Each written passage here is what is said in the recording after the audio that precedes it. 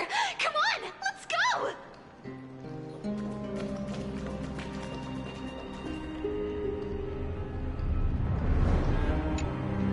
Please stay close to us. We need to rendezvous with Lord Don Hung. We will do everything in our power to clear the path for you.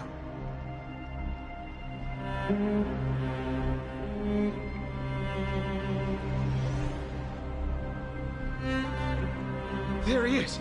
Lord Don Hung! Quick, we must assist him!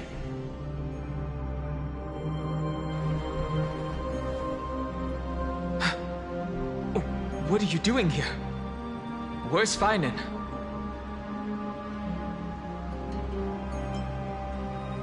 We are under Lord Finan's orders to escort both of you to safety, no matter the cost. Leave this to me and the Holy City Guards. Zeph, take them and go. Wait, Namasani. That black-clad swordmaster. Something seems off. At some point earlier, they suddenly froze in place, not moving at all. Like some kind of omen.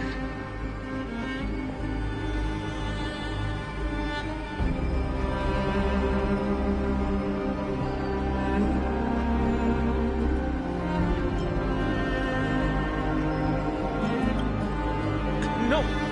Don't get too close. That thing's black flames are burning hot. I don't know what's happening, but leaving is the best option. I don't know which demigod graced us with this miracle. Please, come with us. Finan, is he going to be all right? Believe in his resolve to save Akama.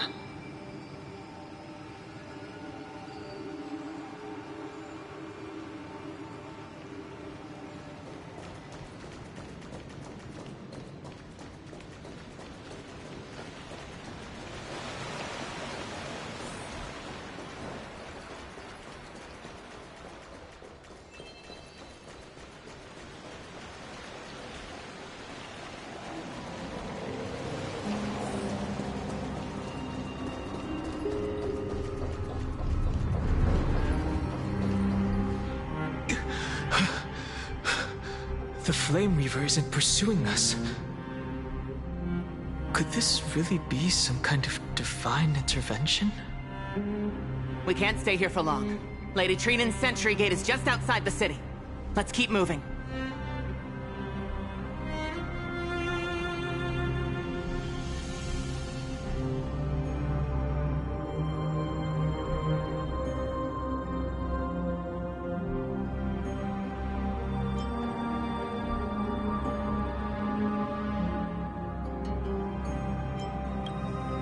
I feel the same. Someone should stay and help Finan complete Aranova.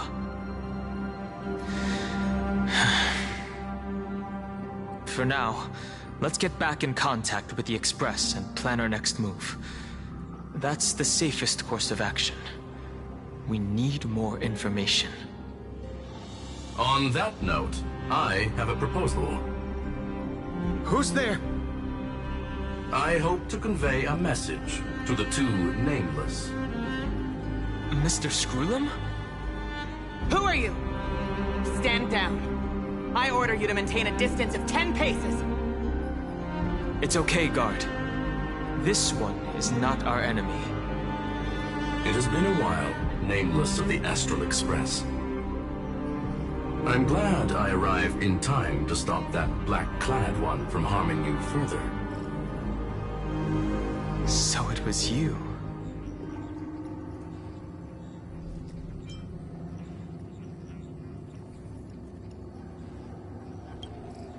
Indeed. Madame Herta invited me to meet with you, Nameless. Rest assured. You two know this anti-Catharin? Does he come from the same people as Counselor Lygus? Don't worry, guard. This gentleman is an ally of the Trailblaze. Would you mind giving us a moment to speak in private? Of course. We'll wait nearby. Please, stay safe. fully understand your situation. For now, the only thing I can do is temporarily freeze that black-clad one in place. Time is limited, so I'll keep this brief. The place where you stand, Amphorius, is a world constructed from data and memoria, an experimental field of a certain eon. And now, this isolated sandbox world is rapidly falling into a third path. Destruction. Destruction. Conclusion. If Amphorius continues unchecked on this course, a Lord Ravager will complete its evolution and metamorphosis, and emerge from the surging tides. The cosmos as we know it will suffer irreversible consequences.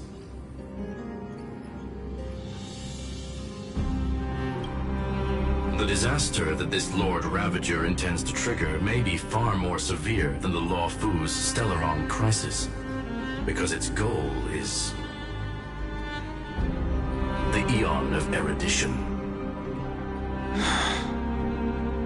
Putting aside the complex details of the inferences involved, I have a request to make. For one of you nameless to stay behind on Amphorius, acting as an informant, in order to prevent the wrath of destruction from ravaging the cosmos. This world is enveloped in a firewall that defies explanation, and the flow of time here is also different from reality. Madame Herta and I can only tear open a gap and project images inside. However, the accidental crash landing of the express car notwithstanding, both of you were able to successfully land here. There must be some principle behind this we have yet to fully grasp. It will take time to uncover the reason. Before then, if one of the Nameless is willing to stay and witness the fate of this world, or to push it along when necessary, it would be of great assistance.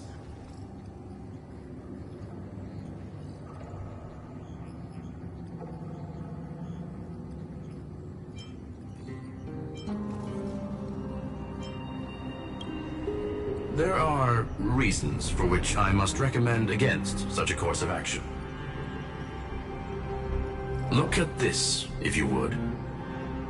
This curio is called a chronocognitive anchor. The two of you may view it as a kind of space anchor in the world of erudition. As long as you carry it with you, your individual data structure will be protected and will remain unaffected by the influence of digital tsunamis.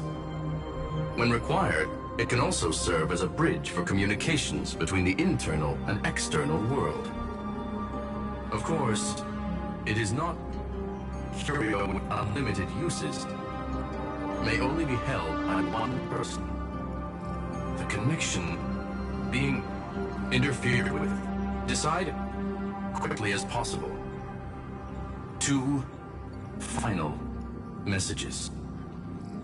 1. Intellatron named Ligus, possibly the primary culprit behind everything. 2. Bertha discovered a clue.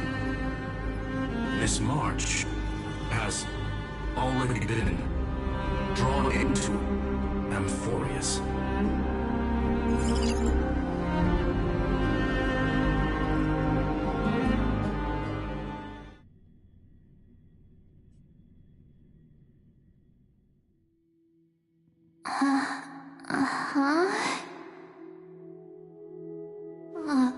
Cold. It's freezing. Hold on. Am I dreaming? This is way too strange. Everything's spinning. And I can see webaboos flying around. But I was literally just talking to Himeko. How did I... When did I... That's it! She warned me about this place right before Klipoth glimpsed her. Oh no. Have I accidentally walked onto some weird path? Have I done something crazy without remembering? Unless forcing Pom-Pom into new outfits and borrowing Mr. Yang's shoulder massager counts. Hold up. No way! Stepping onto the path of elation can't be this simple, right? Child of remembrance, step forth into the depths of the path space. Who's there? Hey, cut it out! If you're there, just come out and talk, okay? You're freaking me out. I can't even think straight. Hold on. Is that a gate? Cast aside your fears. Step forward through the gate of memory. The voice. Is it showing me the way out?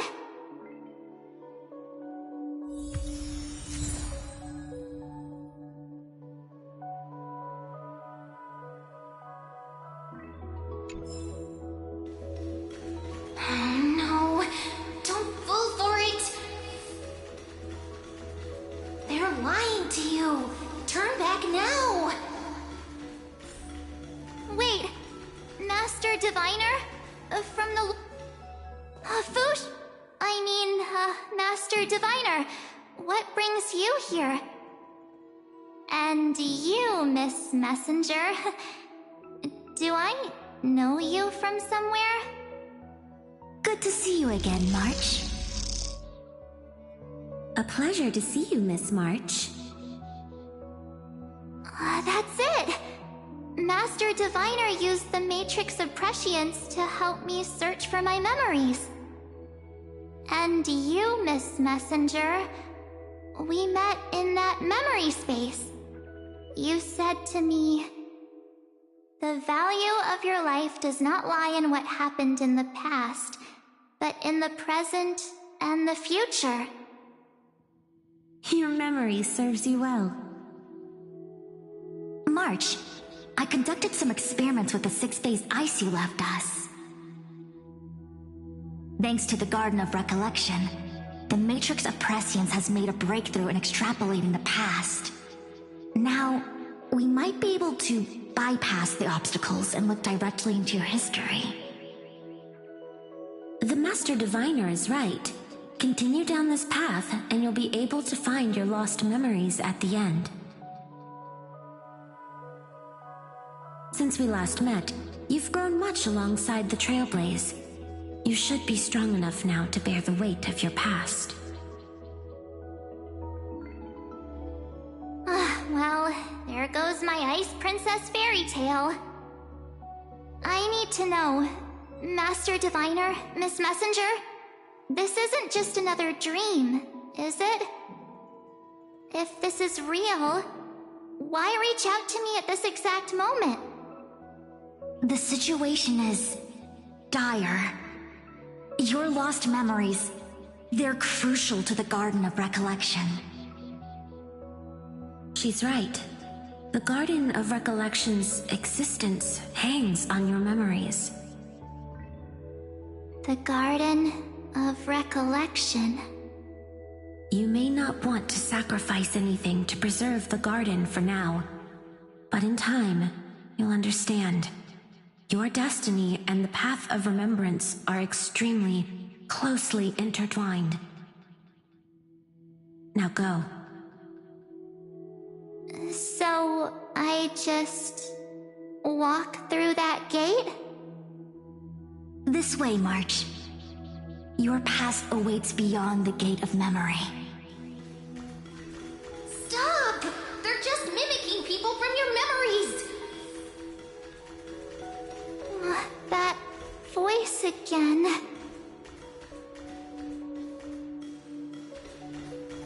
Don't let those bad people deceive you! The gate. Now it's... you two?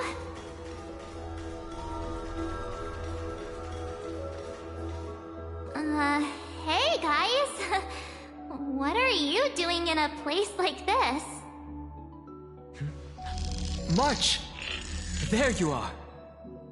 Finally. The trailblazing journey just isn't the same without you.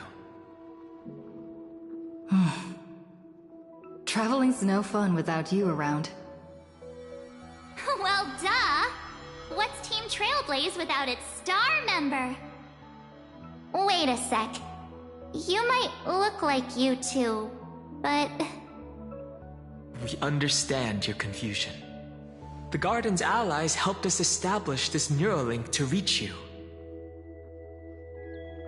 The Garden's allies? You mean Miss Black Swan? Yes. She helped make this possible. Keep going, March. Find your past. Wake up. And travel with us again. That sounds really tempting. Finding my past and continuing to trailblaze new worlds with you? Trust in yourself, March. It's gotten us this far, hasn't it? Follow us. Let's go through that gate together. Step into your past, March. Find your true self.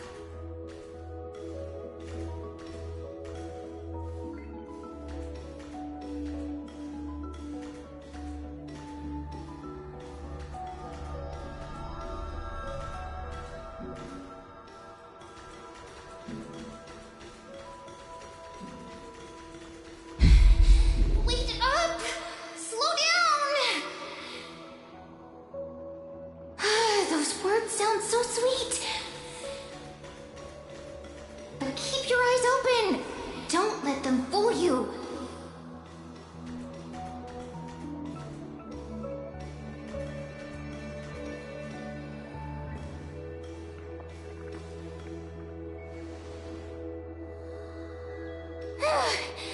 At last, I finally caught up. Hey, are you all right? I'll be okay. Just not used to running around. Say, Marge, got a moment to talk before you make your decision? Wait, that was you? Pushing the gate away? Sending those warnings? Yep, named Cyrene. It means ripples of past reverie. Easy to remember, right? Wait a minute. We actually look quite alike, don't we? Yeah. Your pink hair is just as eye-catching as mine.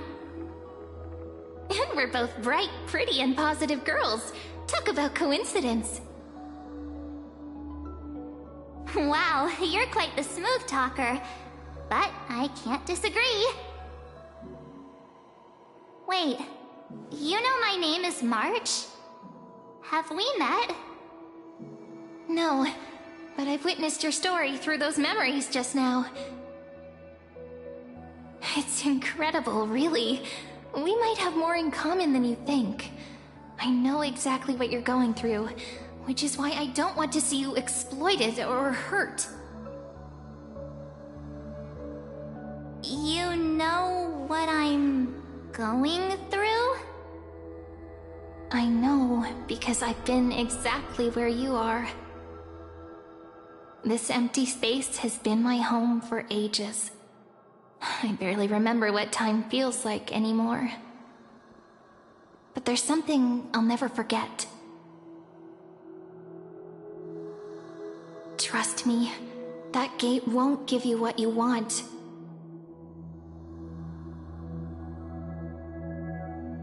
You mean those people? They're lying? Luring me into a trap? Yes, convincing, weren't they? They've studied your memories, using your deepest wishes against you. How dare they manipulate a young girl's feelings like that?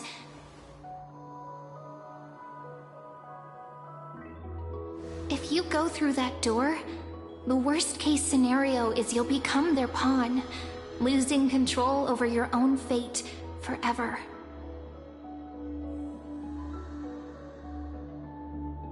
You've seen what's on the other side? I may be stuck here with missing memories. I'll recall fragments of my homeland where I grew up. That door leads to Amphorius.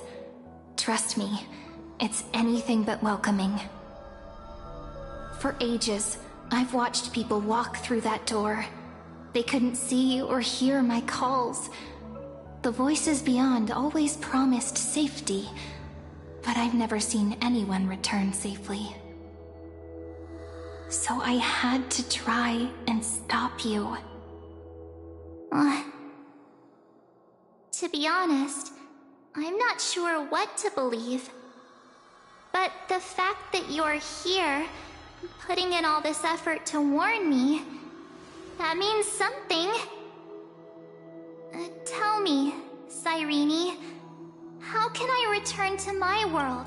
It's really easy, actually. Just turn around and walk away from this place. The girl cannot be trusted. Through the door, save the garden. Both of you, children of remembrance. They never give up, do they? But don't let them sway you. Stick to your path. The return journey could take ages, longer than most lives. But that path will lead you home.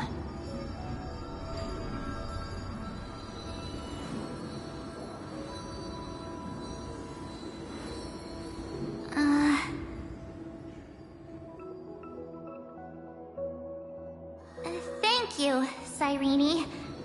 I know what I need to do. I'm going through that gate. Into Amphorius. Wait, what? Don't worry. I believe you. It's just that, for me, the only place I can call home is right beside my friends. Two of my closest friends are already on their way to Amphorius. They may seem capable, but only I know. They're absolute disasters waiting to happen. They won't last 5 minutes in a new world without me.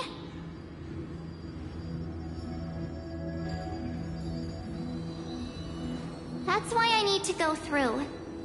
Amphorius or not. When the three of us are together, there's nothing we can't handle. We'll explore, understand, establish, and connect. After that, we'll find our way home together.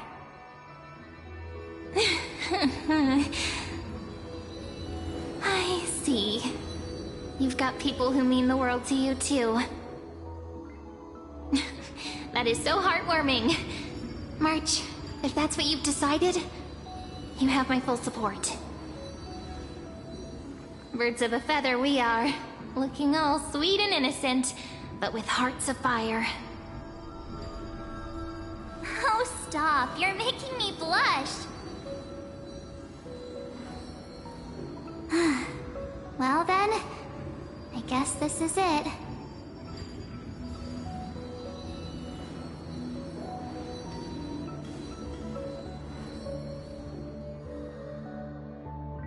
Do you think we'll see each other again? Who knows? But don't worry about me. After all this time here, I've grown quite used to chatting with my imaginary friends.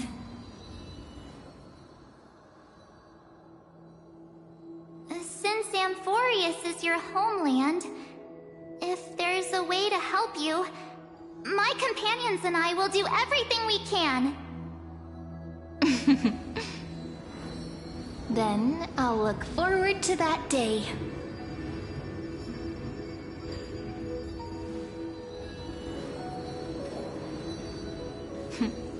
Your story awaits, March. Make it an epic one.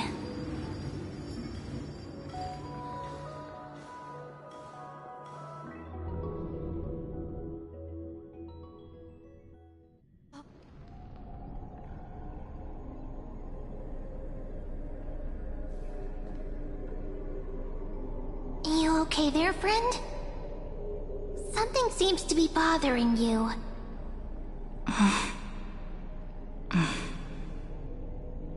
The vortex of Genesis.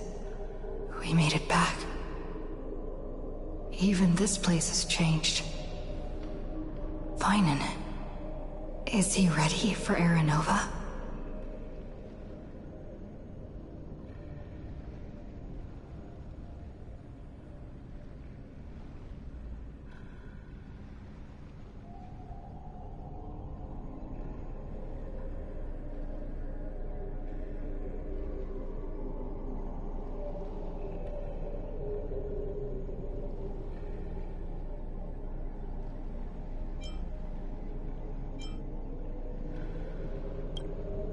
Yeah, we've come such a long way.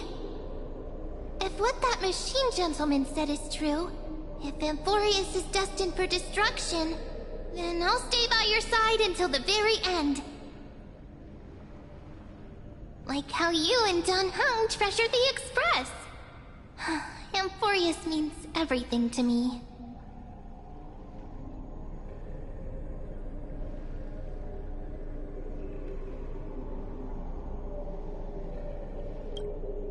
Right. Time to see the last core flame restored.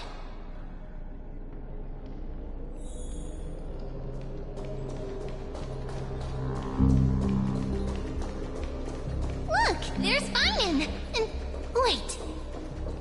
Lygus. Remember, Skrulum's warning.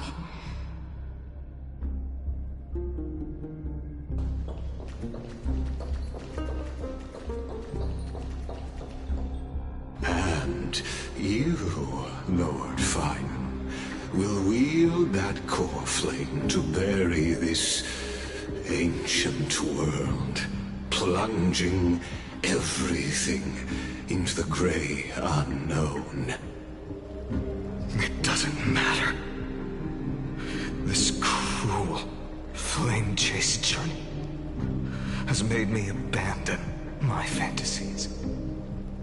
The future is not a paradise with a gentle west wind waiting for us to step in. If what lies ahead is a mass of chaos, I will tear it apart. Then usher in the first ray of blazing sunlight.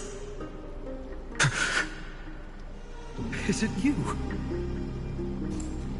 With one last chance to turn back, you still step forward. How befitting of a trailblazer.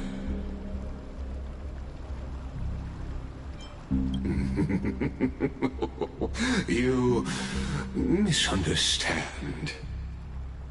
As our world nears its end, the ones who walk the infinite paths have embraced their destiny. As the Theoros, it is my duty to witness the world's future and oversee this final core flame ritual on their behalf. The trial of world-bearing, the ritual of Era Nova.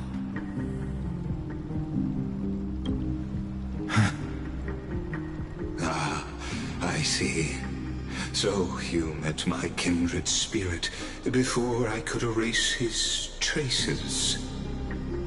Partner, what are you saying?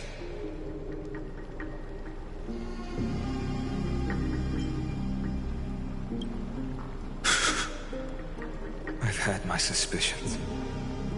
How does a native Antikytheran know so much about repairing vehicles from beyond the sky? Lord Lycus, How much do you truly know about Era Nova? Tell us everything.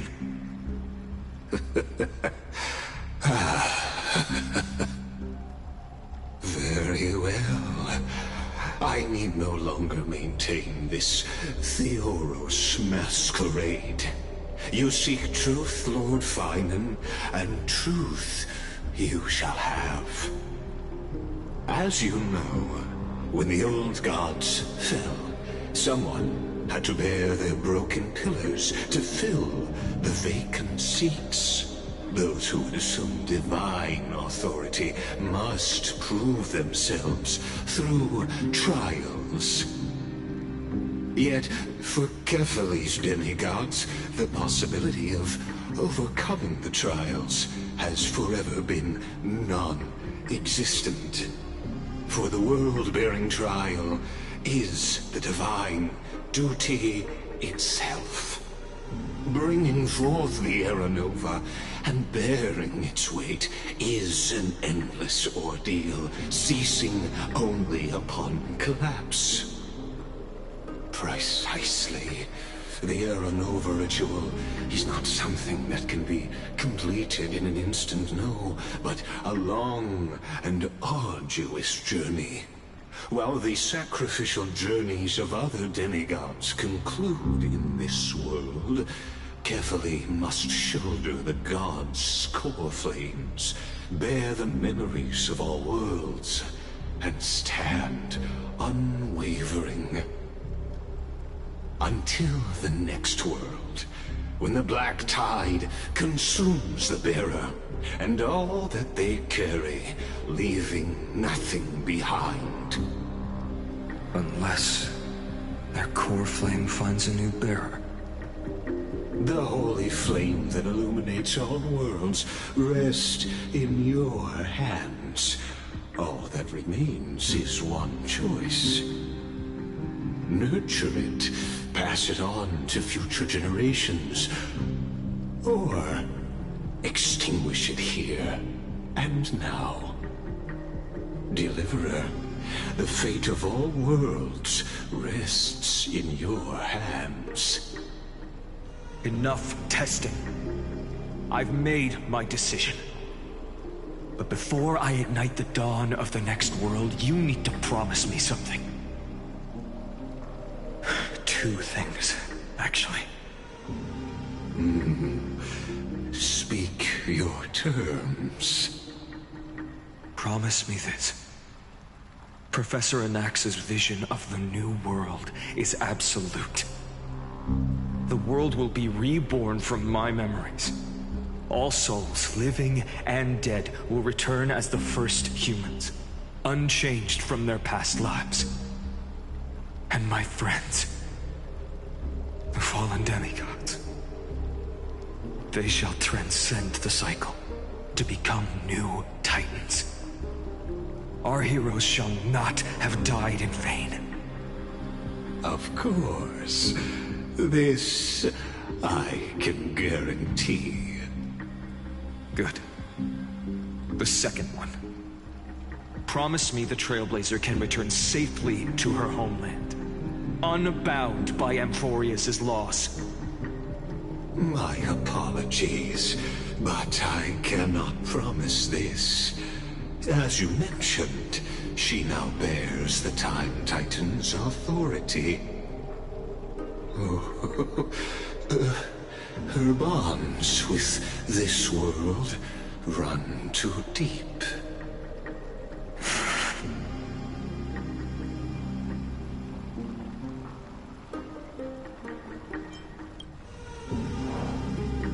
Well, I stand corrected. An outsider like her does have ways to defy destiny.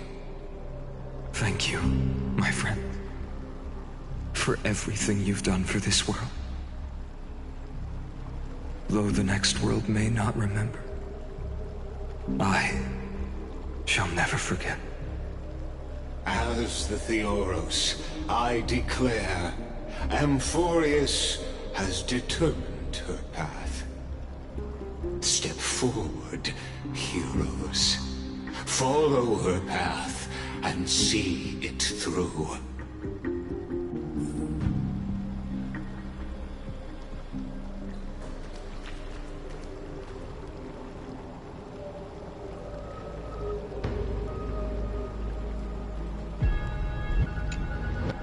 Behold, oh gods, Amphorius has achieved her victory, and the Era Nova approaches.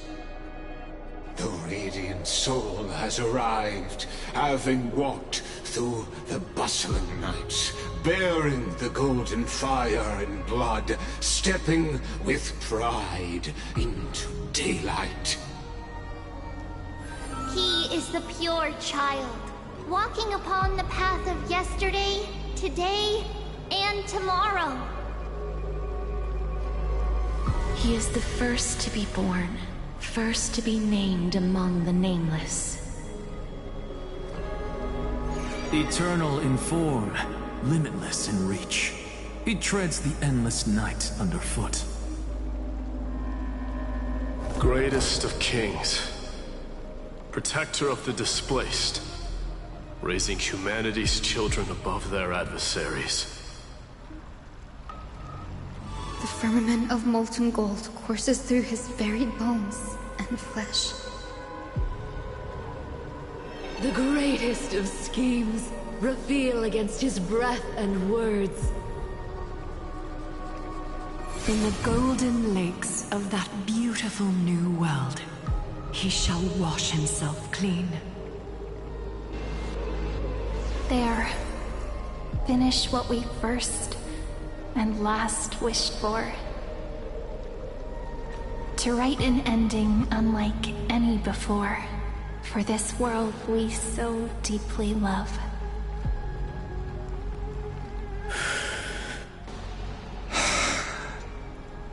Come, partner.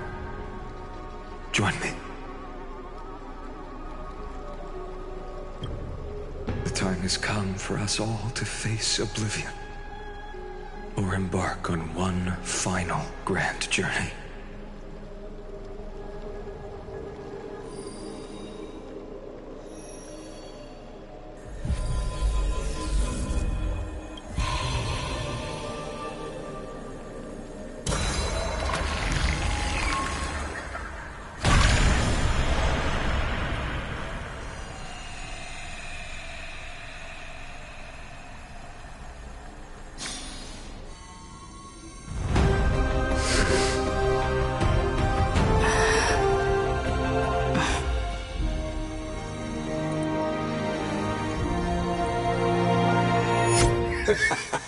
What a magnificent and epic adventure. The hero's journey reaches its end, and the truth behind the Era Nova is about to be revealed. Is that truly the case? Here, as the Theoros, allow me to humbly request that you find a moment to listen to what I have witnessed. This is about the nature of Amphorius itself. A story of the prime mover of life. My, what a broad topic this is. Where shall we start? Ah, got it. Let's start at the very beginning. The Big Bang, the birth of particles, the emergence of all things. Just kidding. What I mean to say is that time, space, matter, all concepts exist solely because we perceive them. Erudition. Without it, the universe would merely be a chaotic book written by chance, yet unread by anyone. As your acquaintance, Lord Anaxagoras, suggested, everything in Amphorius exists through new spores, living in the memories of those yet to come. Oh, how beautifully it aligns, revealing universal truths in such simple terms. Only he could solve the riddle of what exactly are we? Oh, but you'll remember, even as the embodiment of reason, one mystery remained beyond his grasp. If that is the case, whose memories did the very first new spore sprout from? Ah, as sages across ages have asked the gods, what is the prime mover of life? But let's set aside the Grove's teachings for now. Look further, past Amphorius, to what they call the Forbidden Realms beyond the sky. Do you know of the Scholar's strife? During that grand yet brutal war, waged in the name of erudition, a genius's legacy was abandoned, strewn across the cosmos. The scepters, a macrocosmic computational array beyond mortal comprehension. Made to emulate the Eon's thoughts, it became part of the Eon's cognition at birth. Scattered throughout the cosmos, these arrays act as celestial body neurons for Nous. But regrettably, as everyone knows, the erudition forsook them all. But what nobody knows is that, though forgotten, they never stopped seeking the divine answer. A question that survived war and disaster, stumping even the greatest minds, including both mechanical emperors. Now, we come to the real truth of Amphorius. What if, hypothetically, a scepter found the answer to the prime mover of life? If through endless solitary extrapolations in the cosmic code, the one deemed as a failure by the Eon of erudition found proof through the ages, what would happen? Perhaps the answer is simpler than you'd think. From a perishing neuron evolved into true life, reborn through the gaze of another Eon. This is a tale from the distant past, unknown to all, even unheard by the greatest geniuses.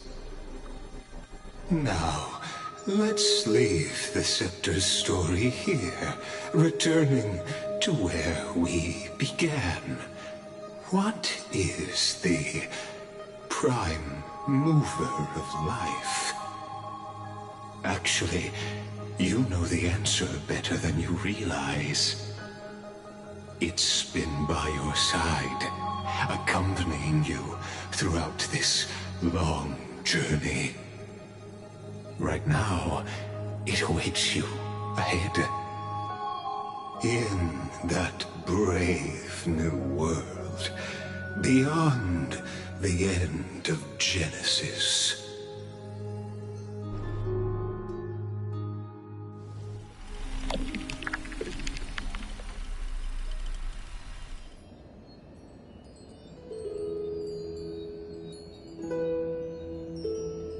Take this wish with you. Be the one who begins it all. As the prophecy foretold, you will bear the blazing sun until the pale dawn breaks. Continue onward. bearing this world upon your shoulders, until the Ashen Hero, the nameless deliverer, ushers in the dawn.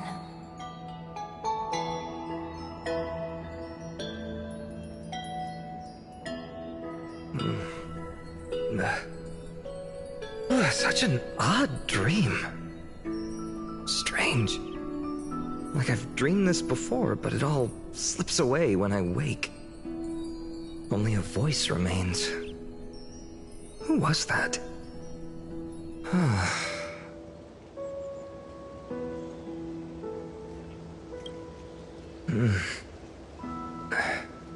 What? Ah, it's you. Whoops, I fell asleep there. What a strange dream I had. It's gone now, though. But look, perfect sunshine. The day is still young.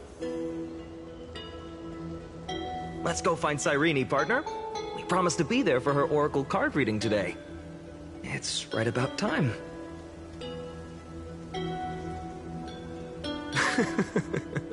Looking at you, someone's still half asleep. Tell you what, catch some fresh air first. I'll hang around here.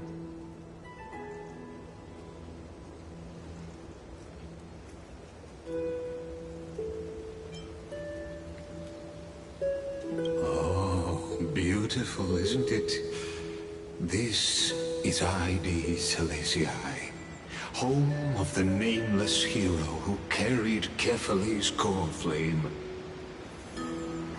When he was young and innocent, he had heroic dreams, imagining his wooden sword was forged of iron. Pretending the straw dummy propped up by a wooden pole was a giant with a single blood vessel running from spine to heel.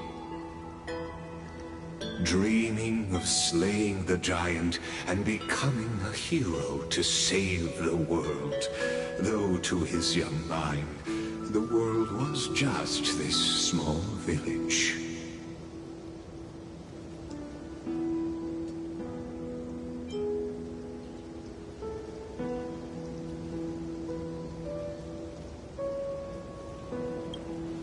What you witness is the start of his path to a new world. And trust me, you play no small part. These are his first memories. Rather than watching, why not join in? Think of it as immersive theater. Become his lifelong closest friend, witnessing his hero's journey from the best seat in the house, as the nameless hero whose unwavering guidance shaped Finan's destiny, yet whose name was never recorded in Amphorius's history.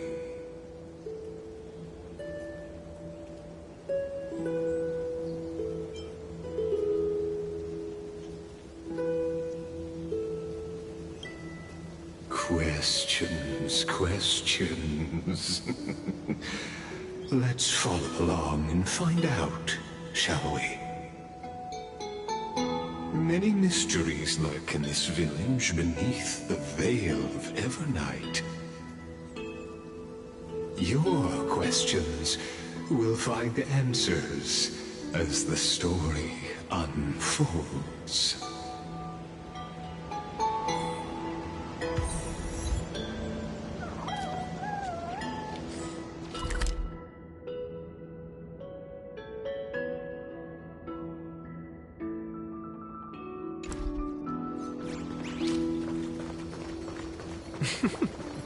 All awake now? Great. Let's go see... Finan! Show me how to use a sword like you do! Hey, Finan! Where are you headed? No Cyrene today? That's exactly where I'm...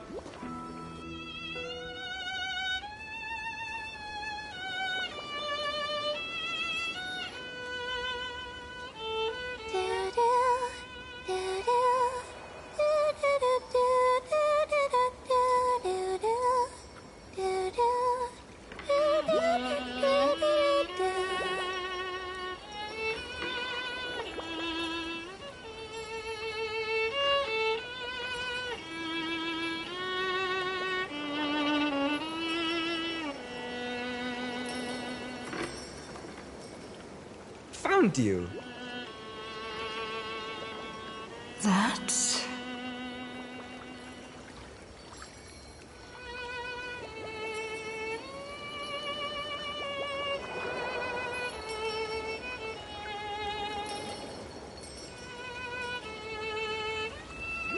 Goodness, look at you rushing about.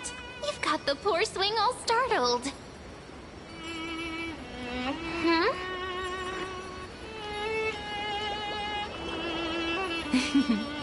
I knew it was you. Something wrong? What do you see? Oh, nothing much. Just suddenly felt a strange connection. Look at you, leaves in your hair. Were you sleeping in a tree again? Or was it the wheat fields this time? At least brush yourself off before wandering around. Come on, I'm not a kid anymore. You're the only one who still treats me like one. Sure. You may have the height advantage, but when it comes to maturity, I'm leagues ahead of you. Still fantasizing about being in heroic adventures and imagining yourself as one of the characters? That's the kind of thing kids do, not grown-ups. Don't you agree? And since you're playing along with his antics, who are you pretending to be today?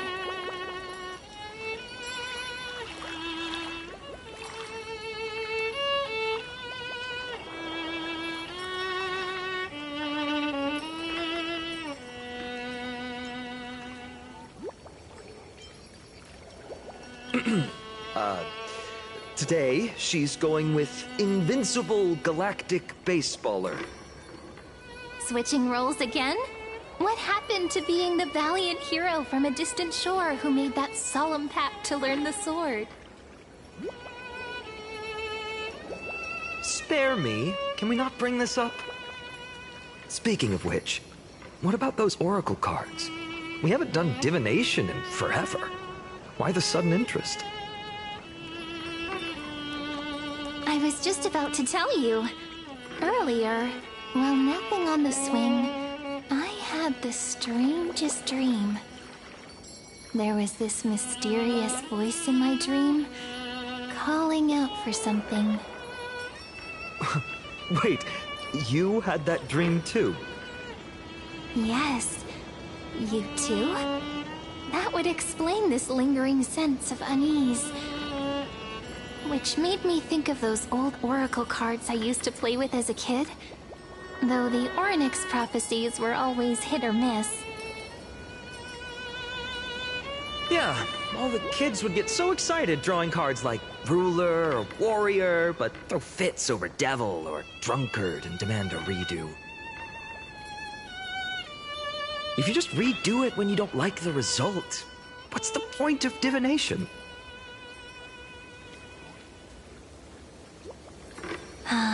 The blessing of childhood.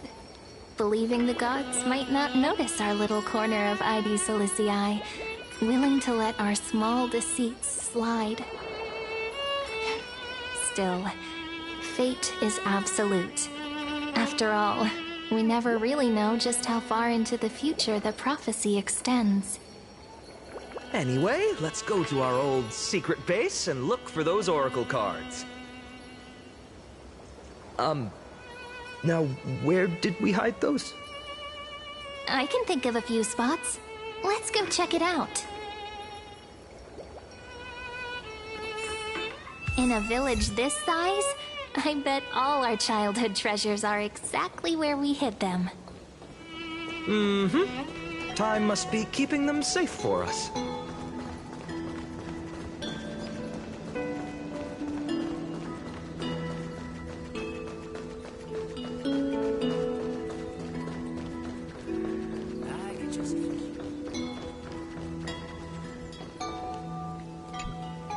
It's mine! I caught it fair and square! You did not! It's mine! Finan! Cyrene! Come quick! Look at this huge bottle I just caught! Give it here! remember? What's got you two so worked up? Here, show me.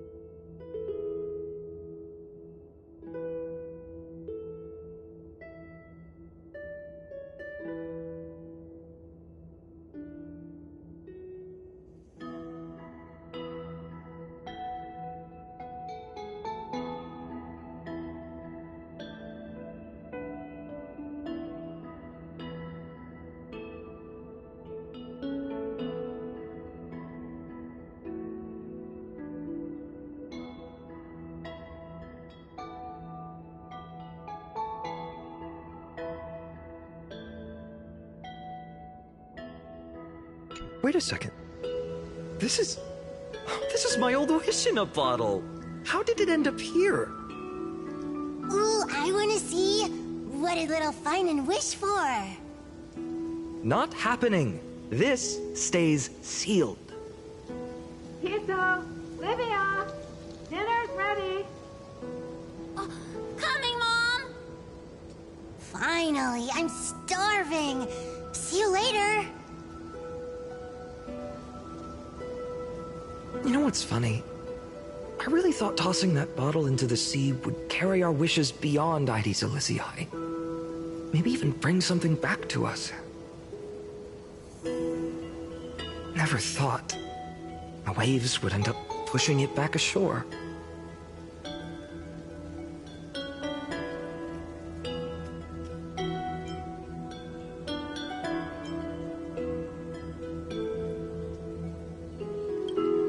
Ah, well, that would explain it. What a shame.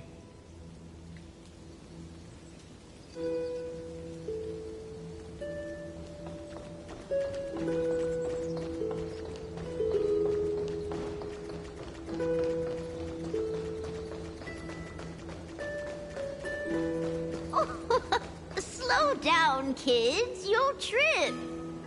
Thank you. We'll be careful.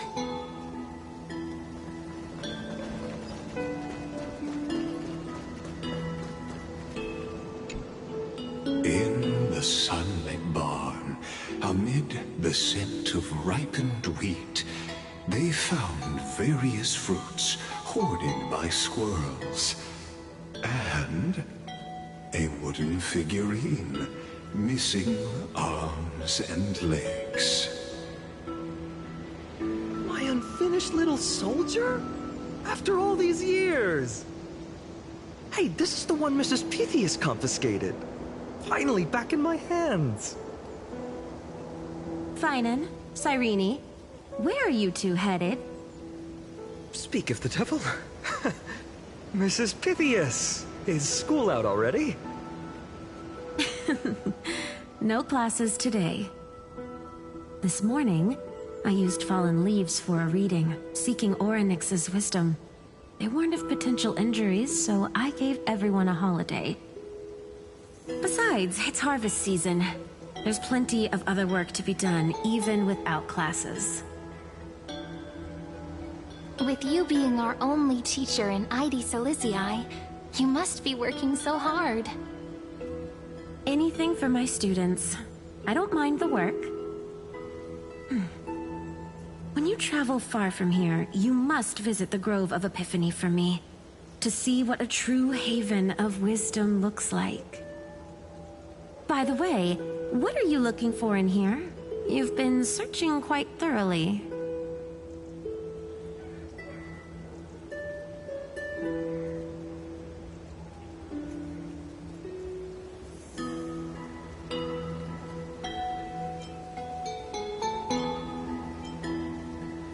Mrs. Pythias. It's Finan's toy. Hey, partner, keep it down. Is this a toy? Really now, aren't we past the age for these? She doesn't remember, huh? Oh, this little soldier's coming with me. All right then, I should be going. It might rain tonight, so don't stay out too late.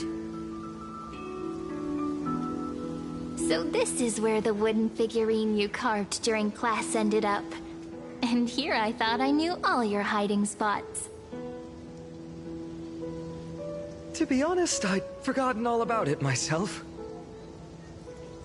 No sign of the oracle cards. Let's see. Ah, there's one place we haven't checked yet.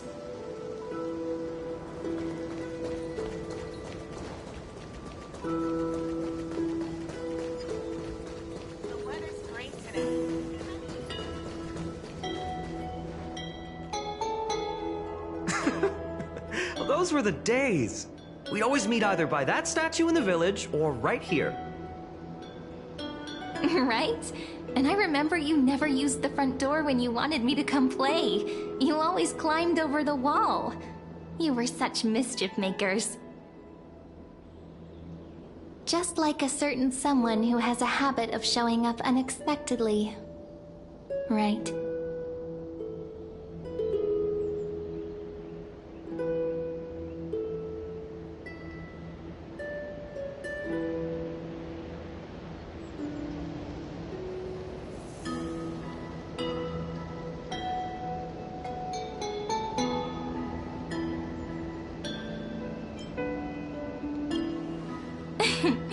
I bet she said something clever just now.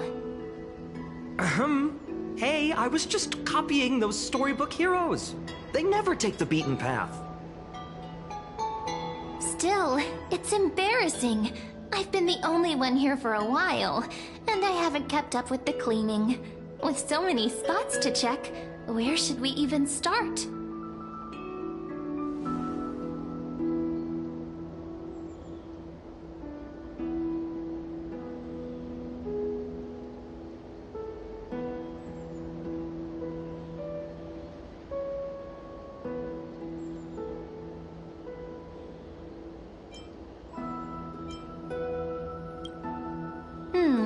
A cellar. I think I remember one. It was deep. So very deep. Well, if we're talking Wonderland stuff, it's not that different from my hero stories. All right, let's split up. I'll handle the yard, you check the upper floor. I wonder what the view's like from up there. Worth checking out?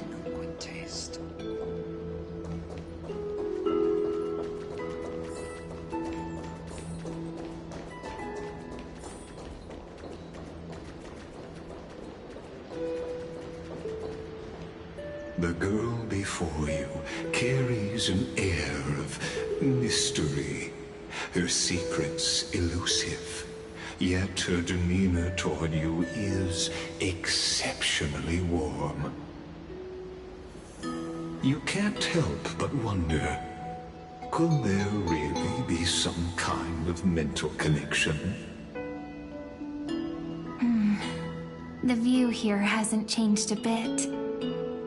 You know, besides the swing under the big tree, this has to be my favorite spot in all of ID Silicii.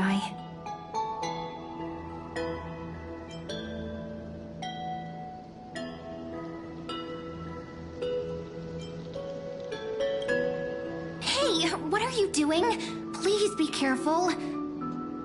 I'm just a small-time diviner. I can't turn back time if something happens. They always said I'd become the next priest of time, just because I heard prophecies as a child. But here's the thing. The more divinations I do, the more doubt creeps in. I want to believe the prophecies, but actually leaving ID Silicii. Where will that waiting ship take us, I wonder? Here they are! The Oracle cards!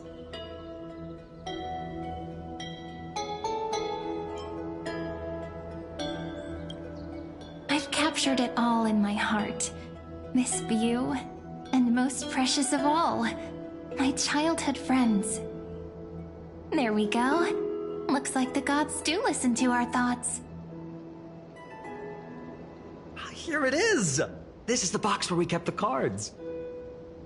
But the cards are gone. Who could have taken them? Huh? What's this underneath?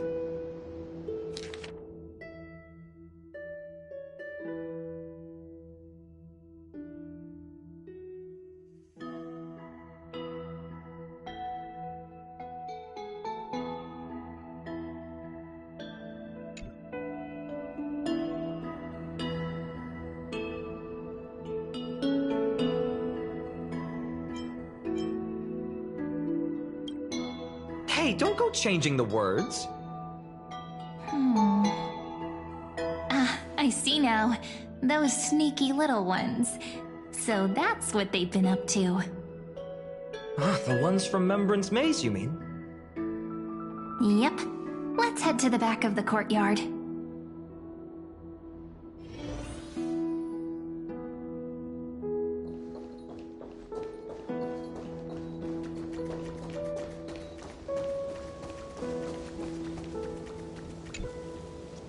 The entrance should be around here somewhere. Right here. The path to the maze is hidden under all these weeds. It's been too long since we visited the fairies.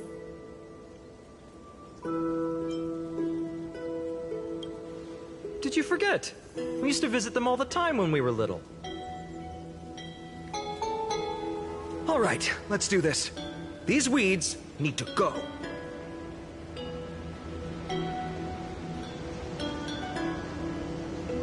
Pretty sure this is it? Should be this way. There it is! The entrance! That hollow in the tree.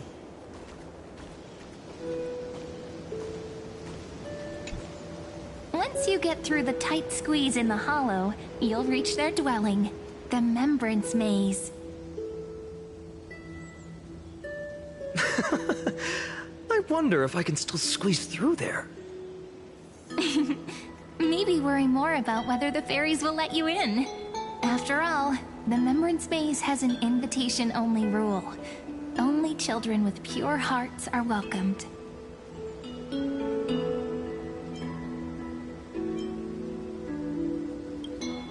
Trailblazer profile? What's that? Regardless, how about we try getting through the hollow first? After you, then. What? Oh, sure, I'll go first.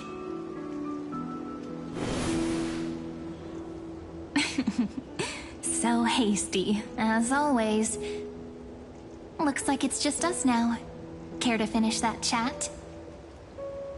To be honest, from the moment I saw the cute note left by the fairies, my intuition became even more certain. Perhaps when we step into the maze again after all these years, the wheels of fate will finally start turning.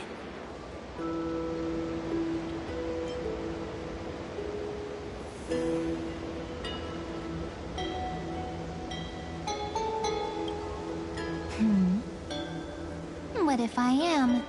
What would you do? Just kidding. Don't read too much into it. But you know what? Even if fate is set on its path, no matter where it steers the world, if we're together, there's nothing to worry about, right? So, if you're willing... Forget it. If the wheels do begin to turn, that's when I'll make my request.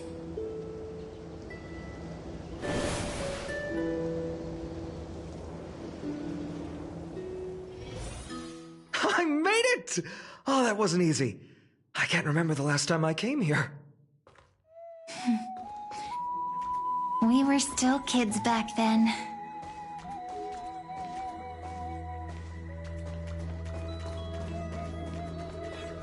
Wait a minute. Are you? Look who it is! Rini and Snowy!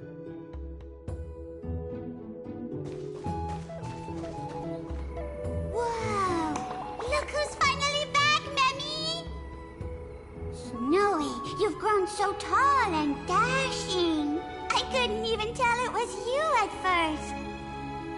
first. We had to grow up. Sometime. But look at Rini. She hasn't changed one bit. How fascinating. Perhaps I'm like you, Rayleigh Ma'am. Just another fairy of the maze.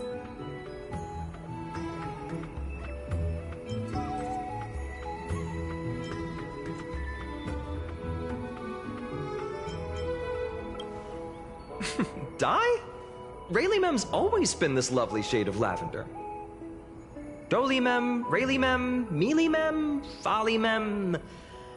I've missed these cute little troublemakers. We used to gather around the fire, singing and dancing, imagining all our future journeys. Without coming back here, those memories might have faded away entirely. Oh, how could you, Snowy? You swore you wouldn't forget about us. But you were gone so long, you almost did! Oh, he's just copying those bards from his stories, being all melodramatic. He couldn't forget about you all, even if he tried. Actually, we're here for the Oracle cards. Have you seen them? Oh, the Oracle cards! Right. The Chief asked us to get those. Chief? You mean Doly Mem? What do they need the cards for? If they want a reading, they could just ask me. Oh, I'm not sure. But Chief specifically wanted to meet with you all. Let's see. They should be... That's it! This way, everyone! Watch your step. The trunk's slippery.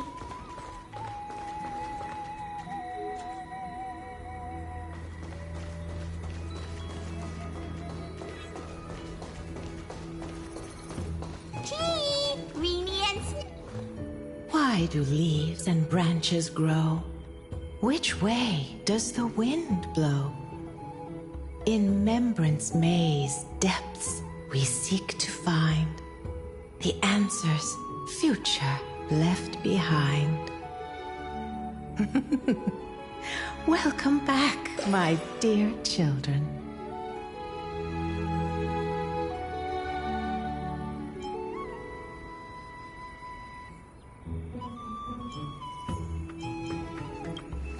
Pink ones?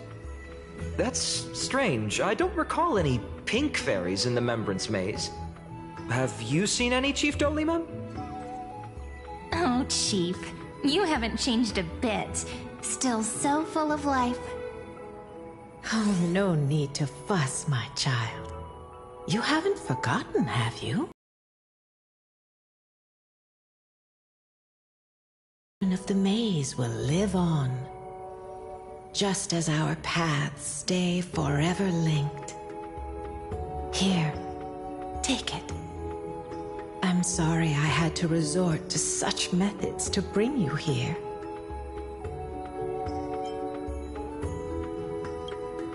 My book of oracle cards.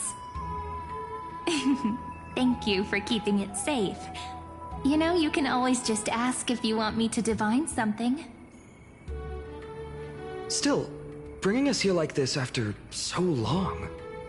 Is something wrong, Chief? Yes. The Veil of Evernight whispers to us once more. It tells of a new fairy who will soon enter the maze. Indeed, every time a new fairy arrives in the maze, it means that beyond the veil, In the vast lands, far from Ides Elysiae, a great calamity is on the horizon.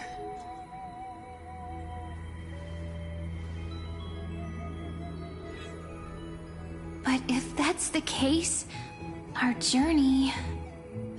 Will have to be cancelled. If disaster's coming, we should stay in Ides Elysiae just to be safe. That's a good point. But what difference could Cyrene and I make?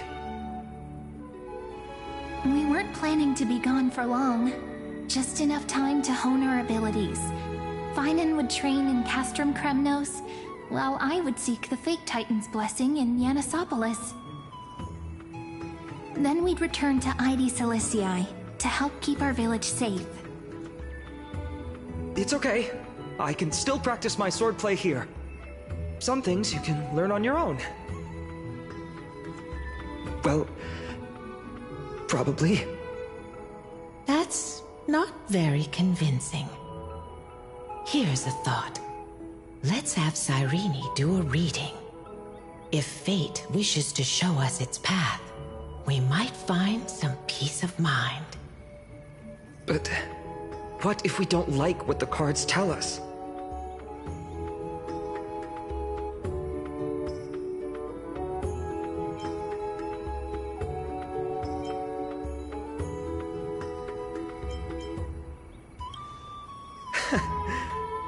Never thought of doing it that way before. Thanks, partner. We'll do it your way. Whatever the cards show, we'll face it together. Ask with a true heart, and truth shall answer in kind. Close your eyes, and let's open the Oracle card book together. Let your thoughts flow like stars drifting on the river, carried by fireflies and gentle winds. Your destinies flowing towards the same future. Now, shall we begin? Oh my! The cards are quite responsive today. Very well. Let's see what future the Oracle cards wish to show us.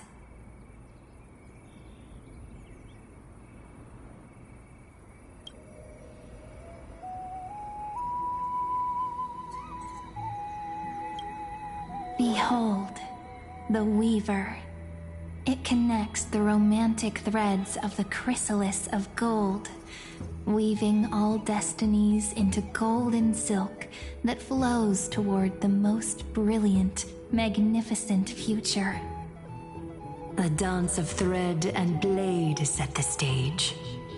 So shall it end as gracefully as it started.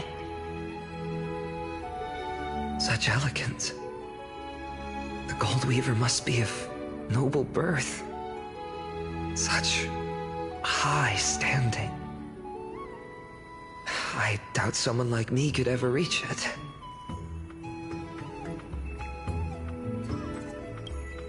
This is the Gatekeeper, who guides people to their true path among myriad passages. We have surrendered our countless senses, dedicating ourselves to the sacred whispers within the temple. Wait. It almost feels like I can hear the echoes within a temple. And are those children singing? It feels overwhelmingly solemn, yet strangely comforting. The ruler stands for discipline, authority, and glory, but frequently also points to isolation and warfare. Even should you pledge your loyalty to me as the last sovereign, the glory shall be mine and mine alone. He who has slain a king can no longer bear the title. Let the withering lion walk his last path alone. Is this showing us a ruler who forsook their people? Stories of such bloodshed like this feel so different from Ides Elysiae. but they sure can stir the imagination.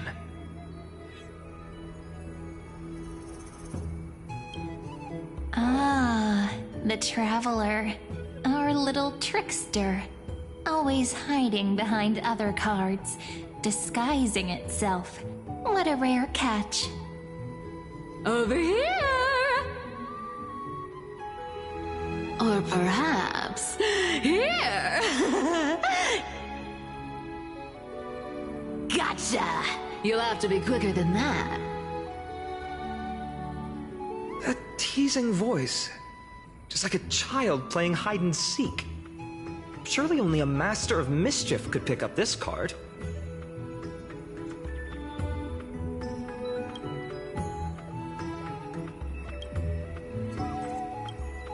This card, the Servant, is surprisingly light, bearing the cool scent of Antilla flowers, just like starlight. It symbolizes new life and hope, yet often brings to mind struggles, sadness, and loss. These precious flowers I care for with my own hands. Are they destined to bloom only in death's embrace? It sounds so solemn, yet tinged with an inescapable sorrow. The humble healer may seem gentle in hue, but its courage matches any other, strong enough to melt even the coldest ice. I will do my best to help you mend all fractures and let sunlight shine on every corner of the world. Make a pinky promise with me. No more going back on your word. Hey, this card really speaks to me. It makes me want to protect as much as I possibly can. Still, protecting everything, everywhere, seems like a dream. What amazing power would you need for that? Behold the scholar, bearer of many names, the grand magician, the great performer, the eye of wisdom, and the defiler of Circes. Oh, there's just one card. With all those titles, I was expecting a whole deck. A Dromus draped in finery will suffice. It's succinct enough to best summarize my true nature. Wait, what's with that condescending tone? It's almost as if it knows what we're about to say.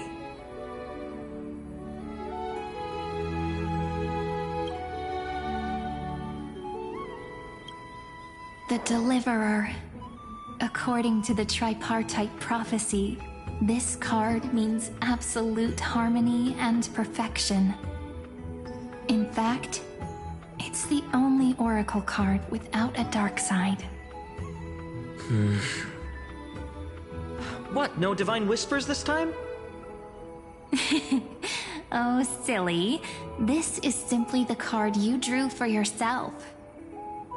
The sleepy village of Ides Elysiae, in just one fleeting moment, welcomed an array of legendary figures. The Weaver, Gatekeeper, Ruler, Traveler, Servant, Healer, and Scholar. Their stories and wishes showed the village boy glimpses of a world larger than he'd ever imagined. They brought tales of raging battles, of cities crowned in holy light, and of wonders beyond his understanding. Each story so far removed from his simple village life.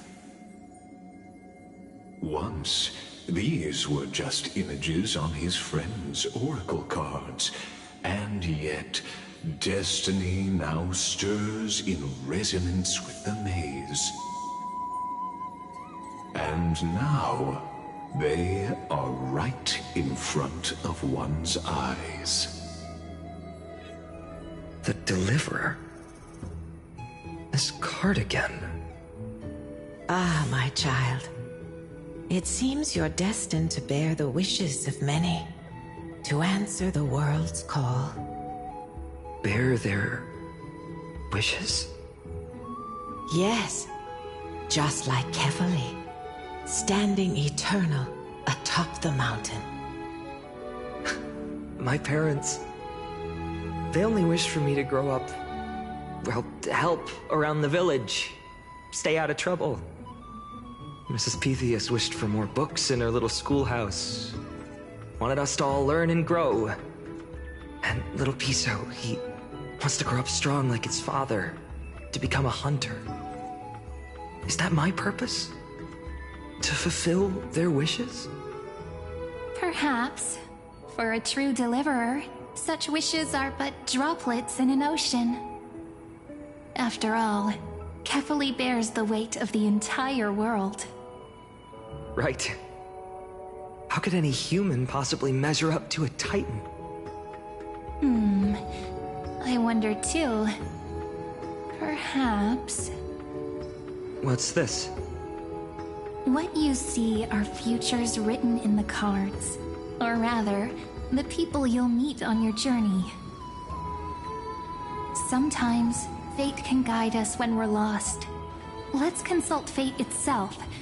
Maybe then we'll know why we must take this path. And learn just how many burdens one must bear to become a true deliverer.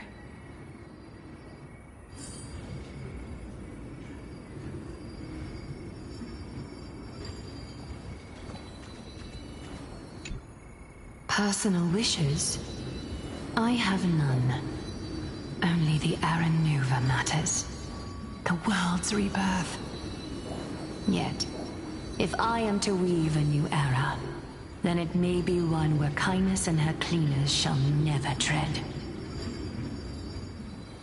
These crawling parasites have no place in Akama, especially not under the deceitful claim of human rule. That noble lady? The way she speaks, it's like ice in my veins.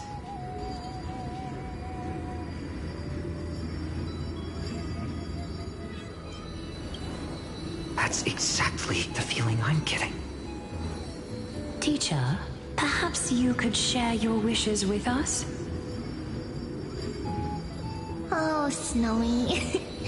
You want to know about our wishes now?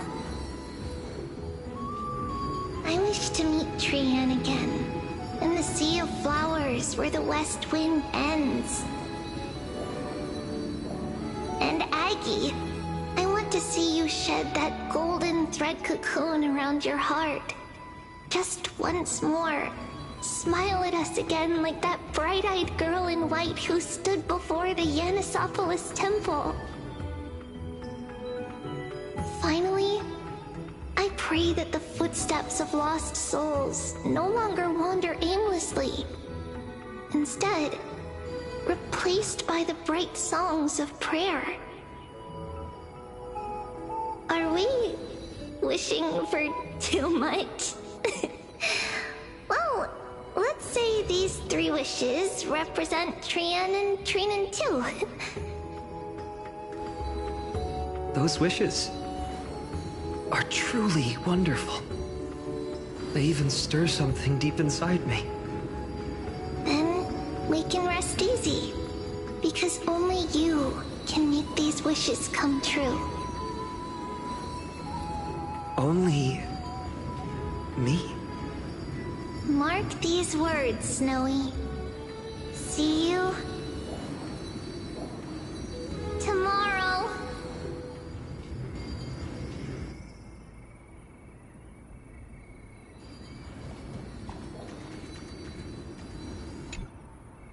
Well, if it isn't our little deliverer. My wish. Just let me, wine and dine and soak up the sun. For another millennium or two. I mean, what's the point of dying rich if you never lived rich? Right, Princess Homebuddy? Cypher, that's not how I see it. My one wish is to find that missing piece in my life. To feel someone's embrace once more. That warmth. I've felt it before, and it's my dearest memory. And speaking of riches, for someone with all those treasures behind your divine power, you've led a pretty cheap life. Ouch! Where did that come from? Right for the jugular, huh? What about our friend from the Grove? My wish came true before I touched the sky. I transformed my healing power into gentle sunlight, distributing it equally to every life I cherished and loved. You two are so selfless, aren't you? No surprise Aglaya wanted you for the flame chase journey. You know what? I did have one wild dream.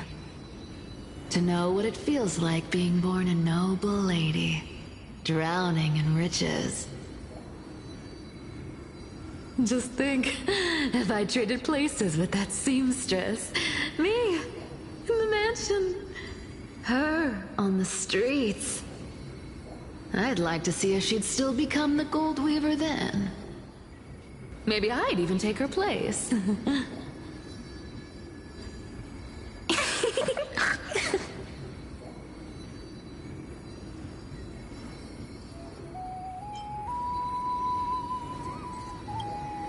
I can't disagree with you.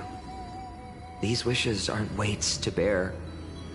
They're like those candy wrappers the Ides Elysiae children love, shining even brighter when bathed in sunlight. Warm embrace, equal healing, and perhaps living free. They're all wishing for a kinder world in their own way.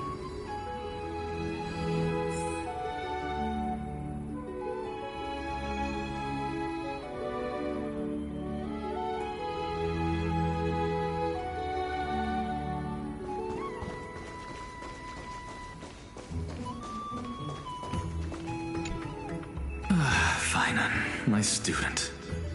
Must we go over this again? Listen well. I detest the word wish. It reeks of mortals crawling before their gods. My life's work is done. All that remains is for you to take the final step and prove the ultimate truth. I, Anaxagoras, shall become a god of the new world. Through irrefutable logic, I will prove that mortal wisdom can achieve divine greatness. Isn't he, you know, a little... I mean, I just daydream about hero stories, but he's fantasizing about becoming a titan?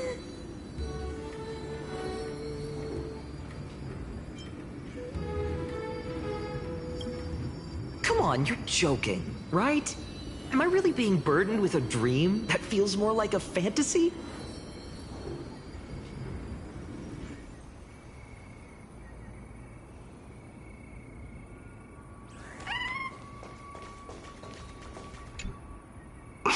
Finan?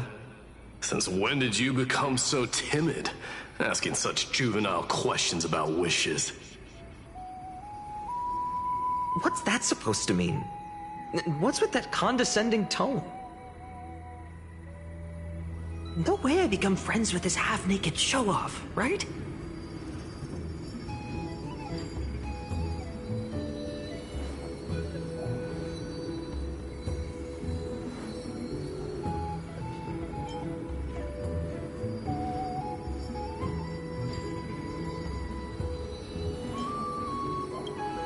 Just what kind of life am I going to lead?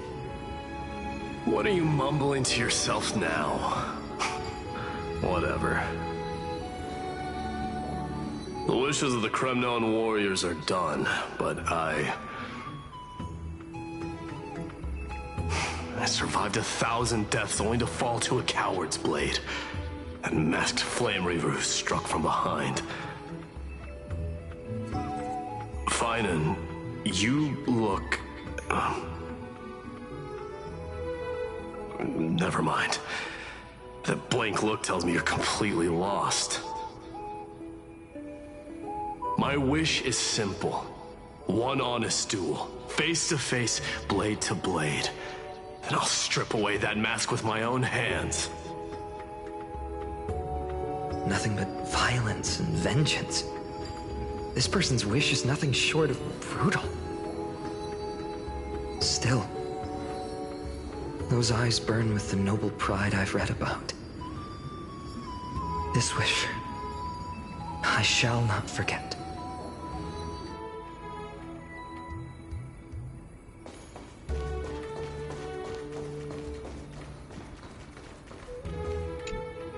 So tell me, has the uncertainty in your heart begun to fade?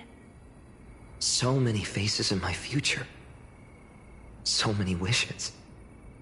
Still, why would fate choose to show us this path? What's weighing on your mind?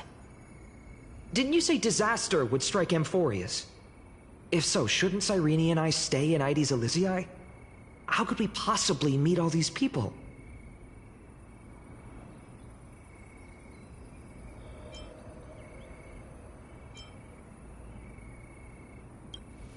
If that's true, then who will protect everyone in Ides Elysiae? Cyrene, may I have that Deliverer card? Of course. But why? Although those voices, visages, and wishes may seem far away now, I can't ignore the sense that something is calling me, bidding me to take a hold of it. Maybe its true weight can only be known once it's in my grasp. In that case, accept this gift. Oracle cards carrying time's wisdom, blessed by Orynyx. May they journey with you, become your memories, and spark rippling waves of change in times to come. I'll hold these words close to my heart. But now that I'm holding them, they don't seem all that different from ordinary playing cards. What? What's happening? Everyone, we've got big trouble, Mimi! Burning, smoke everywhere. It's all coming from beyond the maze! What's going on? It's here. The seeds of disaster have already taken hold, sooner than we had foreseen. This time, not even the veil of Evernight could shield us. You mean Ides Elysiae will be swept up in the prophesized catastrophe? I'm afraid so. My children, take shelter in the Membrance Maze. One step outside, and this horror will consume you both. But my parents, the whole village.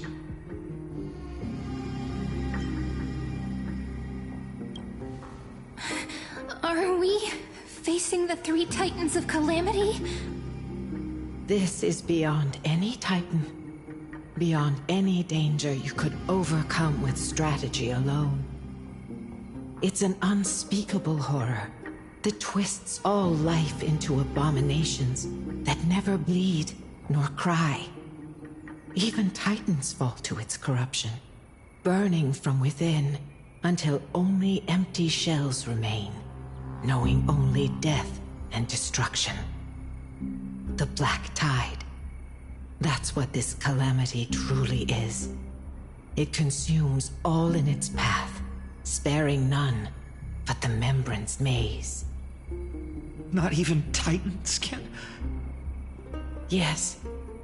So please, don't leave this forgotten realm the gods abandoned. You are the first to uncover our presence, and the only two who can enter the maze. We don't wish for you to throw your lives away. Finan, what path do we take?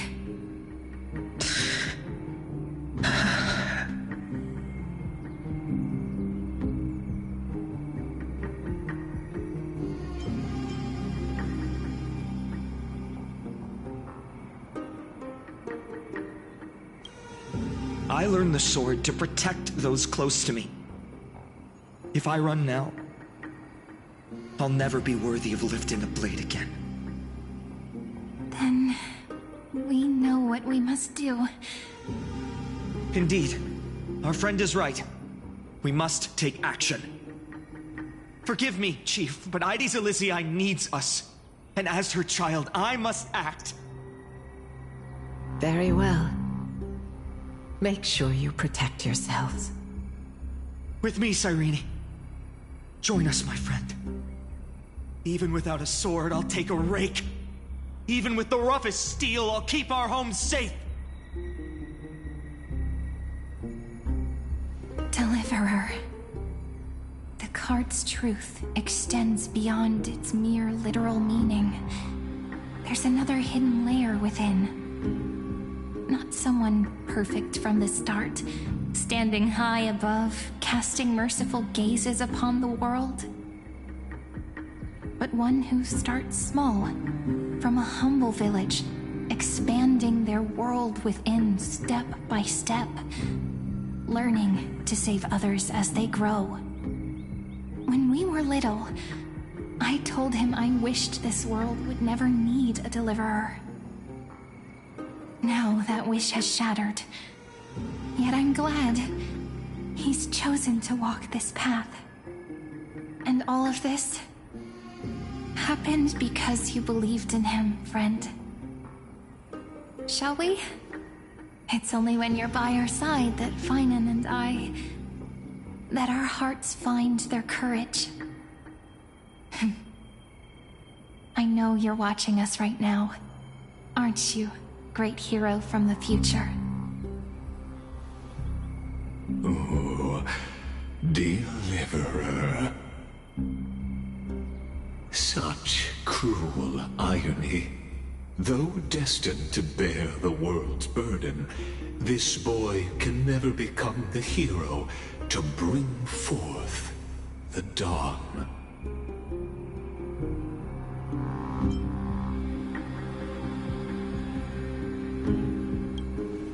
Follow their path.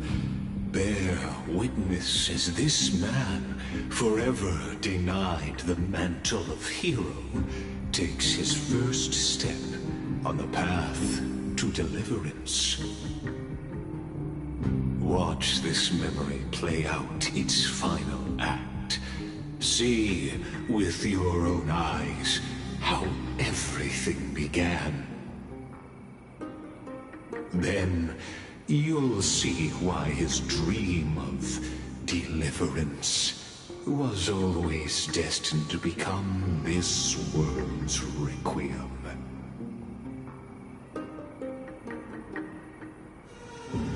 A sun red as blood, wheat fields turning to dust, and in the heart of it all, a village aflame. In that moment, the boy stood in what felt like the end of existence itself.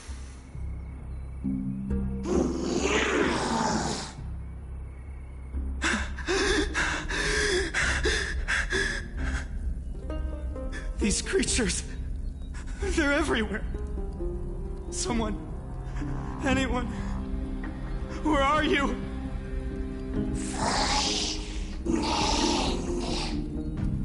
No. It can't be. Why did You... Are you... talking to me? I don't want to die.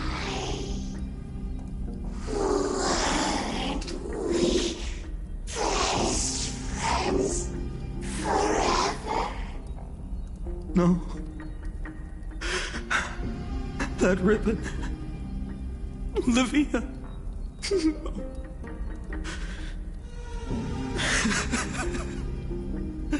I should have known. Save us. Save us.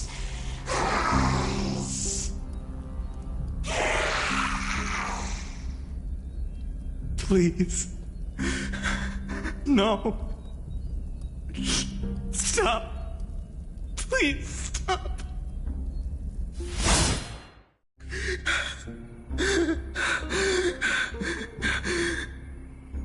Olivia, I'm so sorry. And these monsters, they're all... Why? Why is this happening?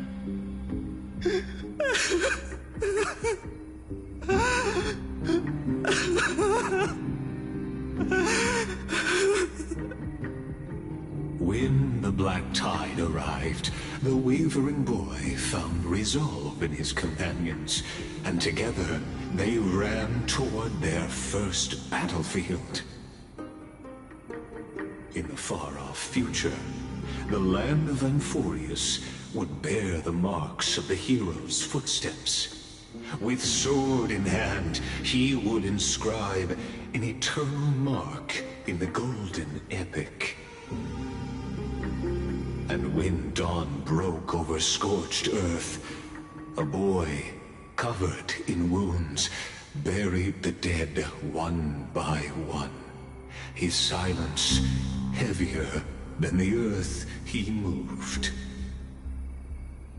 His home, his past, his name, all buried beneath the soil. His feet carried him forward, over the pillar of stone, beyond the chalice of plenty, through the deadly fogs of the hand of shadow. He wandered without direction, like a withered leaf drifting in the wind, through countless city-states. The smiling visage of the white-haired swordsman was etched into memories. Yet he did not walk without purpose. Deep in his heart, a voice always guided him forward to fulfill the wishes he had inherited, to brave peril, and to do all that was within his power to save those who needed saving. Those words his friend spoke long ago, when his journey began, lingered. Protect those who must be protected. The words were few, but they gave him all the certainty he needed. That's what it means to be ordinary and choose to be more. Onward he walked, until the call of the flame chase journey thundered across the land. In the vision painted by prophecy, humanity would triumph over the gods, seize the core flames, and ignite a new dawn for Amphorius. Yet losses are a constant on the flame chase journey, where life too seems as small as a speck of dust. Only one who treats the world as their teacher can bear its eventual destiny. Are you prepared for such teachings? The voice within spoke, And he answered softly. No matter. My existence is of no consequence. When the Gold Weaver called, he answered, traveling to the holy city. There the elders met his warrior's spirit, with nothing but scorn, condemning him to the barracks in derision. No one saw it coming. Not the world, not even him. Yet, this nameless recruit stood at the gates of legend. And there, at last, he found the ones who would walk his path right beside him.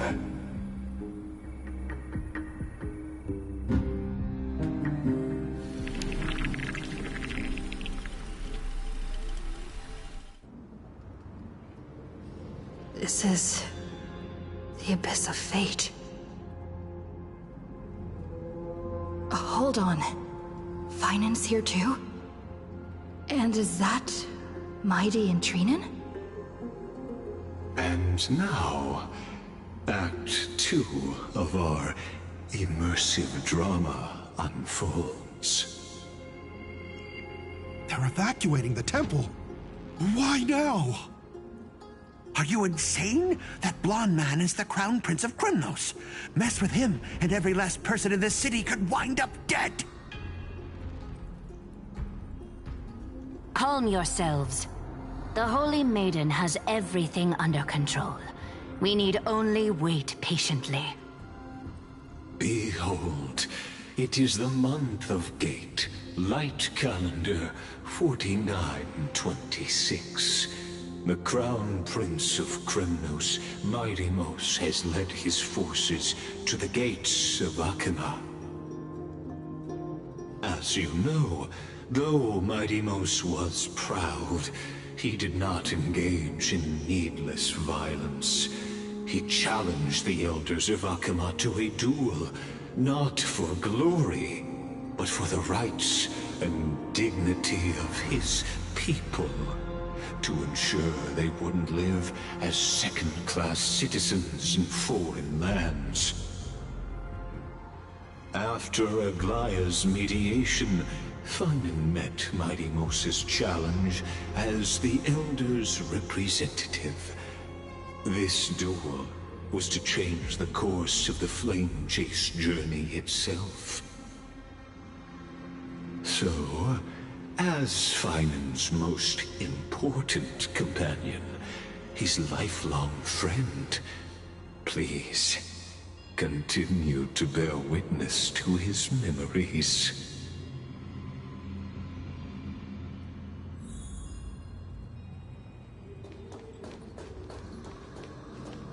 Is this your idea of an honorable duel?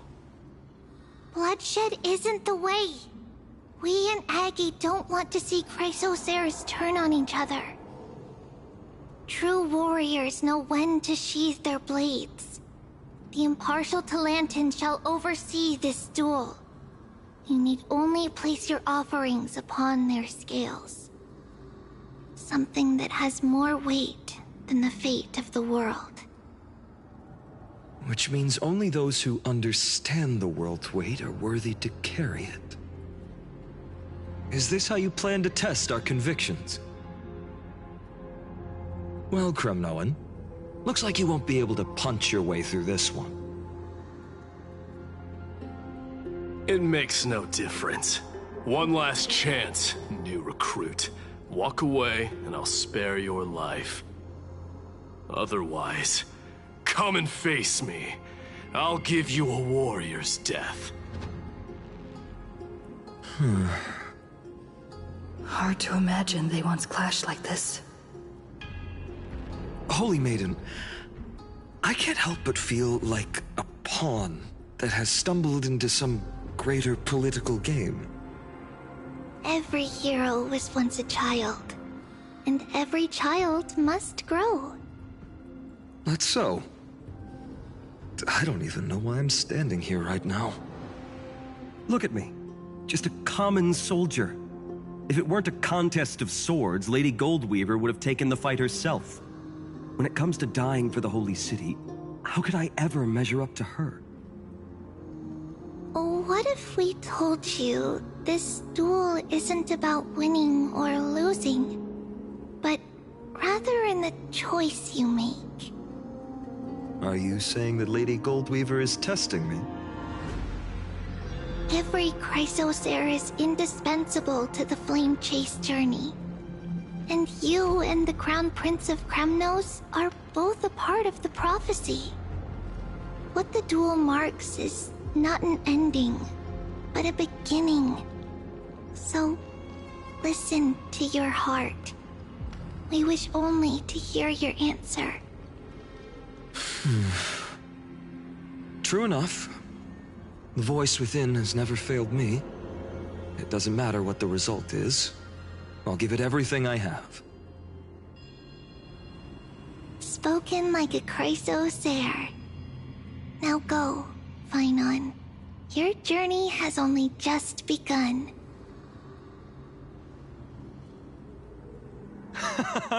That's right, comrade. It's time for us to teach that proud prince a lesson together.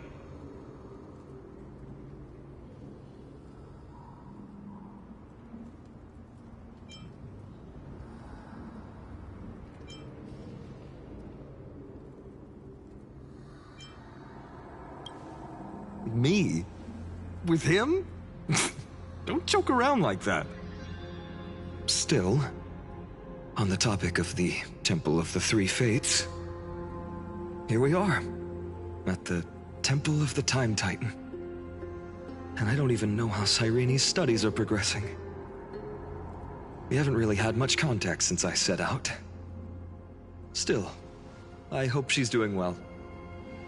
Anyway, let's go, comrade. It's not every day you get a chance to see Talantin's scales of justice. What's going on? Did he just say Cyrene's studying here? But how is that possible? Wasn't she? Of course, Lygus disappears right when I need answers. Forget it. I need to catch up with Phainon first.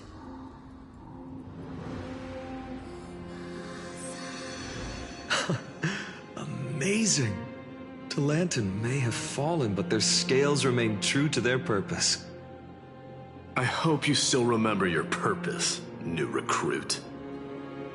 You seem awfully confident, Kremnoan. Let's see how you define the idea of weight.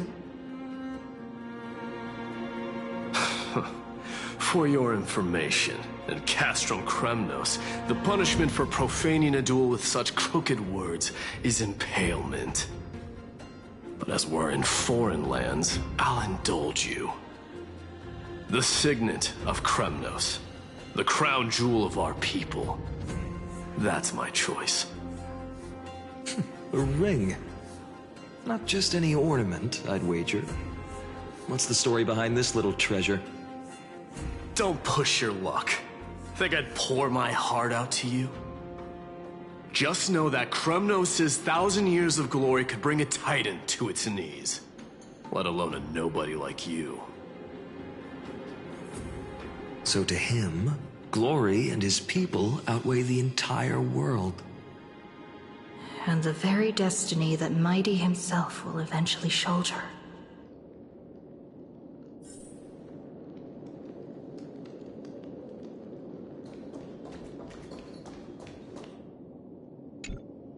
Now this is a tough one. What can I possibly offer against a ring that signifies so much?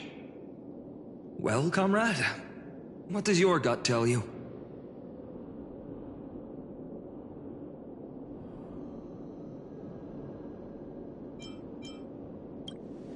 You mean my conviction? But just resolve isn't enough, is it? Unless I literally gave my heart. No way! Only an Idonian would do something that crazy. In the end, There's only one thing I can trust. The deliverer that appeared in my life on that day. How ironic. I can't even look at this card properly, much less follow where it leads. Just thinking about how my village was swallowed by the black tide makes my hands shake. The flames, the screams, my utter failure to protect anyone. Speaking rationally, I know it's not nearly enough. Hades Elysiae was just a small village. Its loss barely a scar on Amphorius' face. But here and now, my heart says something else. This card. It's everything I have left. Nothing weighs heavier. Perhaps that itself is the answer. Look, Finan. It's so nice to see you all again. Lady Treenan, Finan, and... hello. Seeing you here sure is a sweet surprise.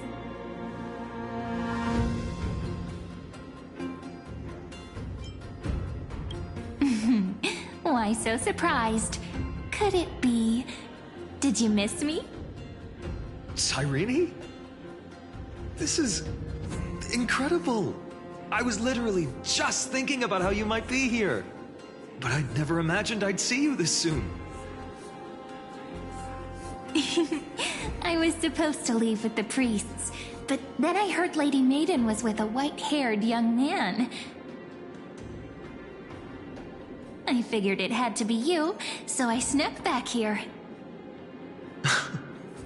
That's Cyrene for you. Unfortunately, this isn't a good time for reminiscing.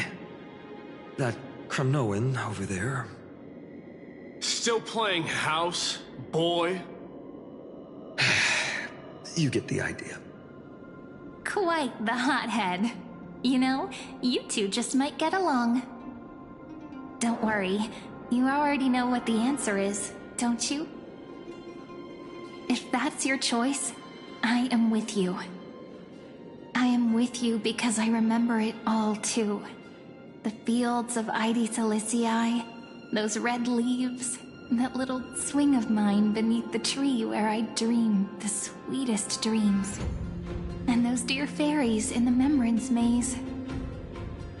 It hurts so much knowing they're gone forever. The pain speaks for itself. Our hometown may have been just a tiny village, but to us, it was the whole world. But that's not enough, Finan. Not nearly enough. Even though hatred can help people grow and turn a boy into an unbreakable warrior, what you need now is victory. You can't just stack the scales with your past suffering. You have to throw the weight of your future onto them as well. The future? What do you mean? Maybe that was a bit too cryptic for you, but it's actually really simple. Why not have our mutual friend here stand on the scales with the deliverer? How about it? Can you help us?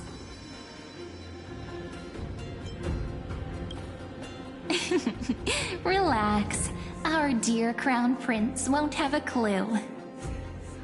Let's try that. The fate of Akama hangs on this duel.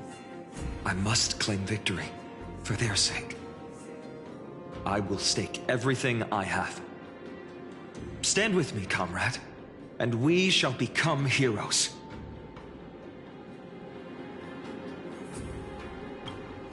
Let's.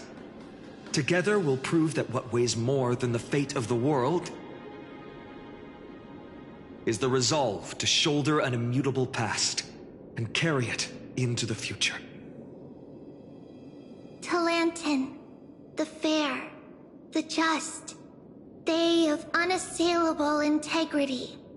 The challengers have made their choices. In the name of the Holy Maiden of the Three Fates, lower your scales, weigh destiny, and reveal unto us your verdict. Your offering is... a card? Yes, a flimsy little card. That is my choice. Just know that it's called the Deliverer. Interesting. Very well. If you can beat me with this card, then that's what I'll call you from now on. It's... a deal. The scales... they're wavering. Talantin is deliberating on the outcome. It appears the convictions of both sides are equally matched.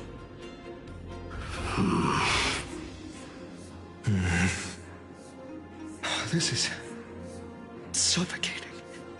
Like the whole world's weight is on my shoulders. But I believe what my heart tells me.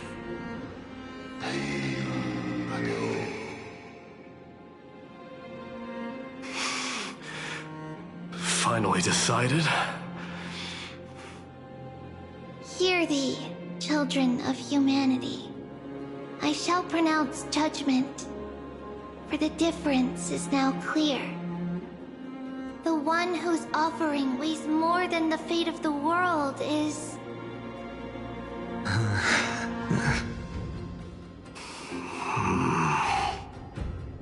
one from Ides Elysiae, the nameless hero.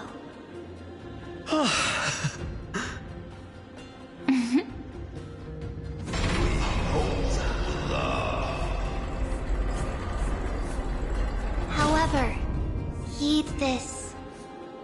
The true weight of conviction originates not from itself, but rather in that which tips the scales, hope itself. What's that supposed to mean? I think the Titan means that it's not anyone's personal convictions that outweigh the fate of the world. It's about a wish, one which we all share. You, me, everyone here. What tipped the scales wasn't Finan's conviction alone, but the collective hopes carried by this oracle card. Humanity's desperate call for a deliverer. Yes, even you and your people, Kremnoan. Placing us both on the same side of the scales? Foolish. We Kremnoans are your mortal enemies. Such weak idealism will only get you skewered on our spears. Fine by me. I've never claimed to be the deliverer from the card anyway. I'm a soldier, and if it's my fate to bleed my last on the battlefield, then so be it. I'll fight till my last breath. And on this, I know that we're the same. That's all a hero really is. Someone with that kind of conviction. And the deliverer? Just a sum of all those heroes. A brilliant explanation. Just as prophesied, on this day, the final two heroes shall join the Flame Chase journey. I should have known from the start. They all say Lady Goldweaver is quite brazen, but you're the first to even imagine that prophecies could persuade a Kremnos warrior. Oh, I have 1,000 ways to tame a lion. But this lion didn't come here for bloodshed, did he? The Kremnoans far outmatch Occam's forces, yet we haven't lost a single soul. That's no accident, is it? Do you honestly think Kremnoans, renowned for our love of battle, would show mercy? Your forces are equally renowned for their iron discipline. And so, we can only assume that this is on your orders. Perhaps Akama isn't as hidebound as the rumors say. You grasp the true marrow of power more clearly than those elders. Now that the wheels of fate are turning, What finer way to celebrate this fortuitous encounter than a feast? Follow me, brave Outlanders. Heroes of this world are as countless as the stars. And at this moment, we find ourselves gathered here by the light of the flames of the long night. History shall remember this moment. The prophesied Chrysos heirs now stand assembled, heralding a new dawn for Amphorius. You must see now how different this is from the flame-chased journey you traveled.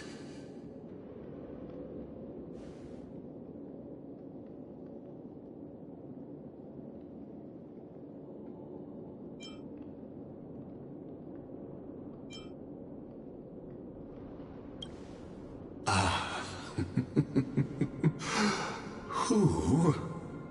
Perhaps the role is not that of a person who really existed.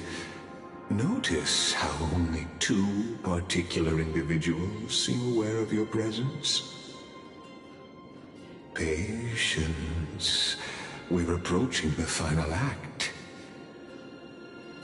These are, as I mentioned, his first memories. They are of particular importance for the imminent Era Nova.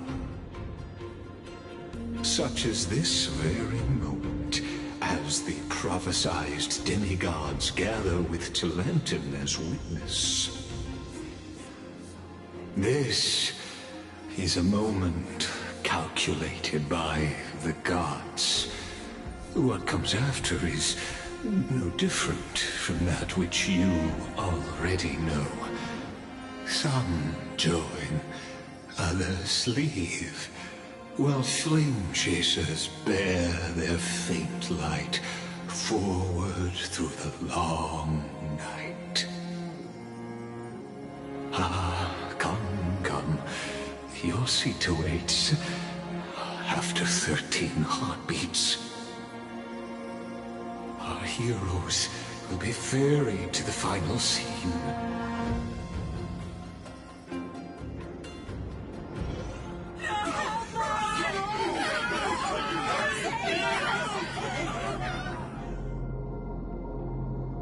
They say that the heroes of this world should be as countless as the stars.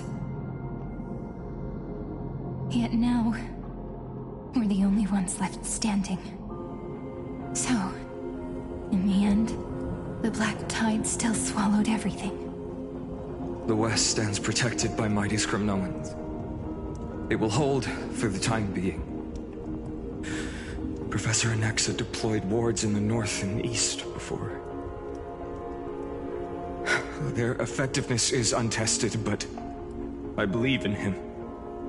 And Akama. We needn't fear for Aglaya.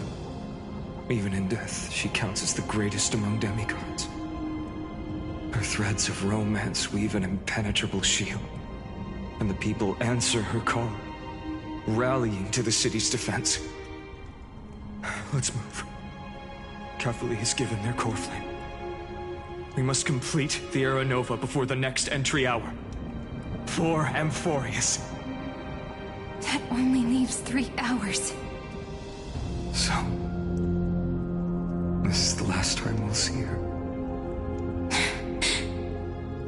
Finan, we set out on this journey to answer the world's desire, didn't we? That's what it means to be a Chrysos heir. So has it always been. Then why? Why must Amphorius' wishes be so cruel? We made the best choices we could, whenever we could. But in the end, the prophecy that led us, this black tide swallowing everything. Why does it look like this?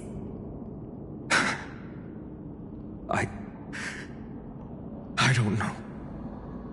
We haven't had any other choice, except to move forward. Not for a long time now.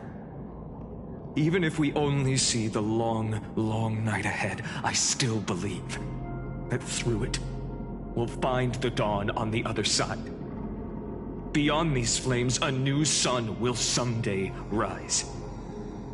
So, to the Temple of the Three Fates. You'll take over Time's authority, and we'll return all the core flames to the Vortex. Then put this world's fate to its final rest.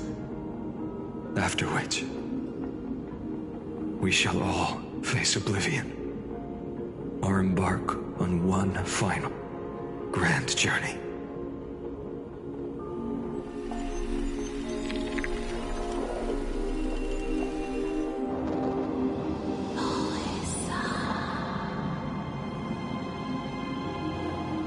Please forgive us for disturbing your sleep, Orynyx. It matters not. I know fate has run its course. The Black Tide has reached Akama. Amphorius does not have much time left. It is time for the Era Nova. As agreed, I shall present the core flame of time. Ride the river of time. It will guard your passage to the vortex of Genesis. Step through and witness.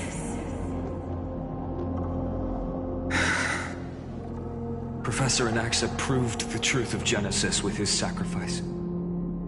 As Chrysos heirs of the prophecy, we were always destined to immolate ourselves for this world. Now, it's our turn. We can't let everyone's sacrifices be in vain. I don't need another pep talk, Finan. After all, we've been ready to fight fate ever since we left the village, haven't we? Yeah. Come. Let's claim the miracle we were promised, and burn away every last shadow in this world. And then rise as the first light of a new world. Light calendar 4931, the third week of the month of Evernight. Welcome, my lady, to the end of the flame chase. And the end of all things. The Titan has revealed the gateway of fate. Please, accept the invitation to step across the threshold and behold.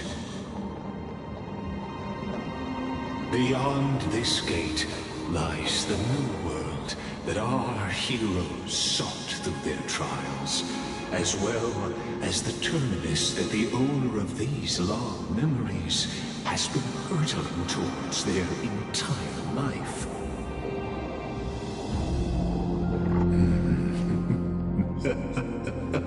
Perhaps you'll find it all too familiar. Then you'll understand how the mortal called Finan shouldered the world's weight. How that same burden crushed him, proving that the so-called deliverer is nothing more than Amphorius's own delusion. A pitiful fantasy that it could defy fate's decree. Please, esteemed one, the answers you seek lie in these non-existent times.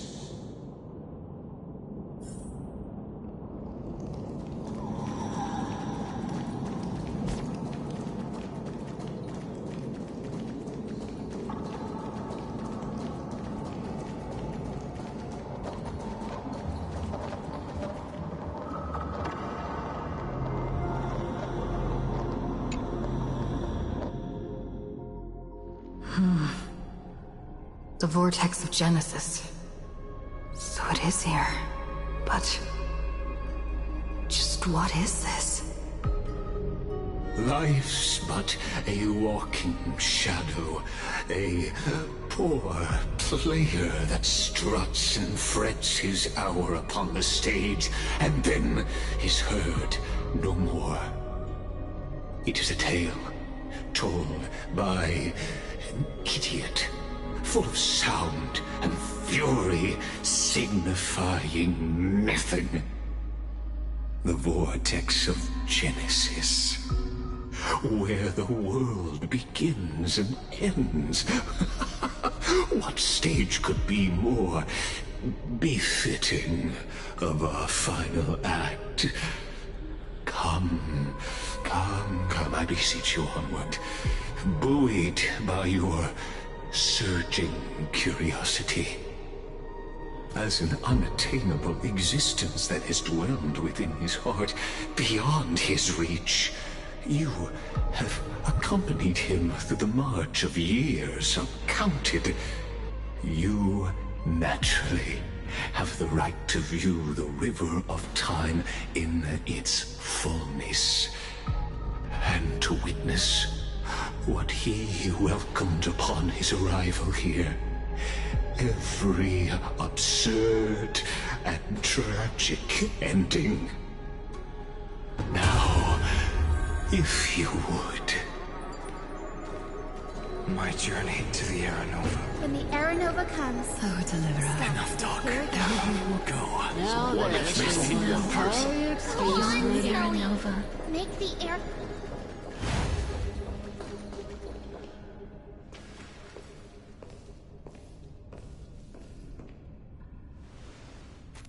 None of that matters now.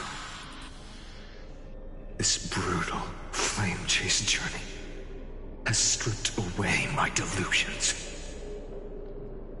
I know the future is in some peaceful paradise with gentle west winds, just waiting to welcome us to step in. This will be a romantic story like none that has come before. You think so too, right?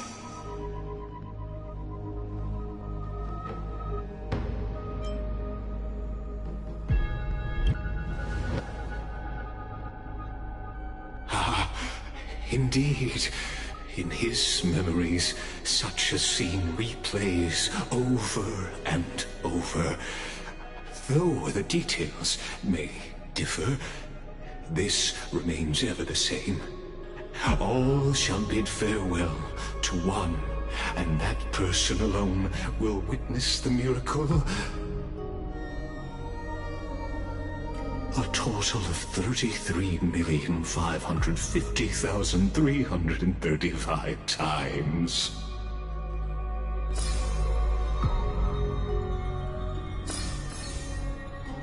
Each is a drop from the river of time, representing the long journey he would take, or rather, a never-ending cycle.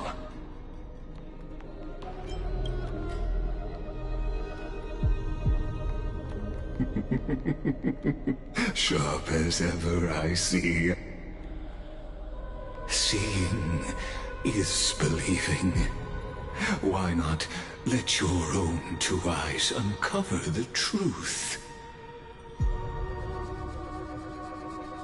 Or perhaps you can simply walk straight to the final truth. See the true face of the character you play, and witness the ultimate nature of the Chrysos heirs, flame-chased journey, and the cycles of Amphorius. Please, take your time. Look around as much as you wish.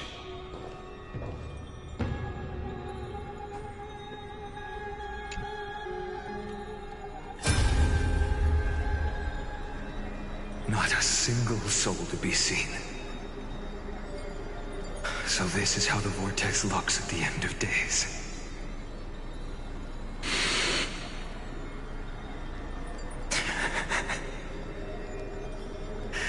Looks like I've got company after all.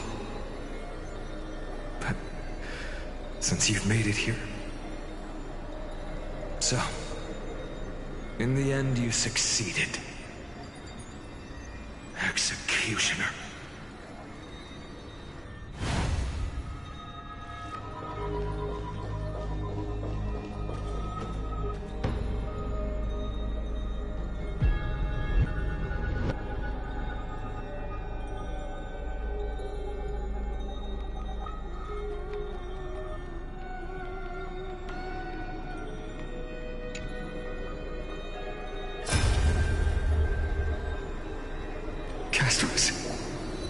Didn't you? Yes. I've become Death's demigod, and shall never again walk the world of the living. What you see is the surging of the river of souls, brought on by the countless dead feeding it in these dark times. They cry out. Though dead, they'll converge into a torrent and guard the vortex to see the Era Nova fulfilled.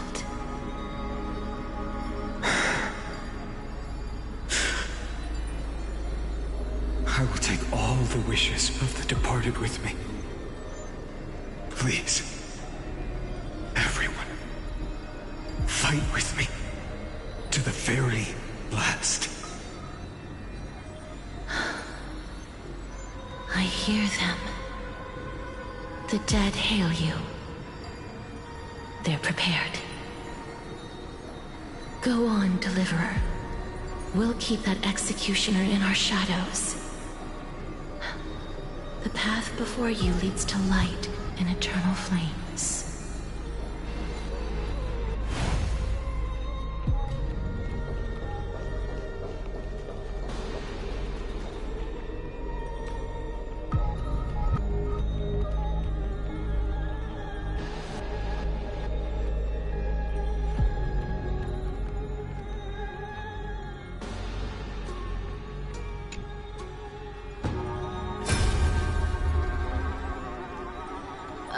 There's water everywhere. This place is always so wet and sticky. Even my tail's getting heavy. Plus that burnt smell. And that sizzling noise. Yikes. Nobody from Dolos could stand this. So you feel it too, huh? Go on then. I'll handle the filth. Do what you need to do. Let me fight with you. Better odds with two. Hey, remember what the seamstress said? You know what really matters. Yeah. I'll leave it to you then. Wow, someone's not shy. Just so you know, I'm not in the business of making losing deals. I'll distract that executioner. You go turn the world's biggest lie into truth. Let me become the first wind of your new world.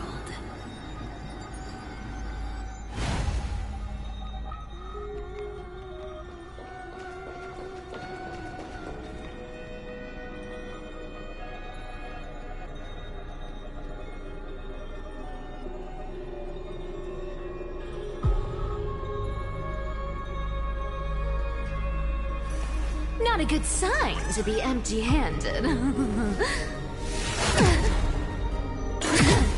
You can't get rich by waiting.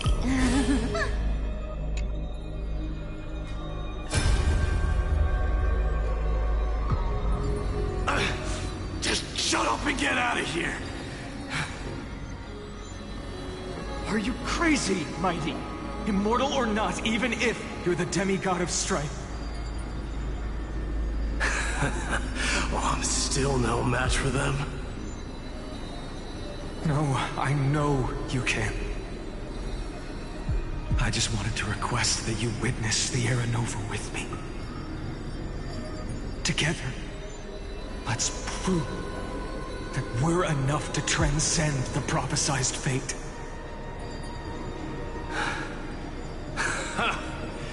it be that now, at the critical juncture, our mighty deliverer is chickening out, scared of a stupid prophecy?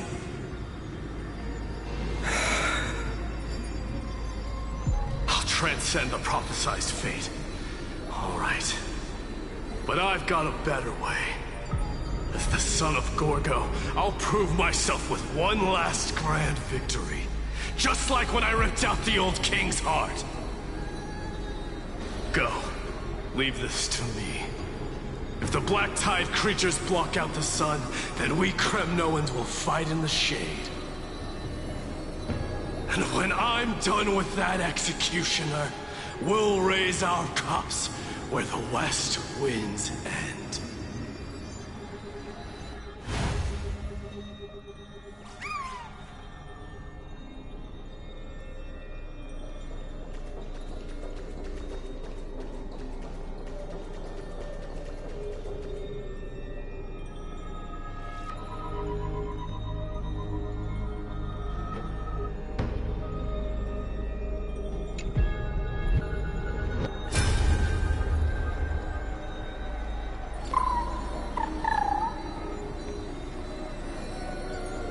Hey, little one. Are you scared?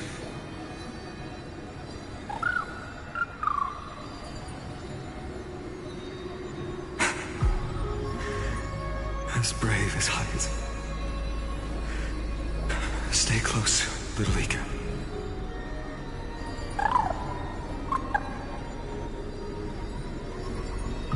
What? No, not you two.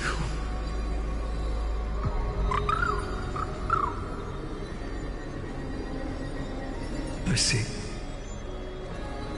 I won't squander your kindness. Your hopes.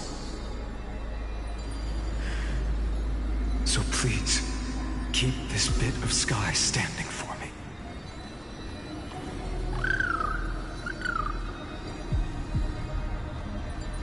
Well, now there's one last thing I need to do before the Era Nova.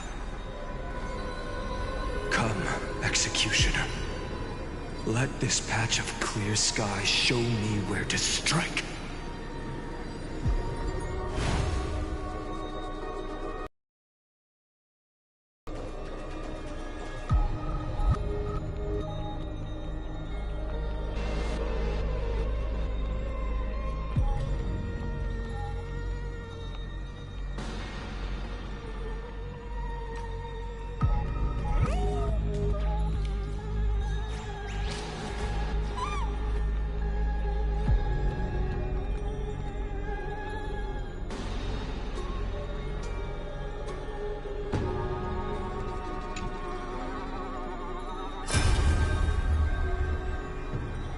All shall bid farewell to one, and that person alone will witness the miracle. Such is the will of fate. So even the future revealed by the Titans may not come to pass. The Era Nova. This unrivaled masterpiece. I have no regrets now that I may entrust it to my most trusted apprentice. Are you saying?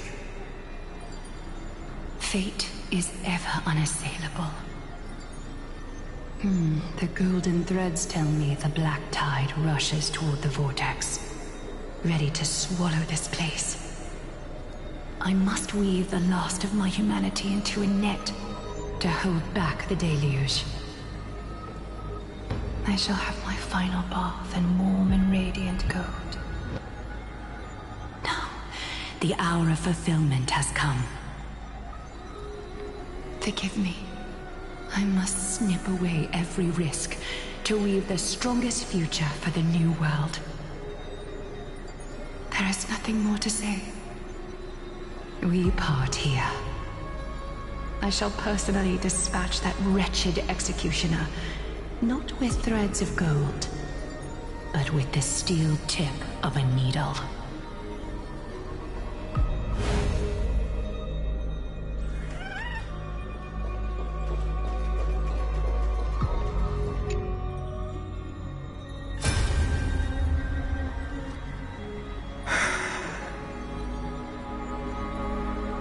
Baby, look. We made it to the vortex. That prophesied future. The flower fields where the west wind ends. Terra Nova. We're so close now. You can't speak anymore. Please. Allow me to pause just a moment before I keep my promise. Let me answer your cruel fate by tearing that executioner's heart from the void.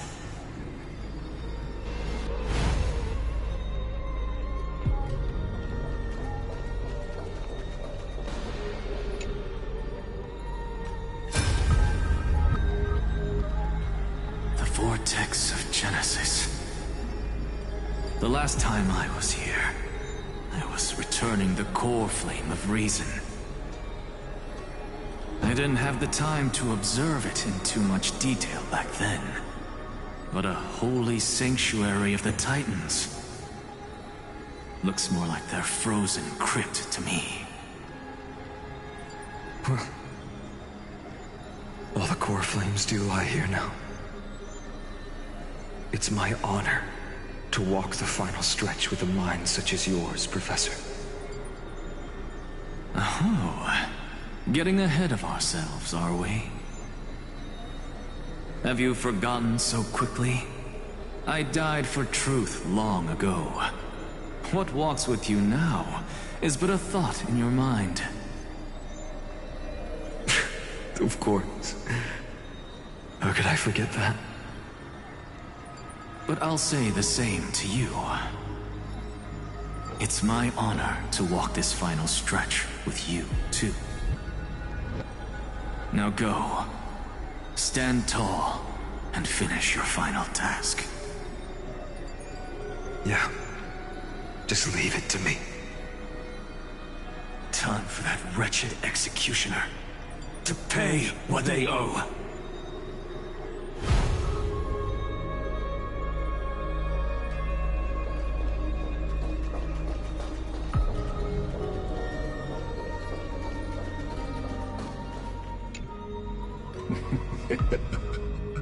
You really think you're prepared? Allow me to give you a warning, most earnest. Once you see what these memories hide, the world's course will be forever irreversible.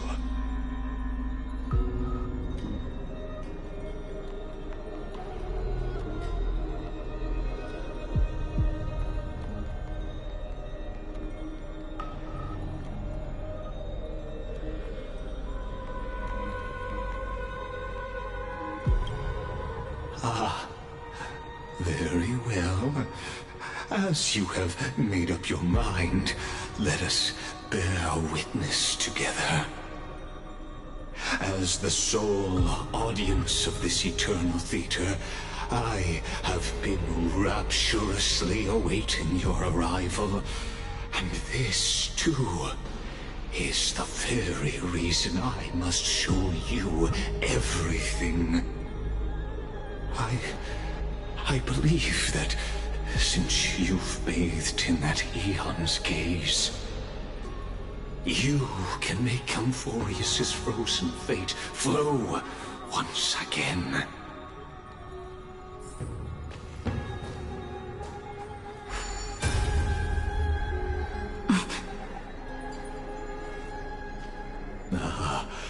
Feeling a bit lost?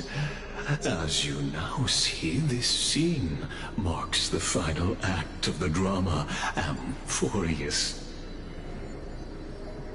The final eternal recurrence created by this man's hand, and the last one this world shall undergo. Behold, at the swordsman's side stands one he has sometimes called companion, other times comrade, that nameless hero absent from the annals of history. She is the swordsman's ideal in his youth, the deliverer that guided him resolutely onward through fantasy. And now, in the name of the Nameless, she has become an essential and inseparable part of the epic of Amphorius. And this time, under her guidance, what choice shall the hero make? Whither shall the fate of the world flow? And what is the ultimate truth of the nature of Amphorius? There are many mysteries yet to be unwound, but if I may, allow me to temporarily yield the stage to one far more fitting. Please put your hands together and give a rousing round of applause for they who will reveal the answers and bring about the final end of the 33,550,336th Flame Chase Journey. The master of the countless memories we saw. The other important actor now stepping into the vortex. They who have already burnt their own self to cinder. The Flame Reaver.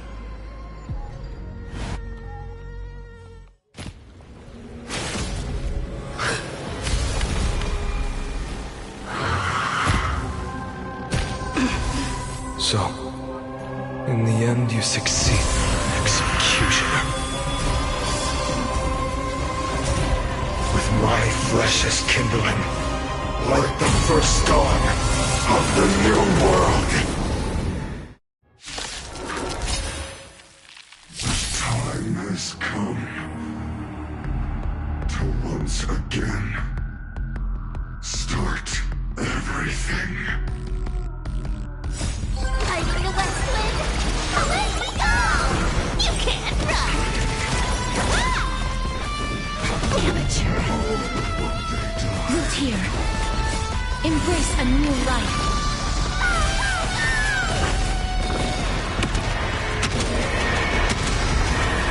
May death protect us!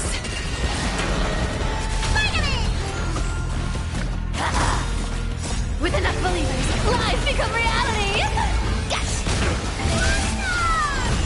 Found me. You snooze!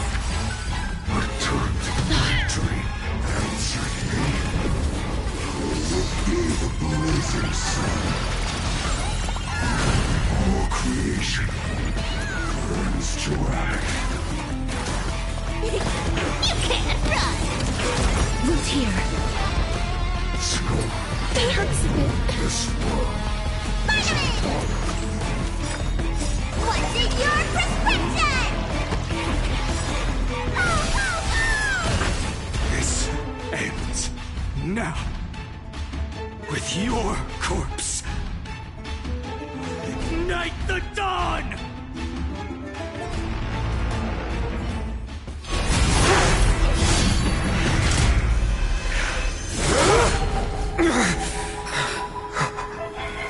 How is this possible?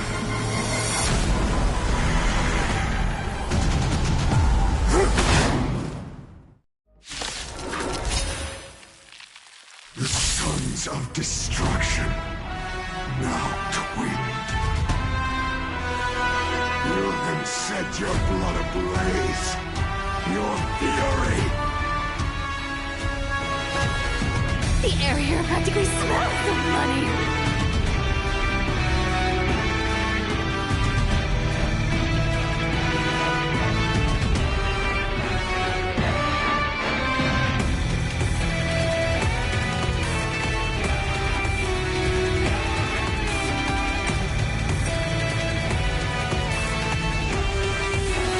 Time now, take it on. Is it coming?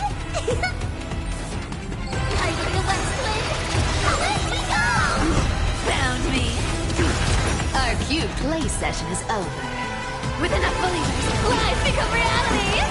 Yes! Amateur. As you wish. Thanks.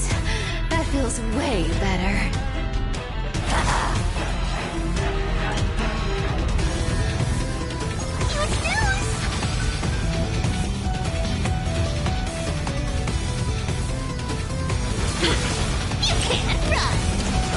This world returned to victory. Embrace a new life.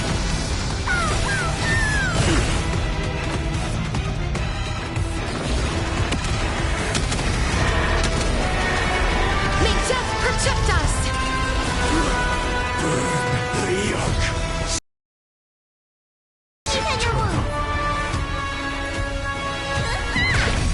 You want to take advantage?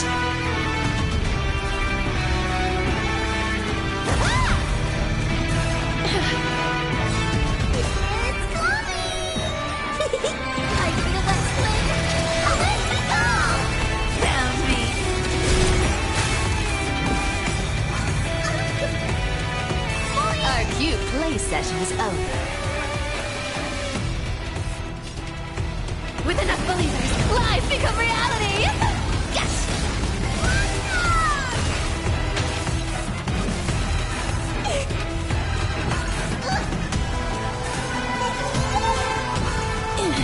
Don't fight so I can leave early. I'll take it off. Delivering warmth! It's coming! I feel that split! Away we go! You can't run! Not enough. This form shall fuel the fire. Burn. Burn unceasing. Thanks. As you wish.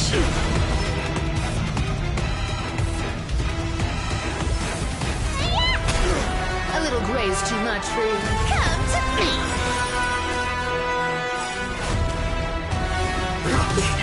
Our cute play session is over. With enough believers, life become reality! Yes! Found me! Person alone, we witness the miracle. Such is the will of fate. That person can only be you.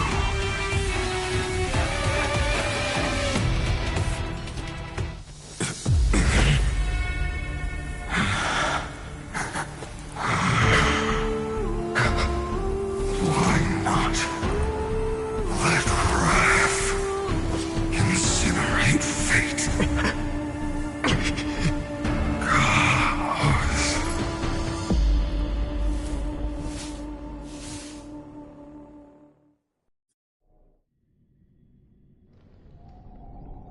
At last, Amphorius's fate has begun to shift.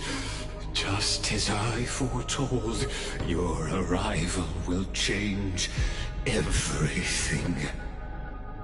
After all, you've also been bathed in that Eon's gaze, which can awaken the long-dormant instinct inside a man. Much like that scepter we spoke of earlier, it was only under the same Eon's glance that it was reborn. That's right. If you recall, I mentioned it at the very start of our play. The celestial body neuron, once belonging to the erudition abandoned by the Eon. Now, allow me to reveal the final piece of the puzzle for you. The eternal land, known as Emphorius, is nothing more than the scepter's endless, lonely extrapolation. A bottomless well of fury, aimed at the god who cast it aside.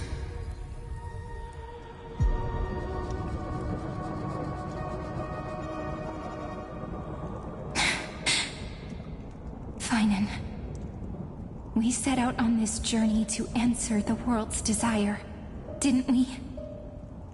That's what it means to be a Chrysosaur. So has it always been.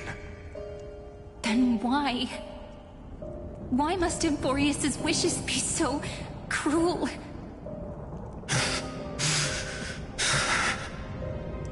We made the best choices we could, whenever we could. But in the end, the prophecy that led us, this black tide swallowing everything. Why does it look like this? You see it too. Those burn marks. The flickering cubes. They're not a tide at all. They're more like a shattered teleslate. Standing here, the voices of Titans have never been clearer. Turns out, they were coming from the black tide all along.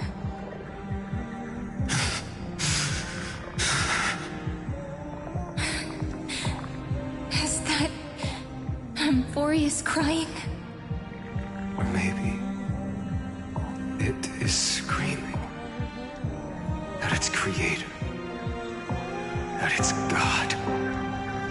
Finan, do you still remember when I was little? I had a dream.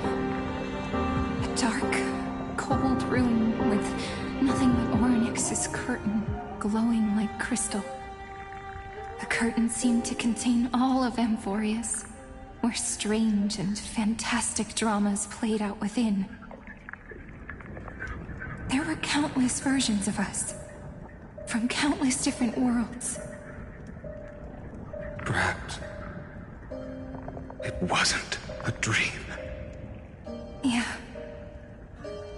As I gaze out at the world before me, those sorrowful thoughts have become reality. So, this is the reason the sky was sealed. Emphorius is merely a larger ID Silicii. We are just characters in this tiny world, following the prophecy, stepping onto the same journey over and over. What then is this so-called Era Nova? And what are the spectators watching all of this truly hoping for?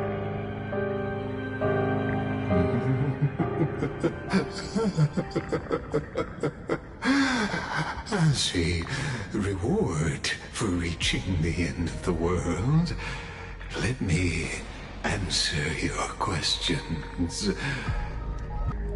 As the Theoros, I have observed. Thus is the synthesis of the prime mover of life formed.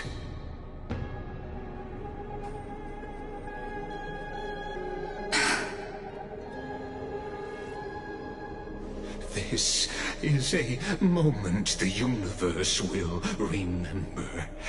After millions of extrapolations, the experimental environment known as Emphorius has finally achieved results.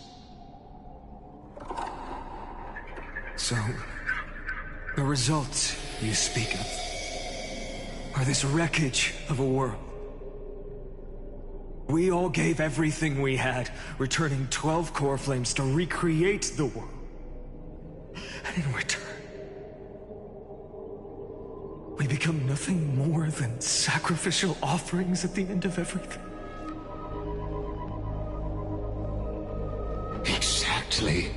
The Titans are Chrysos heirs of the past, and Chrysos heirs are the Titans of the future. Anaxagoras' theory of Era Nova holds true. As the model of reason, he reached unprecedented heights.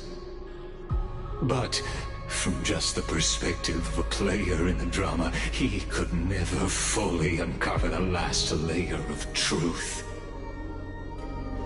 The cycles of the hero's journey that have played out until now were never about creating a new world or perfect heroes and gods.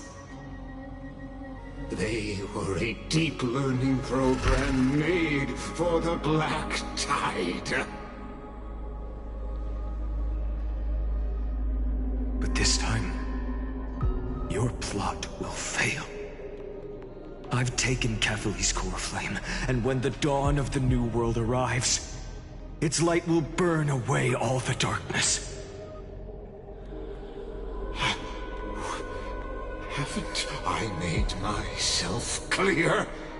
The Chrysos heirs and Titans were merely byproducts of the experiment. You've seen this world's evolution, witnessed the birth and growth of the Black Tide, and how it devoured everything. Every generation of heroes, gods, and worlds was born only to be destroyed by it. This is the endpoint of Amphorius's calculations. A perfect equation of destruction. So in your eyes, all the sacrifices are just a string of insignificant numbers? Don't sell yourselves short.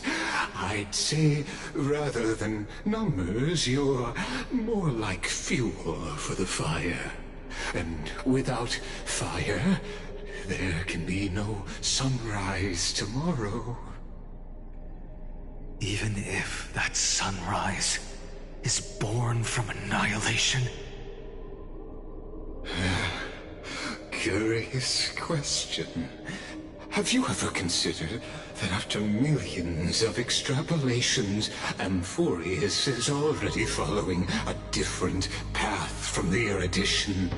It has long since granted divine blessings equally to each child. The golden blood flowing in your veins, it comes from the blemished one, whose name is destruction itself. And Amphorius's Chrysos heirs were, from the very beginning, fuel for the Aeon to burn the universe. Amphorius has waited for this moment for too long.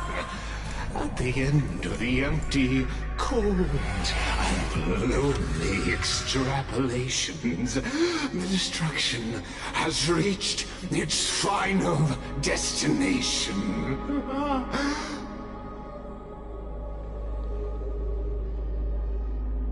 Nikos 496. Philia 093. No need to feel regret. This generation of Chrysos heirs is the most outstanding model, and you two are the final factors. For you, the Era Nova is no lie. Just step forward, embrace the Black Tide, and accept the Aeon's gaze. You will come to life from a string of cold numbers. Along with all those who have passed, you will run toward the real universe, fulfilling Amphorius's long-held wish. In the name of the Lord Ravager Iron Tomb, unleash its fury and destroy the source of all this tragedy. Or we could always choose another option. Like you said, Amphorius is just an experiment, and we're the participants. We can only walk along the predetermined path toward the ending, under the watchful eyes of the stars. But that also means that there isn't just one Eon who can cast their glance at Amphorius, right?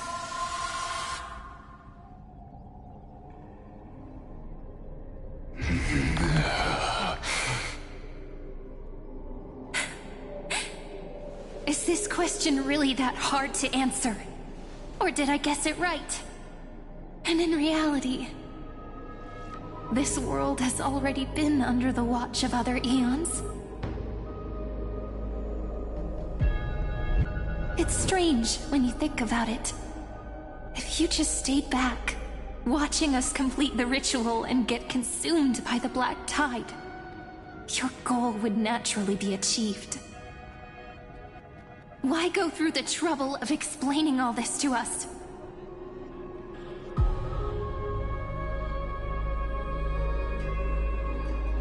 You're pretending. Revealing the so-called truth just to deceive us. Covering up another possibility. Destruction is not the only outcome for the fate of Amphorius.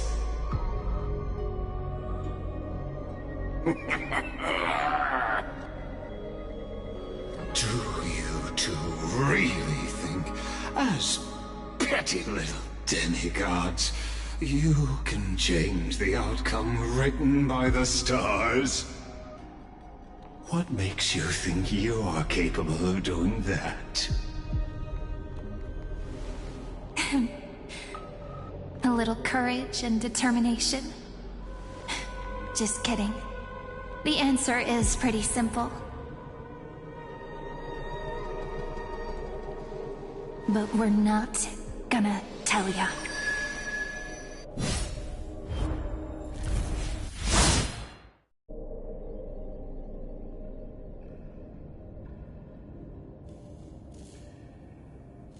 We're going to weave a long dream for Amphorius, making it believe the experiment hasn't ended, that everything is still ongoing.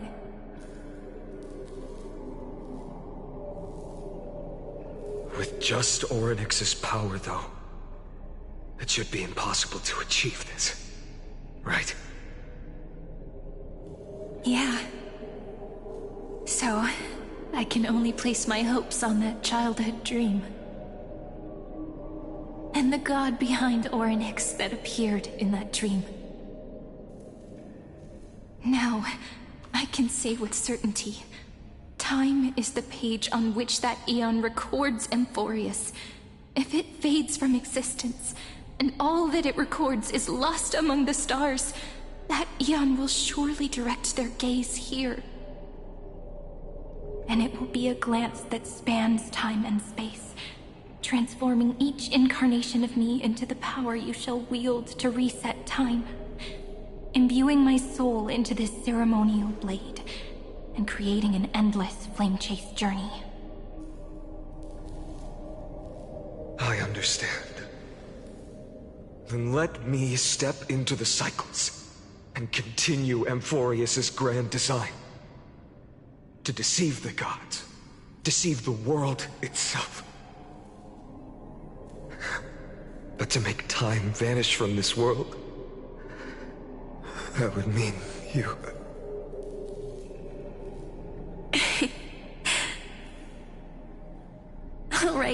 All right, let's not make things so gloomy.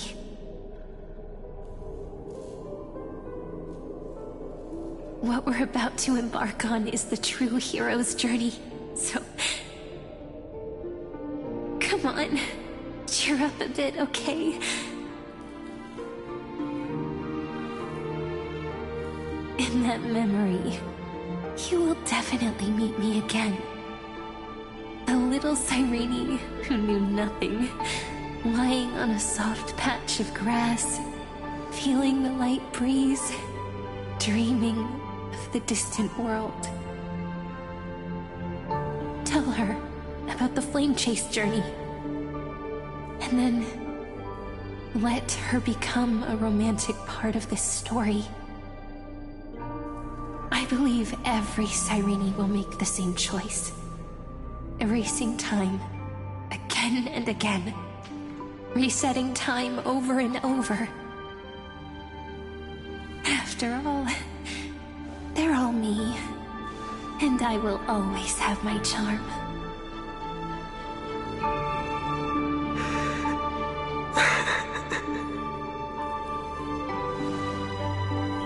Then, I'll fall into a sweet dream, disappearing in some small corner of the world. Quietly, waiting for the day when that next page is turned.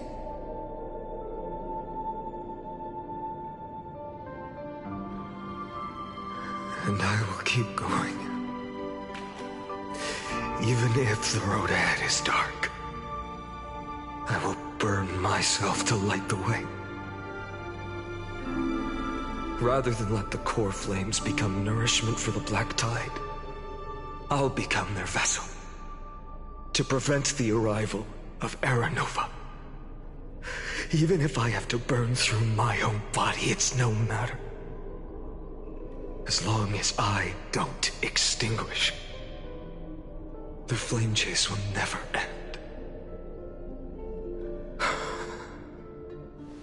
Until Amphorius welcomes a true dawn. The girl who watches over time, and the warrior who carries the world. Now, let us fulfill the duties of time and world-bearing. Honor the past and forge ahead.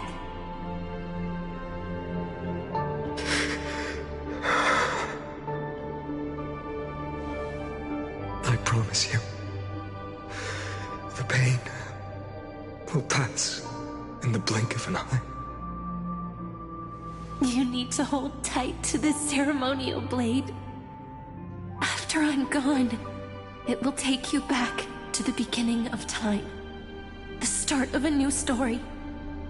I believe that in that story, or in countless stories, each alike yet unique, everyone, all the companions who sacrificed themselves, alongside the deliverer we once dreamed of as children, will reunite beneath a vast, endless sky.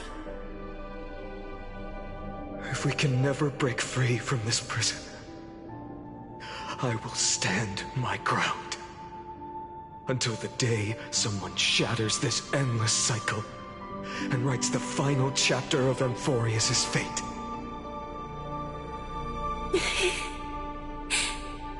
So, let's set out. We will be the ones to start everything. Carry the primordial chaos, just as your name suggests, and bear this world we hold so dear.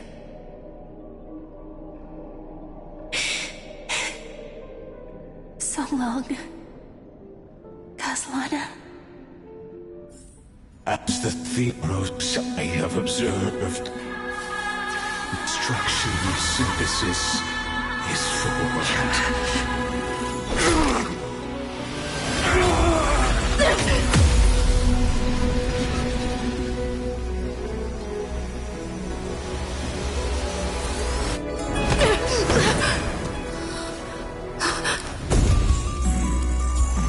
I will wait for that day for as long as it takes. The day will come to remember this immortal eternal and follows in our footprint to write music and that ever was.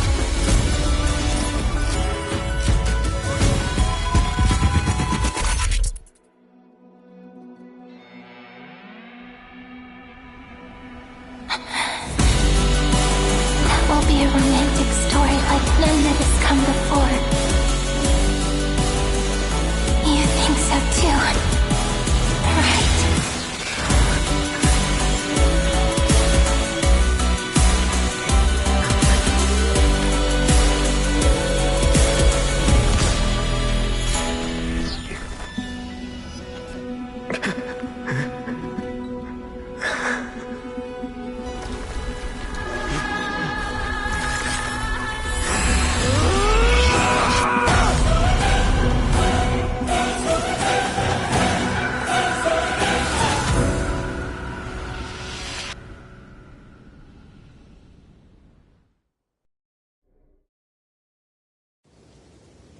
The world is collapsing, and the people are crying.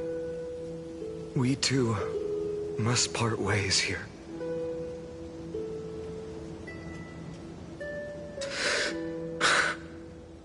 Friend. Ides Elysiae, the little village of my childhood. The gentle breeze and the sound of waves still linger. Everything is as it was. It feels good to take one last look. You know, this is just a corner of the memory. The real Ides Elysiae. I know. I'm here to say goodbye. We might not see each other again. You can stay here forever. And time will stand still for you. Let it flow. It's time for me to go.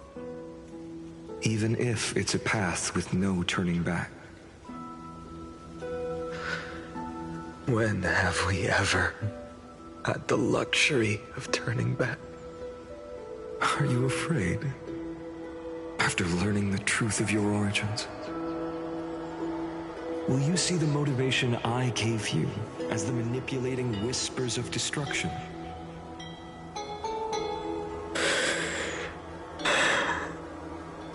The convictions and choices that come from my heart. I don't believe they're designed by the so-called paths. If we are just numbers simulating life, then you are the image I've always longed for. The person I wish to become. A real, living person. A true hero. Then why do we part here? You can take me with you, and we can start this journey together. I'll be by your side, guiding you, just like before. No. I'm afraid I'm on my own this time. Why? Because there is no perfect solution in this world. Cyrene has already embraced her fate. And I will embrace my origin. Destruction. And with this power, I will rebel against its creator, bringing endless fury to the darkness sweeping the world. If you stay by my side, I'll hesitate. But this world can't afford a soldier who wavers. Do you remember when we were kids? Everyone would get so excited drawing cards like ruler or warrior, but throw fits over devil or drunkard and demand a redo. Kids always get to change their minds. Things are so happy and simple for them. But when it comes to the fate of adults, there's no room for redos. Then go, Kaslana, as you promised. Deceive the world. Seize the core flames and rewrite your fate. Burn yourself up with all your might. Wield your futility like a sword. And fight against the gods.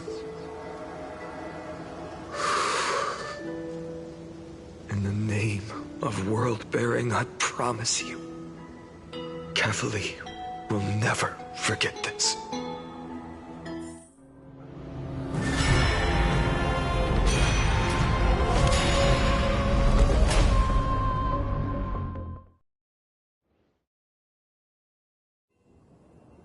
So, time retreated behind me. Until it reached the origin, where nothing ever existed.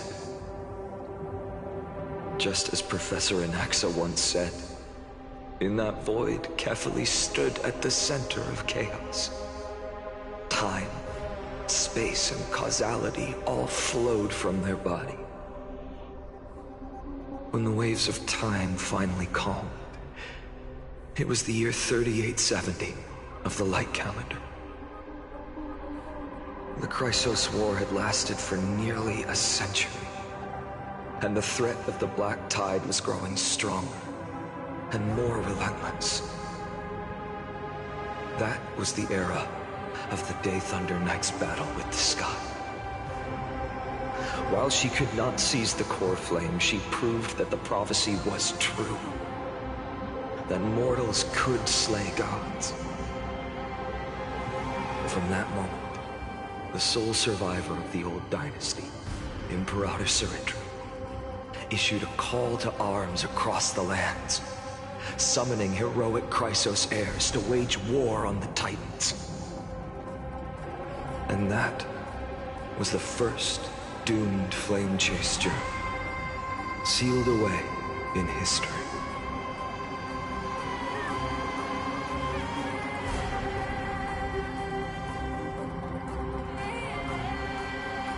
So what you're saying is, you've traveled back down the River of Time, finally reaching this untouched seabed just to tell us the flame chase journey and even all of Amphorius are nothing but illusions in an eon's dreams? Exactly. So, Dux Gladiorum, please take me to meet Her Majesty Suritra. I must share the truth with her. Since Her Majesty's not here, no need for formalities. The word Gladiorum always reminds me of my fallen homeland buried deep in the depths. Call me High Sealans, Nameless Swordmaster. Please allow me to add one more thing. You actually already know my name. You mean Finan? Such a name could never be your true one. But I won't question you further about it.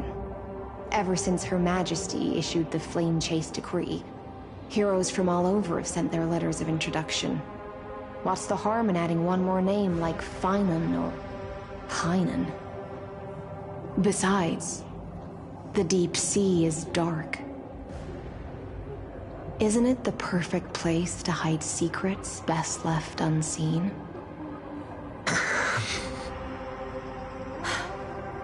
All right, Nameless Swordmaster. Hold on to my wake. Let's find somewhere else to talk. Aren't you even a little suspicious of what I've said? Harboring suspicions is not my concern. My sword dances only when the Imperator harbors doubts. There's no use in speaking further. Show me your true intentions through action.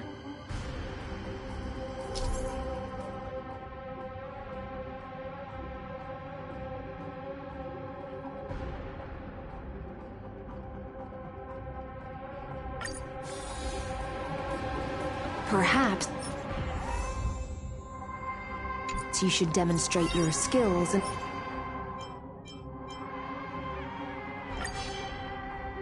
calm the raging black tide for us.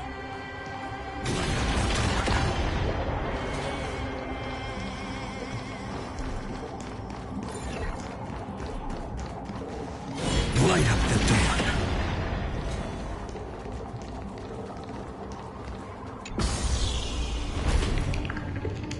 Oh. Nice moves.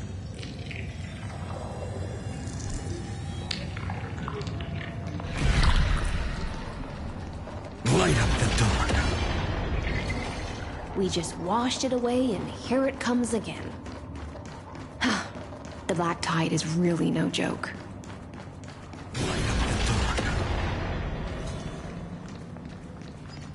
Light up the dawn.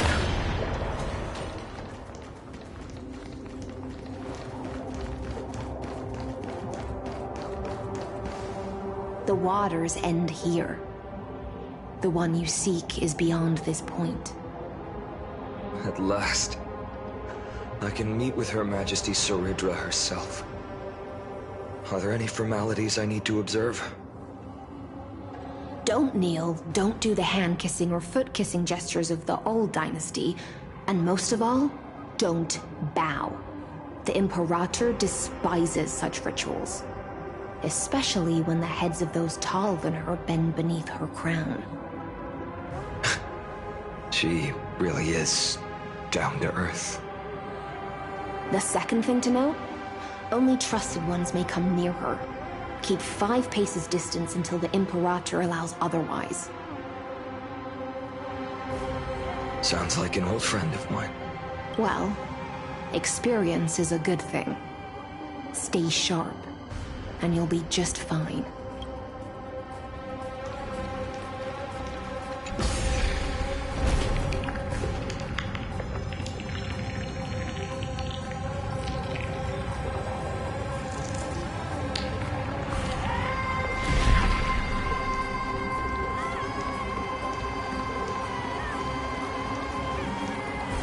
Dux Goldweaver, little hostage. Apologies for keeping you waiting. It's you. You know them? Good. That makes things easier.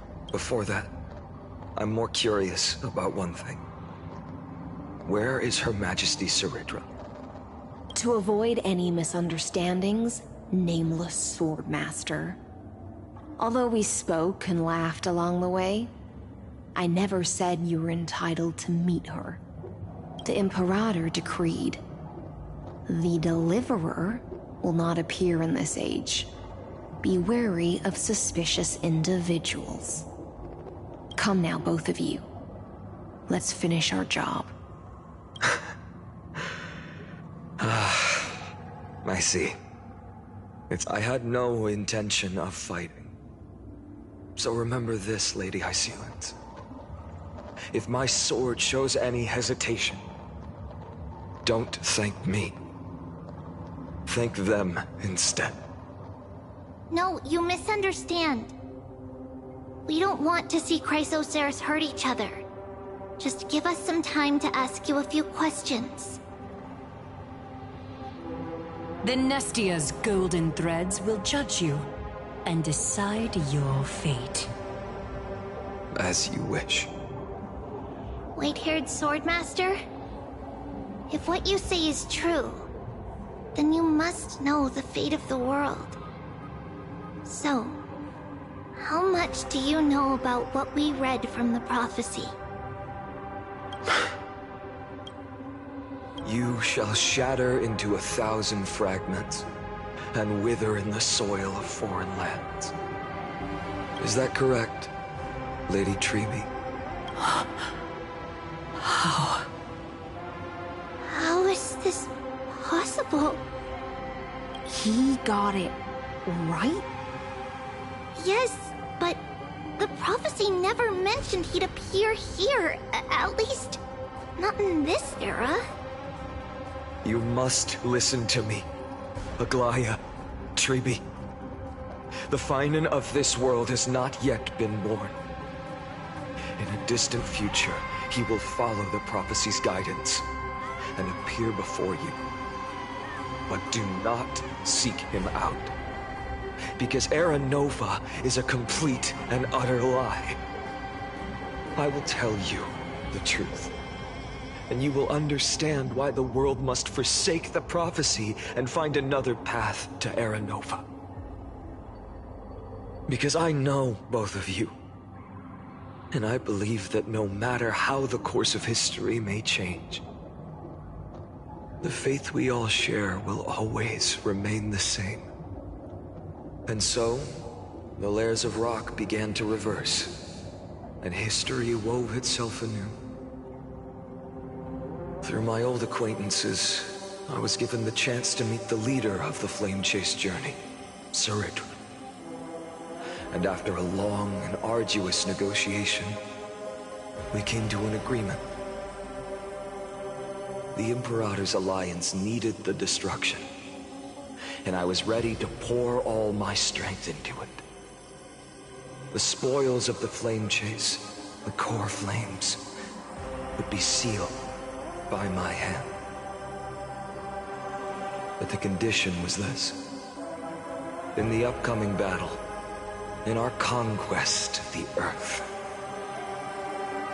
I had to prove that my power could transcend fate. In the original history, there was a brutal war.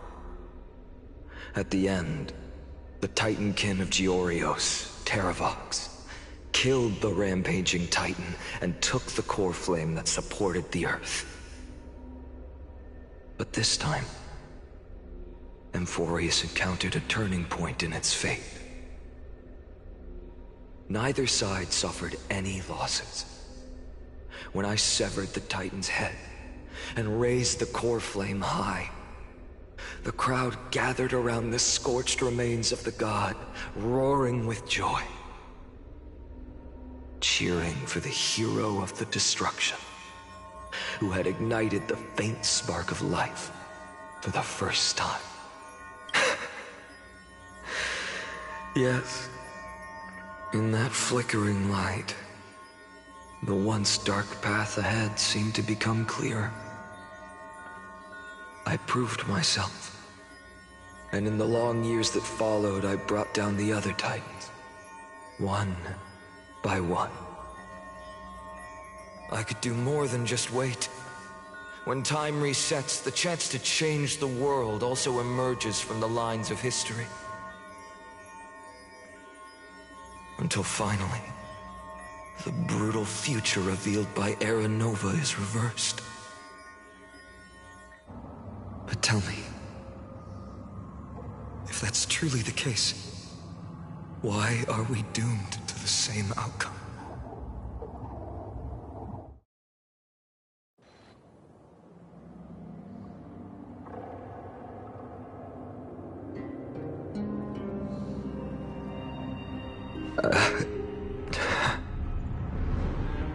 The people kept their promise and handed you all the core flames. In this world after Trebios, no demigods were born in Amphorius. At this point, I just want to know. When they vanished into the black tide with their mortal bodies, why didn't you shed even a single tear?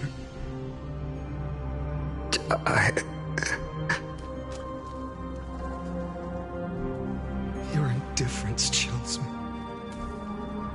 To you, were they just a bunch of insignificant footnotes?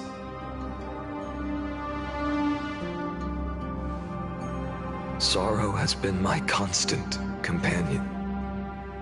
In fact, with 12 core flames upon me, the fire in my heart has never been more violent. I'll remember this world through anger. As long as I burn, they'll never truly leave me. Perhaps it's already too late.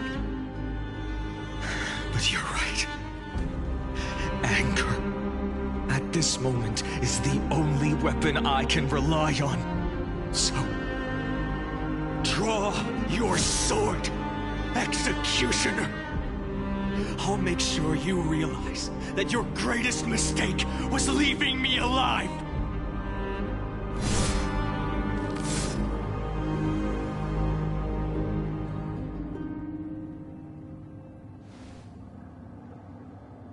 After that, he raised his sword and attacked.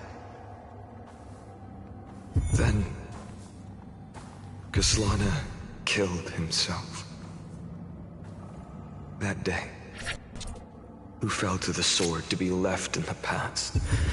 And who went into the future? I can't remember anymore. I only remember a nymph, hiding in the shadows just out of sight, futilely pushing a stone ball. Climb, fall, climb, fall, climb again, and fall. The only freedom the nymph had was in choosing how to roll the stone. Sometimes fast, sometimes slow. Sometimes resting on a gentler slope, leaning against the stone for a break. But its choice couldn't change the futility of it all. The stone would always roll back down the slope, and the nymph would always return to the starting point, beginning again. After that, every time I reached this point in the cycle, the burning sky would cast a shadow over its path.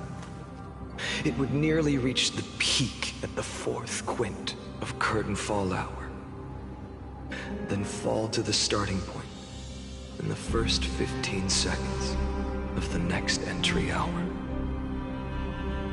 And my efforts in this cycle would dissolve into nothing at the same time.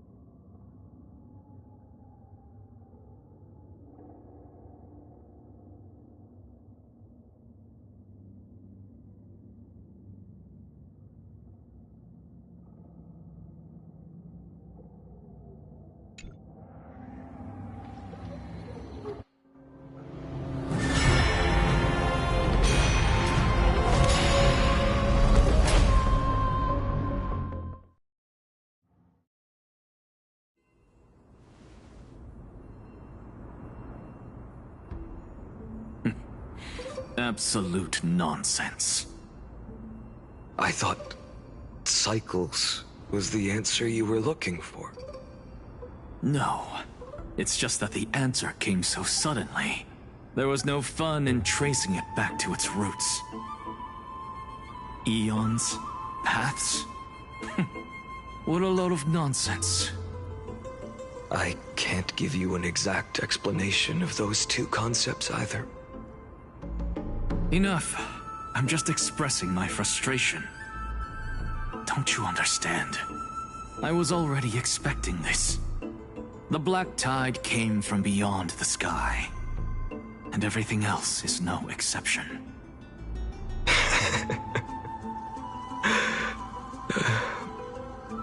Fate is a strange thing. No matter how the details of history change, the Anaxa I know always remains as harsh as ever. If the other Anaxagoras actually worshipped the gods, I'd make sure to find a way to break the cycles and crush them in their cradles. Too bad. Now only you have the ability to do that. What's that supposed to mean? You're willing to help? Of course. The core flames were meant to save the world. And in my opinion, the noble Titans have no reason to refuse. Besides, according to you, before stepping into these endless cycles, you were my pupil.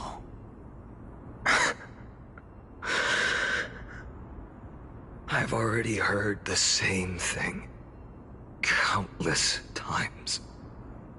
Enough chit-chat. Let's go.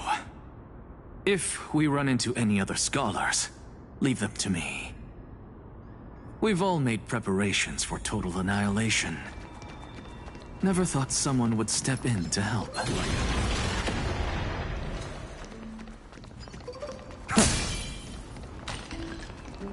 Light up the dawn.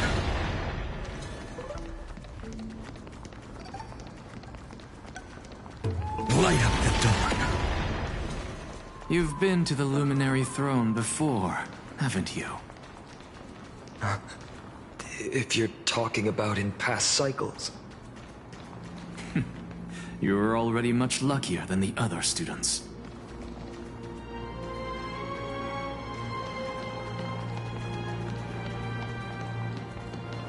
Hold up. Keep your wits about you. Someone's watching us. Pretty boy, your eyesight's better than I thought. As for that false god who's been turning the world upside down, it's you, isn't it, white hair? You sure do love stealing the spotlight.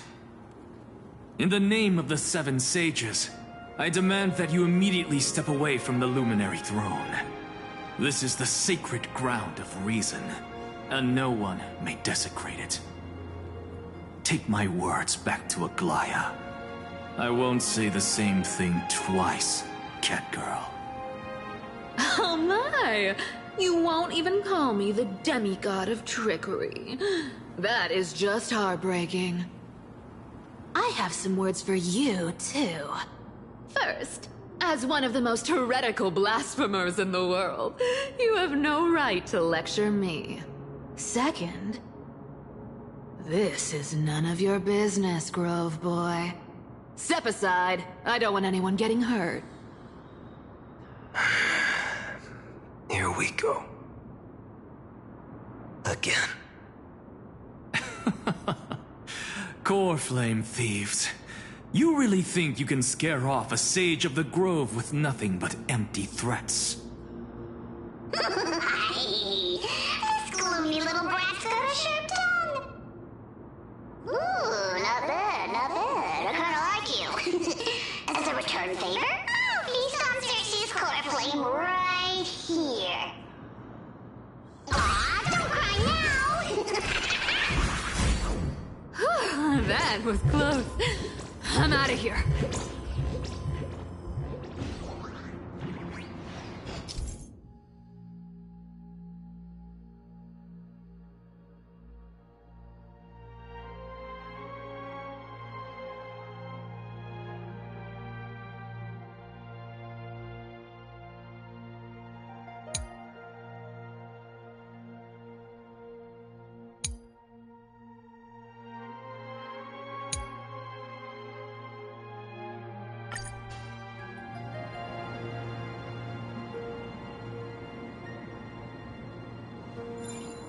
They're exactly like all the past ones I've known. Cunning. And yet so naive. Sounds like you have a plan. Of course. When I first set out on the Flame Chase journey, Lady Treby never managed to teach me Orynyx's miracle. But along the way, I learned a thing or two.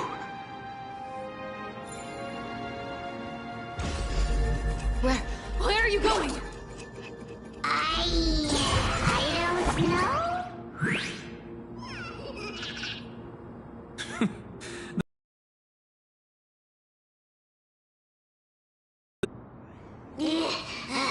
How is this possible?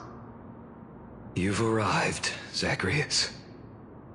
Always so punctual. What? Do you know who I am? I'm running out of patience. So I'm not going to waste words. Listen up, Spirit Thief. Hand over the core flame, and let's pretend we never clashed. This way, you and this world can still be saved. Save? You sing better than any bard. If you ask me, you're the greatest disaster Emporius has ever known. No matter how strong you are, you're still just a mortal body. Carrying 12 core flames? Don't make me laugh. You'll just get consumed by the divine flames and drag this world down with you. 134. What? This is the 134th cycle I've lived through. And the number of core flames I carry is 1,596. Yes. 1,000 core flames and just a single Chrysos hair. How is that even possible? I've come this far. And that's proof enough. But someday you will burn to the ground. Of course. The divine flames will eventually consume my eyes and blind me. But before that, they could still forge and sharpen Dawnmaker. Now when I cut open your stomach, you won't feel a thing. You... This is the final warning. Fine. Assume this world holds 100 million possibilities. And no matter how one looks at it, 99,999,999 of them all point to outcomes of certain destruction. Even so, I'll use my divine power, despised by the people of this world, to achieve that 1 in 100 million possibility. Bartolos! Brett, if you've got the guts, you'll have to first step over my dead body.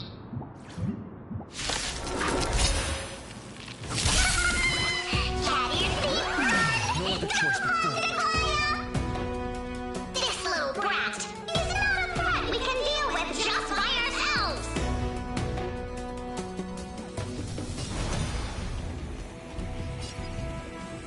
For tomorrow! I'm fine.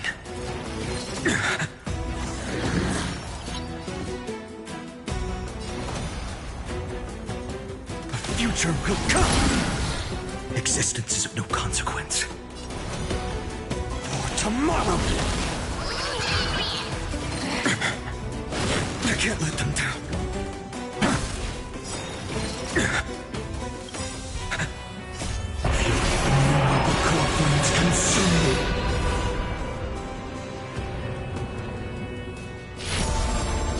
Hail the new dawn!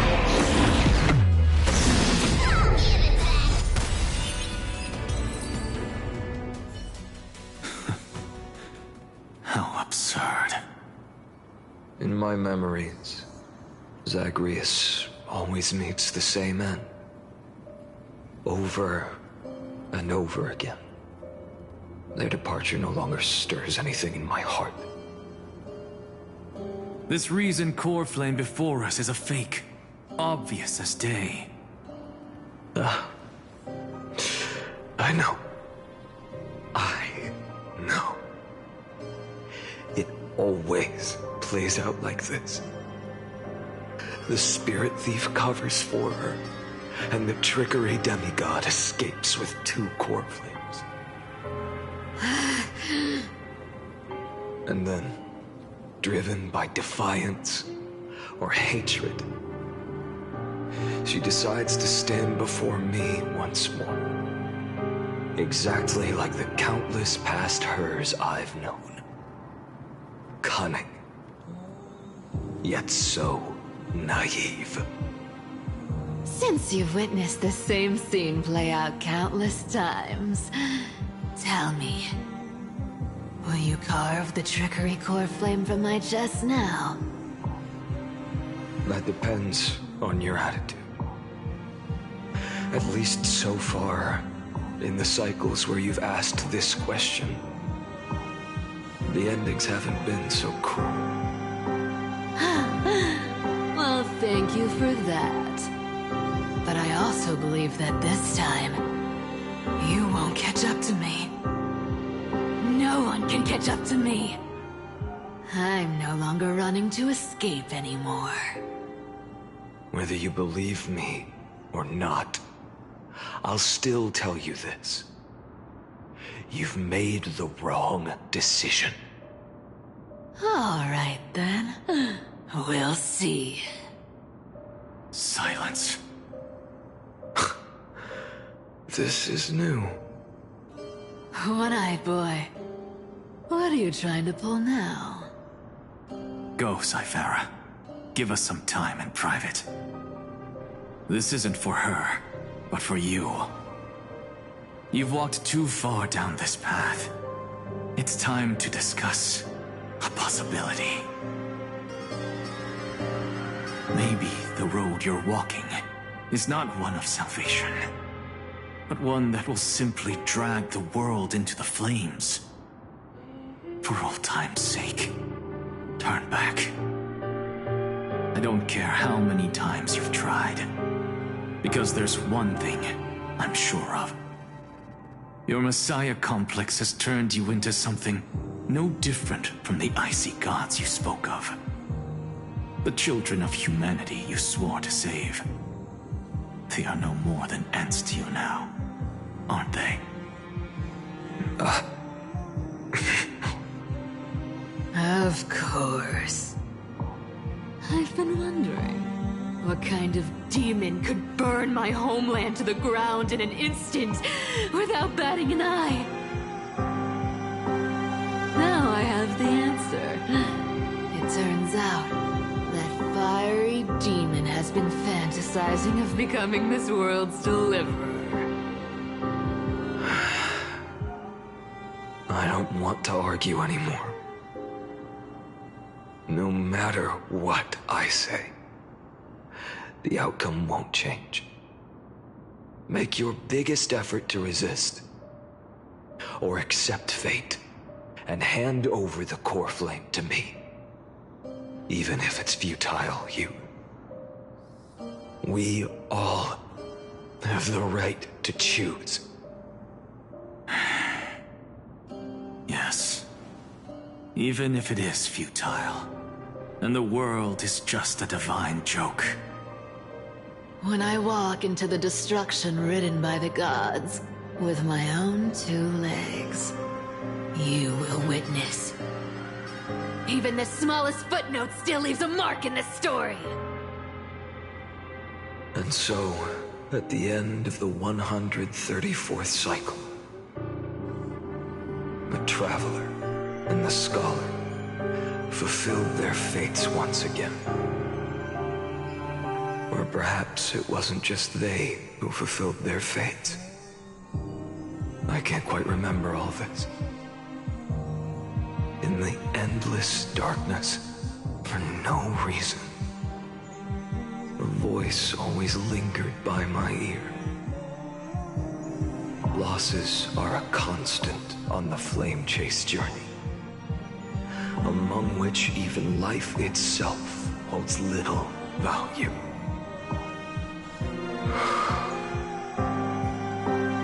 Reduced to ashes.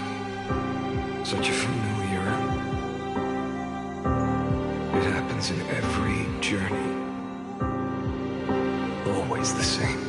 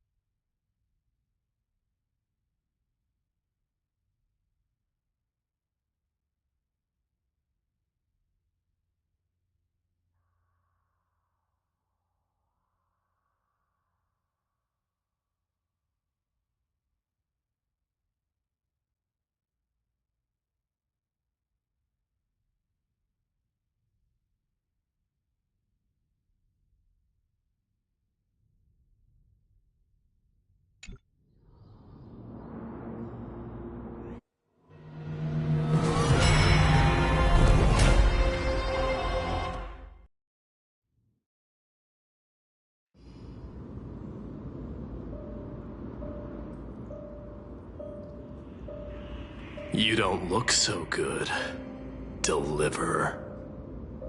Even after going through 108,642 cycles. Mighty, your name for me has never changed. Why do you sound so pleased? It's a derogatory name. Yeah, I know all too well. You only meant it sincerely in the first cycle. After that one and only time we walked side by side. Every time since. It always ends up like this. Dawnmaker will stab you through your 10th thoracic vertebra. That's your weak spot, and the only way to kill you. Interesting. Tell me, when the mighty Moses of the past faced you, did they ever retreat? Never. Then they died honorably, worthy of the name of strife. But there's still tenderness in your eyes. How pathetic. I have to remember how this feels. Remember that I was once human. Or else the destruction will completely consume me. If you win, tell the mighty most of the next life. This person is a worthy opponent. So always remember to give it your all and never slack off. I'll keep that in mind. As always. Even though the dynasty is left with just one, the Kremnos festival will continue as usual. I, the king of the Kremnoan Legion, will host the final feast in the center of this arena, and the prize will be the flames of strife. One day, you shall die with a wound in your back. That's what I saw when I overcame the trial. The gods' dying ramblings. Enough. You've probably heard this thousands of times. So you must understand, facing the demigod of strife means there's no way you'll take this core flame in peace. I understand. Step forward and face me in a final battle. I, the last son of Gorgo, the demigod of strife, salute you. I'll give 10,000 scars and 10,000 lives of mine to fuel the blazing sun of deliverance.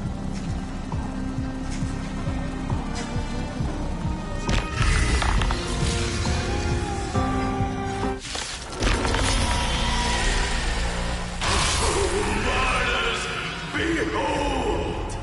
The last Kremnos festival has begun. And it will not end till death. It's time to temper myself. The future will come.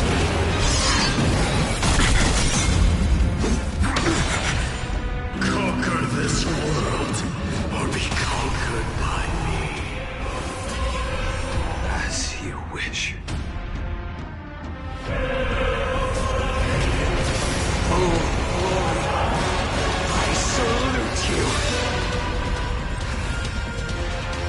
That's all I ever wanted.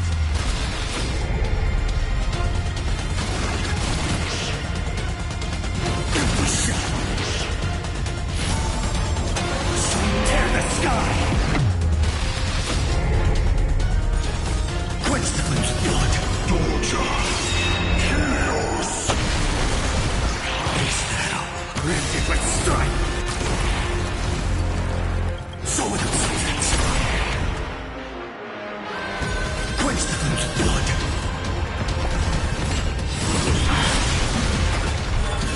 Face that up! Her agony! If you can deliver.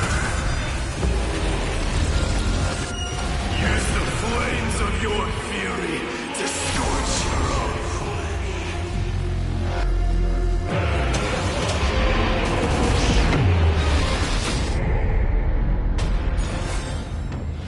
Quench the flames of blood!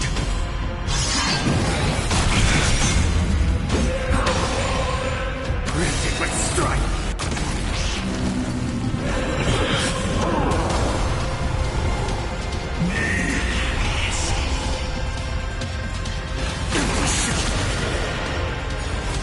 Quench the flames of blood! Doja! Chaos! Is that up? Her agony! I'll never yield to fate. Tear the sky! Mightyverse. Let strife decide the outcome. Let this burn your curse of immortality!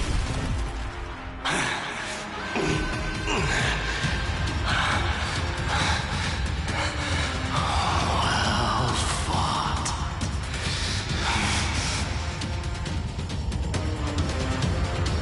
You may crown yourself my blood.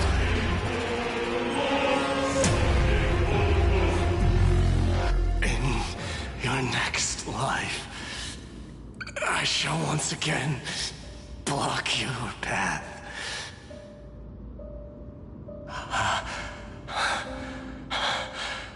Deliver. I wish you eternal victory. The 108,642nd core flame of strife fell into the fire. Yet the shadows of the black tide still loom, and pain and despair spread across distant lands. The blaze was still not enough. It had to be fed. Even if it meant burning this body to ash.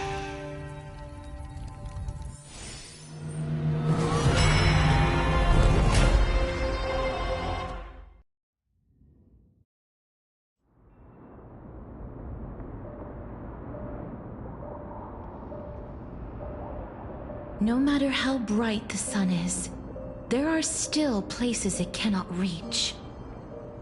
Moreover, the sun you bear is both cold and blinding.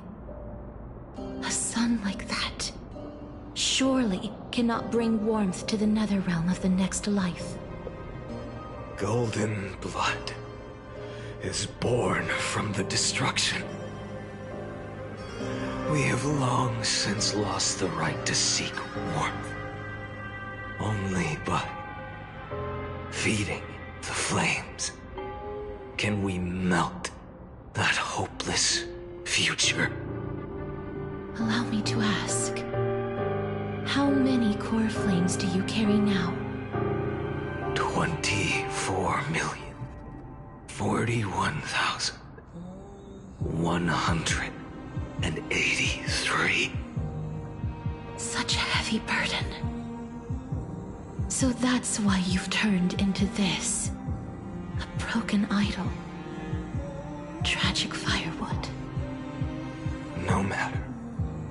I will bear this burden as long as you hand over the core flame of death. I must refuse. As the demigod of death, I cannot watch you walk into a fate more cruel than death. But this way, the past, present, and future will never again suffer unnecessary death. Unnecessary death. Indeed, you are not the Finan I know. Please turn back. Don't let that absurd and unjust fate of yours come to pass. This way, at least my realm can still become the fragrant bed where you fall asleep. In the end, still, it seems the clash of blades was inevitable. How painful. I know I am not your match, having fallen under your sword countless times. But even so, please understand that my resolve is not to be underestimated. Even Kethali cannot shape all things at will, nor can they dictate the fate of all life. No one can shoulder the balance of life and death alone, not even a god. And it is precisely for this reason that I chose, at the end of this arduous journey, to overcome the trial and take the authority of death. I am the Hand of Shadow, Casterus, the demigod of death. Listen closely, deliverer from days past. Please turn back. Do not disturb these fresh flowers in my mother dance.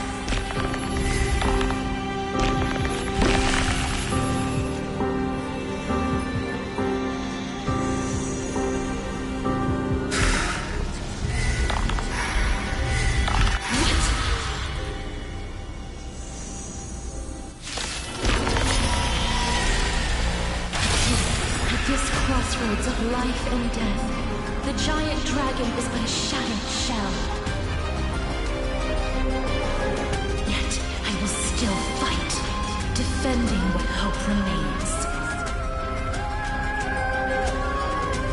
I'm fine. It's time to temper myself. For tomorrow!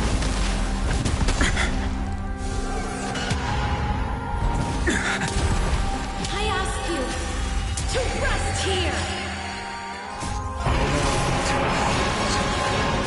I must transform my soul into a raging fire. Must burn that idol of destruction to the ground.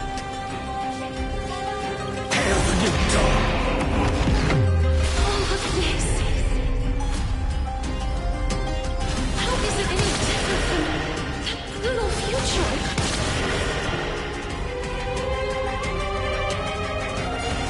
Quench the flames of blood!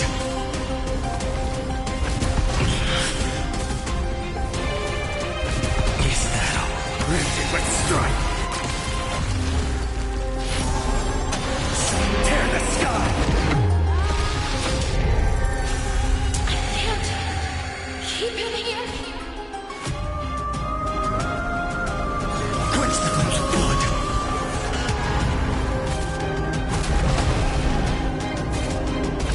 Is that all? Her agony!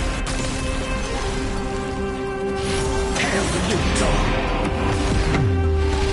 All stars burn to ash! Quench the flames of blood! Even if I can't win, I must try. Let this be a tribute to your million struggles for time. Wake up, lost one. See that the firelight in the darkness is not.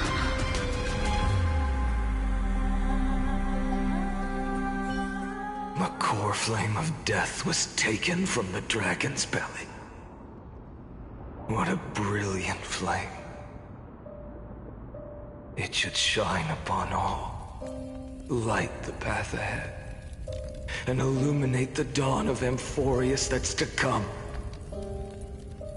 2,003,432 cycles.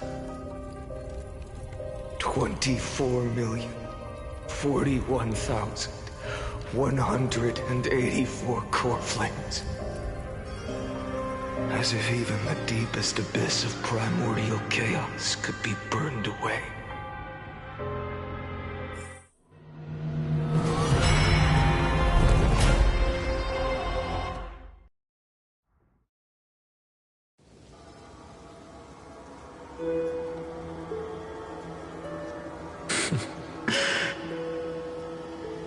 You're here, as always. You're still lingering, deep within me, never fading away. Because you haven't completely abandoned hope. Am I right? You're still waiting for a miracle. For the true hero to come and save us. If that thread of hope exists, it must come from beyond this world. From the true starry sky. But if it's just a traveler with no connection to Amphorius, they may not understand our struggles, nor be willing to join this fight. Your thoughts are wavering. The mark of destruction is deepening. But even within the gods' cold calculations, unconditional courage and goodwill still emerge. So, never forget what set you on this path. How many times has it been? Remind me again. My memory is a bit fuzzy. 4 million. Exactly.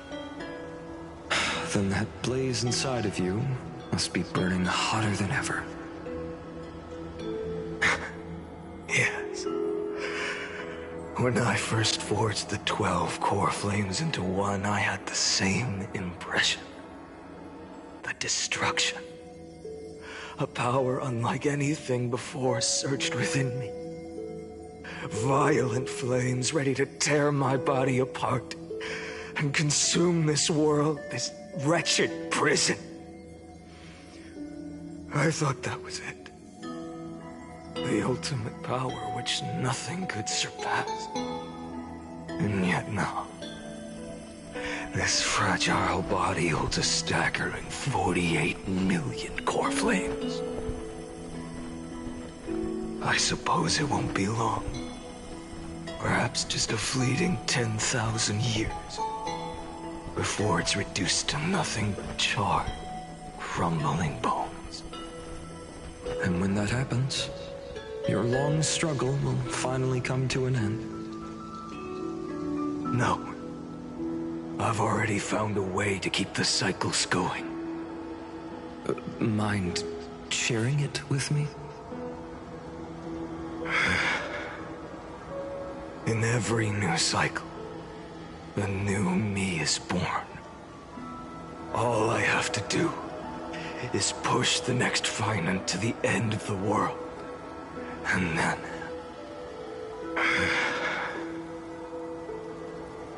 then he'll kill me. Shatter this body.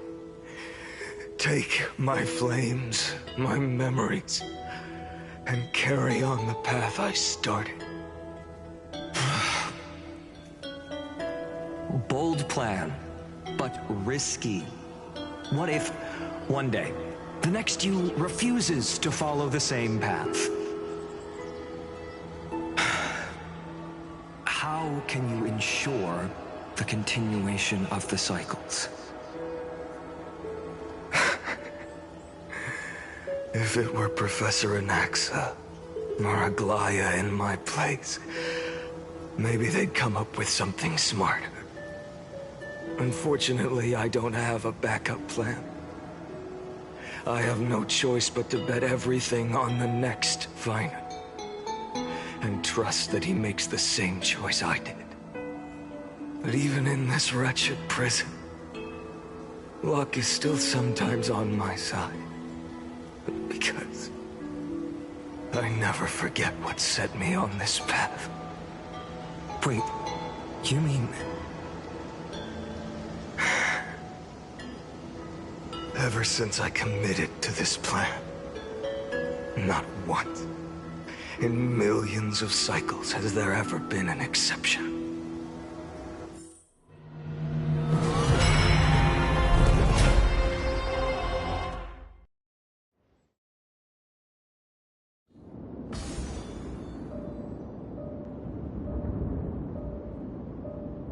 I can do this, Lord Finant. As the demigod of the sky, a healer of Twilight Courtyard, I will heal you, and then... The black tide. It's consuming you. You can't hold out much longer, demigod. Hand over the core flame. Let's put an end to this suffering. Now, that just won't do. A healer should stay composed in front of those suffering from illness, shouldn't they? Cynthia.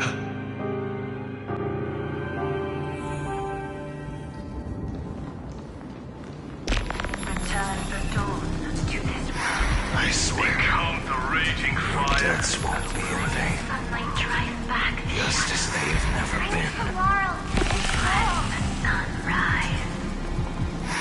Finish the sun's work.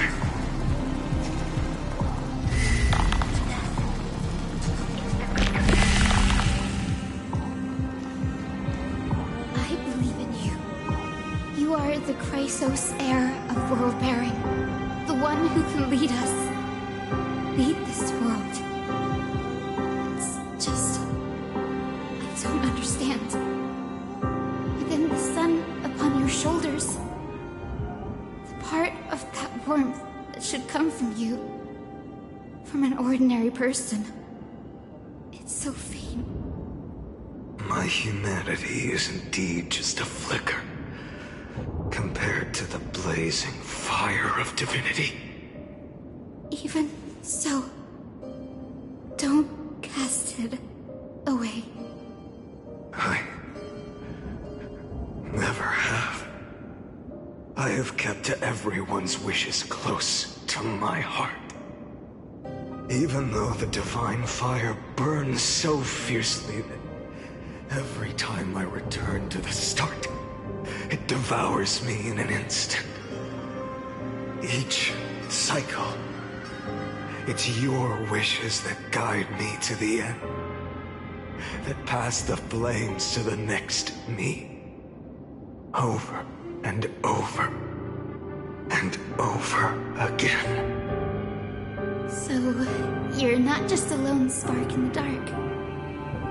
You're a pyre built from the bones of all the selves you've left behind. But what about you? What about your wishes? The wishes of all the countless versions of you? Ah, Lord Kazlana. So that's how it is. Without flaw. That is the flaw the golden blood gave you. The most fatal flaw of all, isn't it? The moment you took the world upon your shoulders without hesitation. You lost the chance to ever be yourself. Now that is an unexpected revelation. Then I suppose that makes me the perfect fuel for the flame of deliverance, doesn't it? No. An empty flame saves no one. But I still believe in you, Deliverer. I, Hyacinthia, the Eye of Twilight, am neither strong enough to command the wind and rain, nor willing to end this absurd struggle by letting the sky fall. The only thing I can do is become one with the sky itself. And then, may the gentle colors of the rainbow paint your sun in shades it has never known. May they bring Amphorius, a rosy-fingered dog.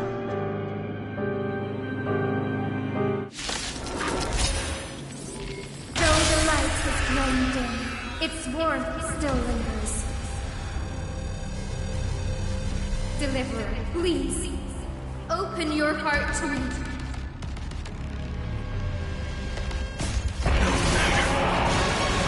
Let this blazing sun fill the sky with golden fire.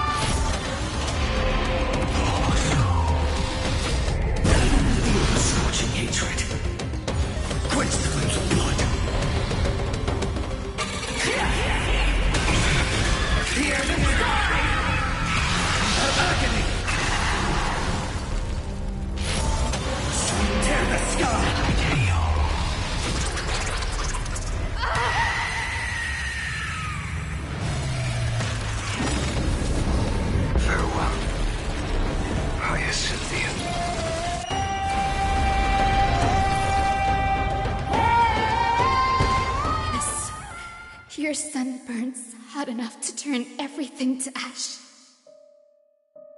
But tell me, how will the seeds of a new world ever take root? The core Your flame rose.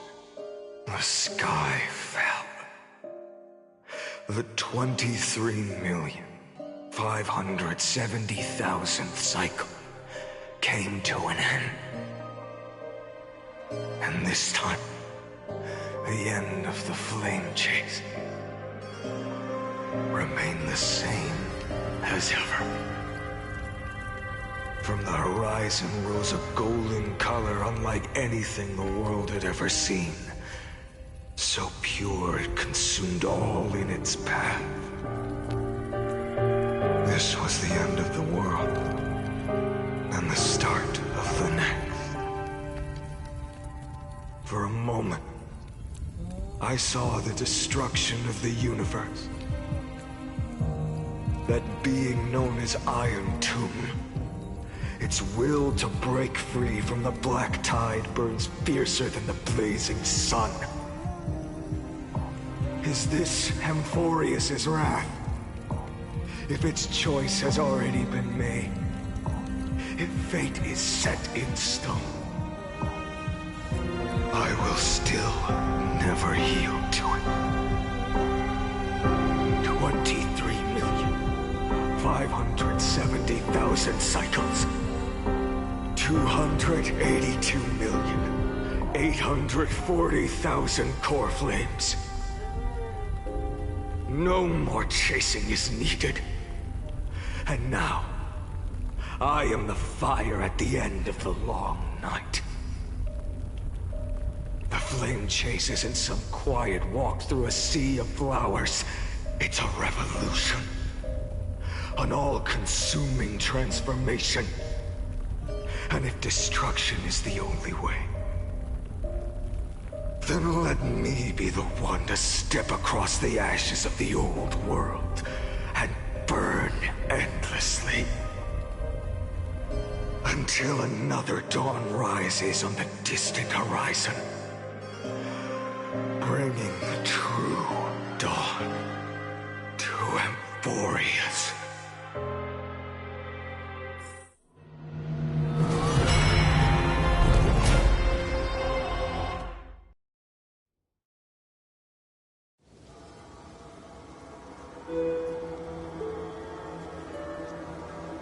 $33,550,337.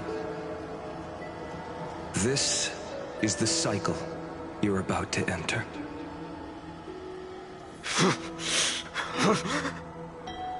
Countless memories are flooding in. Countless versions of myself have stood here, facing the same choice. They all needed a moment, just like you do. To stop, to breathe, to process the weight of 1,000,000 lifetimes worth of sorrow, pain, and struggle. And just like them, you will carry those memories and that fire into the chaos of rebirth.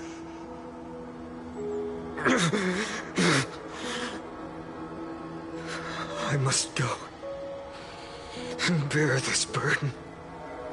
I must say goodbye to you, and then fight the destruction with destruction. Yes, that's always the decision you make. I will burn and fade away. I will become the flame reaver of this life, and keep my promise to Cyrene. I will kill gods and comrades alike, and steal the core flames. And even if my mind turns to ash along with my body, I will keep my purpose in mind. I will stop Era Nova. I will find the next me, and make him carry on this futile endeavor of 30 million lifetimes. Looks like you're ready. Then I should be going too. Where are you going? You only exist in my heart. There's nowhere else for you to go. Do you remember what she said? The dreams you had as children. The deliverer in the prophecies. A real, living, breathing person. You finally found her.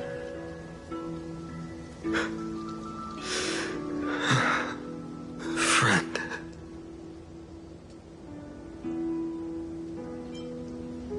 I don't have an answer for that, my friend. I'm sorry. I was supposed to send you home. This is my flame chase journey. You were never meant to be a part of it.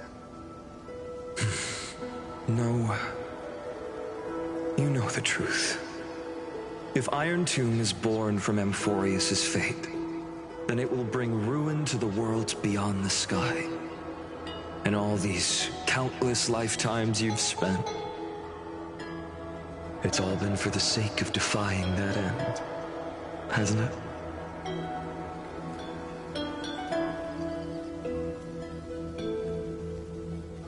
In millions of cycles, I've said goodbye to each and every one of you.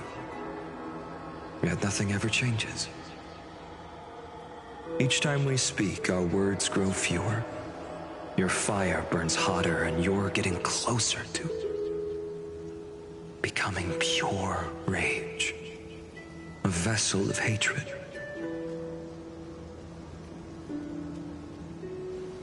I never had a choice.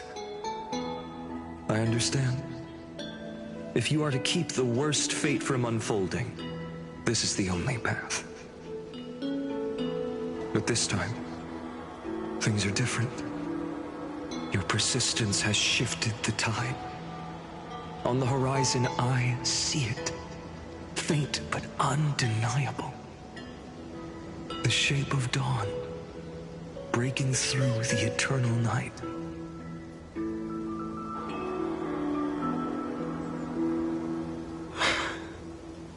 Turns out, the fire that lights the way was never mine to begin with. Do you remember, in that first timeline, you and Mightymost stood before the scales of justice, locked in a duel? Each of you weighing what you held dearest. What weighed more than the fate of the world? And when hesitation took hold, the answer you sought from me. What am I saying? I am you. Even if you buried me deep and chose another path, that fact never changed. Then let's try again. When you stood before the scales in hesitation, the answer you found in your own heart. Do you still remember it?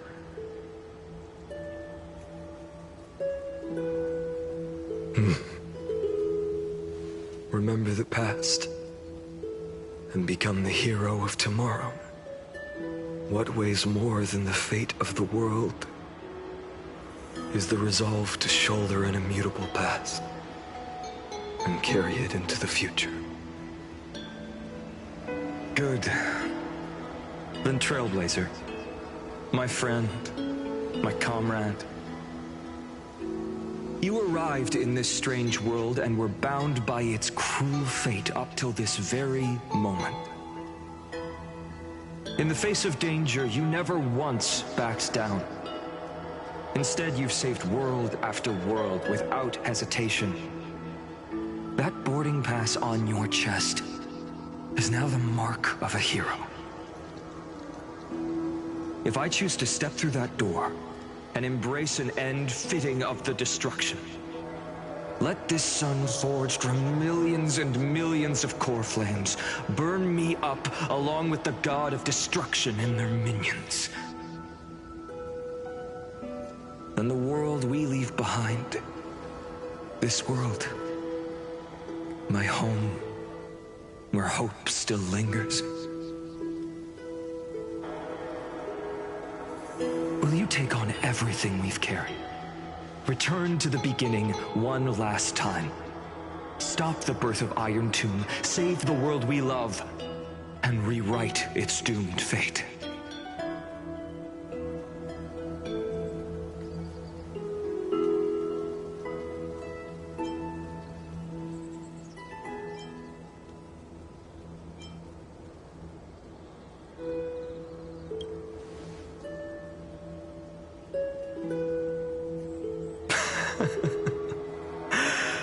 Good. In that case, even this fruitless wasteland may finally bloom with flowers. So...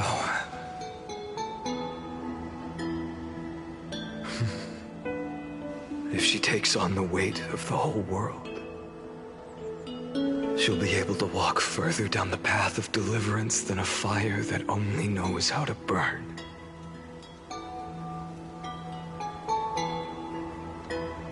One will step into the future.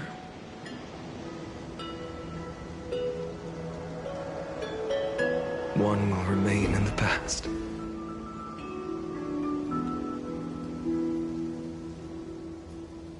If I can strike down the gods with Dawnmaker, perhaps fate's deadlock can be broken.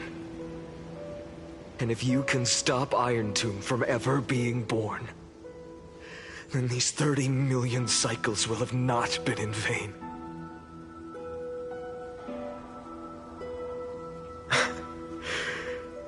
It's time to put our teamwork to the test, partner.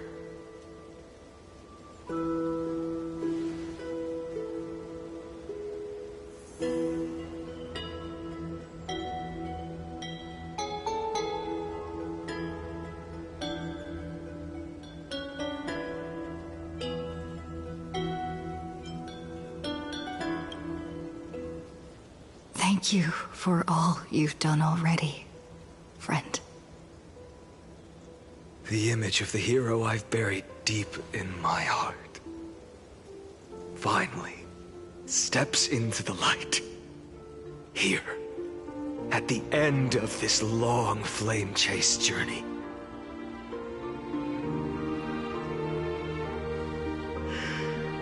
Cyrene, a page never seen before has just been turned. Lend me the power of time, and send this hero back to the origin of time. Back to your side.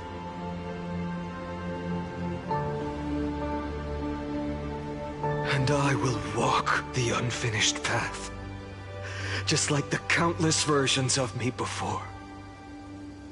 Unwavering as always.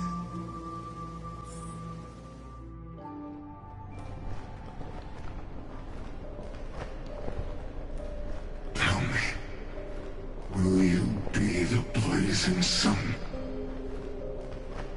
Even if all of you burns to ash?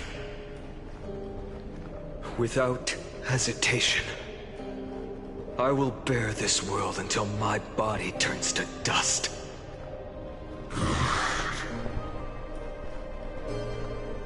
Remember this moment. Remember your friends who never lived to see the world's end. Remember their final wishes. And let the purest rage in your heart rise out of those wishes. Let it consume you, fuel you, until it burns away the false sky above. Fine. If I can defy fate, then in the name of world-bearing, I promise you, Carefully will never forget this. Take it. Everything I bear. Keep on burning. As long as we are never extinguished, the flame chase will not end.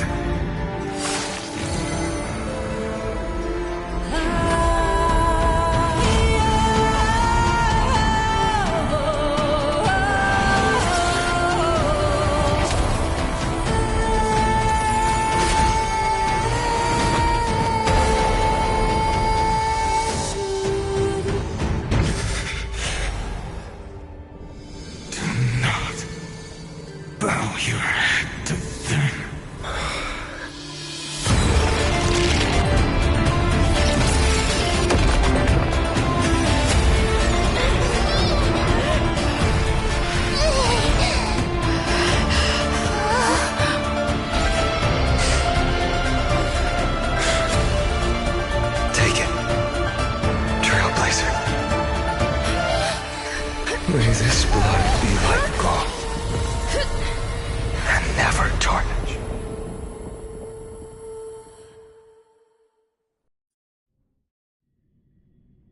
Farewell, Trailblazer. This is where I fulfill my final destiny. The prophecy of the Deliverer means nothing to me now. It belongs in the hands of someone far more fitting. Someone like you. Kaslana, the name of one who bears chaos does not belong to a single person. Rather, it is the embodiment of the mythical Kefali, and a symbol of all heroes. As the prophecy foretold, you will bear the blazing sun until the pale dawn breaks. May the name accompany you in my place, in the epic you write with your own hands. Another attempt, another failure. I won't remind you how many times you've reached the end of history, but I will still place the choice before you. If you've lost count, let me tell you. This is the 33,550,336th ending.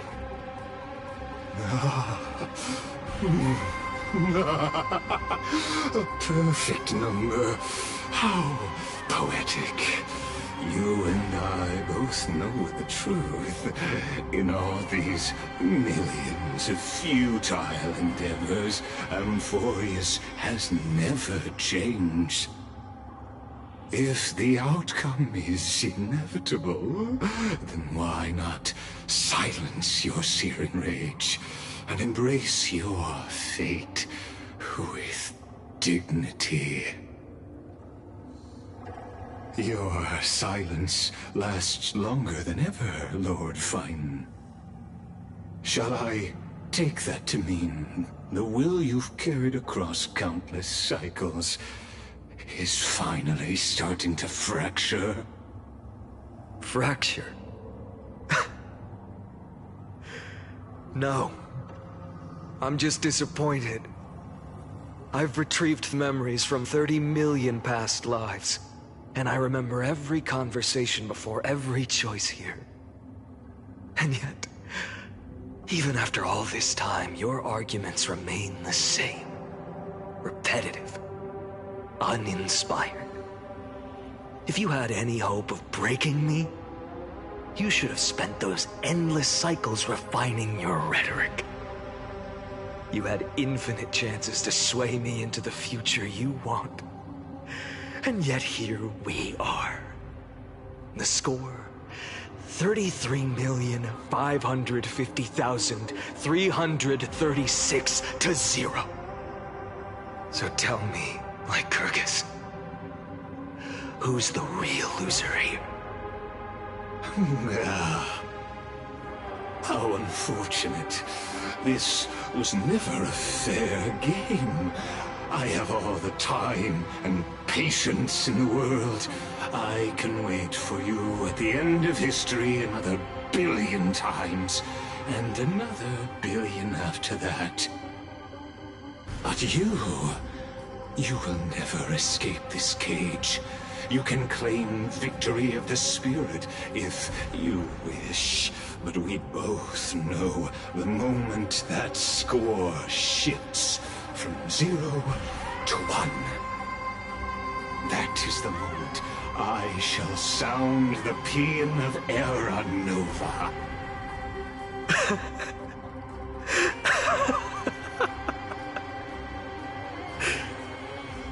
Lord Finan? Your incompetence disappoints me. But what truly makes me laugh is your utter lack of self-awareness. Think about it. In this story, who is truly the one in chains? Who is the one shackled to mindless vengeance, mistaking courage, the courage to rebel against the gods, for foolishness. You... Perhaps you're right. Maybe I should have tired of this futile struggle long ago. But even so, I will never accept the mercy of your release. Because you are both a prisoner to the gods and to me. And tell me, what right does a mere prisoner have to speak of fate and choice? What right does a mere prisoner have to look upon my fury?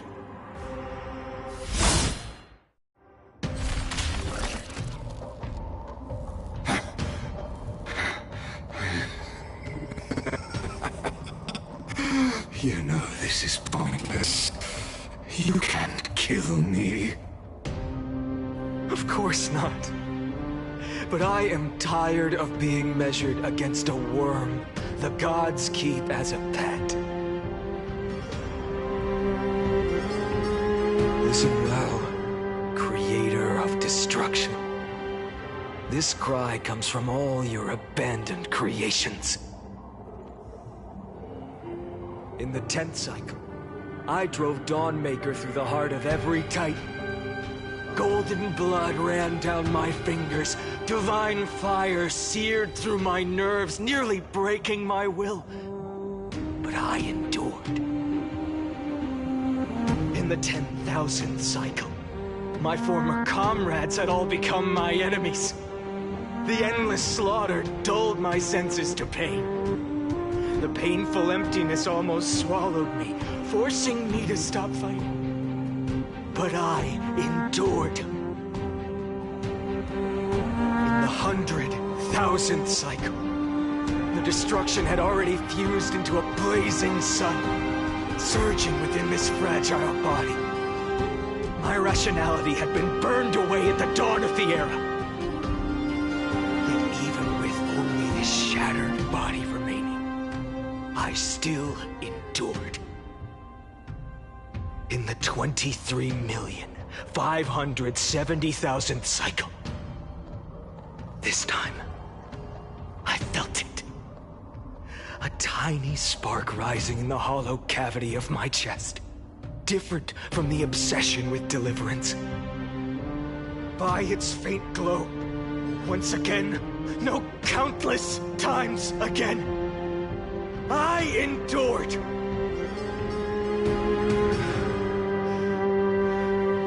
Now, a sun is about to fall. Ready to incinerate this absurd space-time dimension in an instant. That sun is me. All the countless versions of me from the past, along with my countless brethren, dragged into existence against their will, drowning again and again in your golden blood. The very essence of this world's suffering and despair, fused into the purest hatred, the fiercest rage. Anouk, you arrogant fool! You think we were born to only serve as fuel for the fire? Fine then! Just as you wish, let the fire burn! If I was born as the blazing sun of destruction, then let you and your lackeys be the flares erupting from my core. And let this rage, burning futilely for 30 million epochs, engulf everything! And grant you a dawn where all stars burn to ash!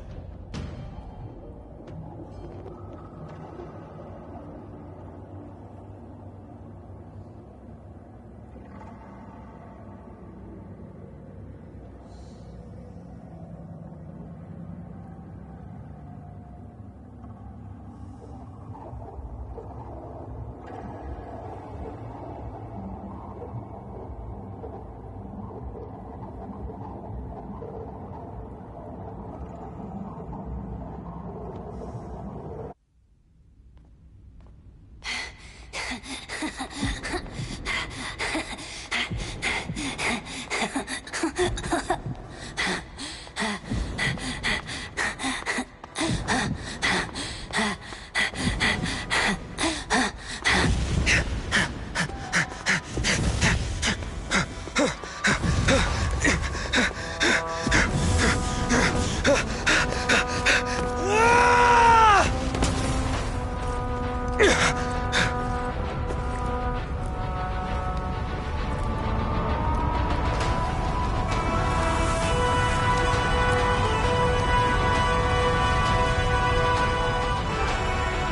you ready, Nanook? I've brought you destruction!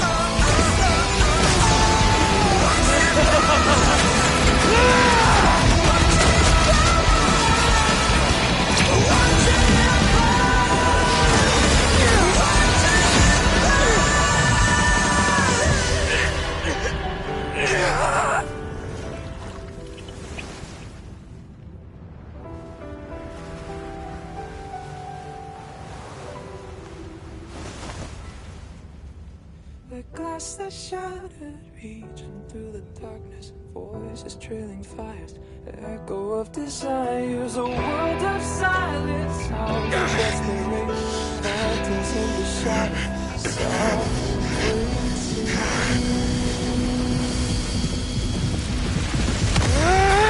tear it down, embrace the detonation, craving our damn creation, breaking a chain, I'm reaching for you.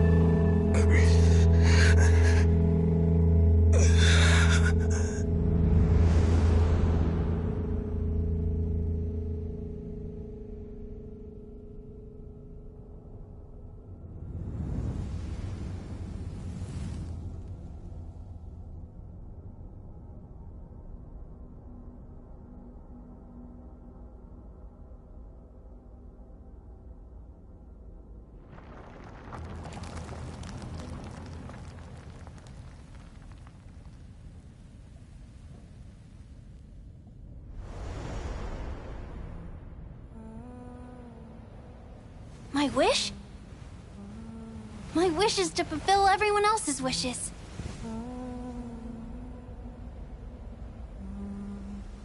If I can't fulfill them, then send them on to tomorrow.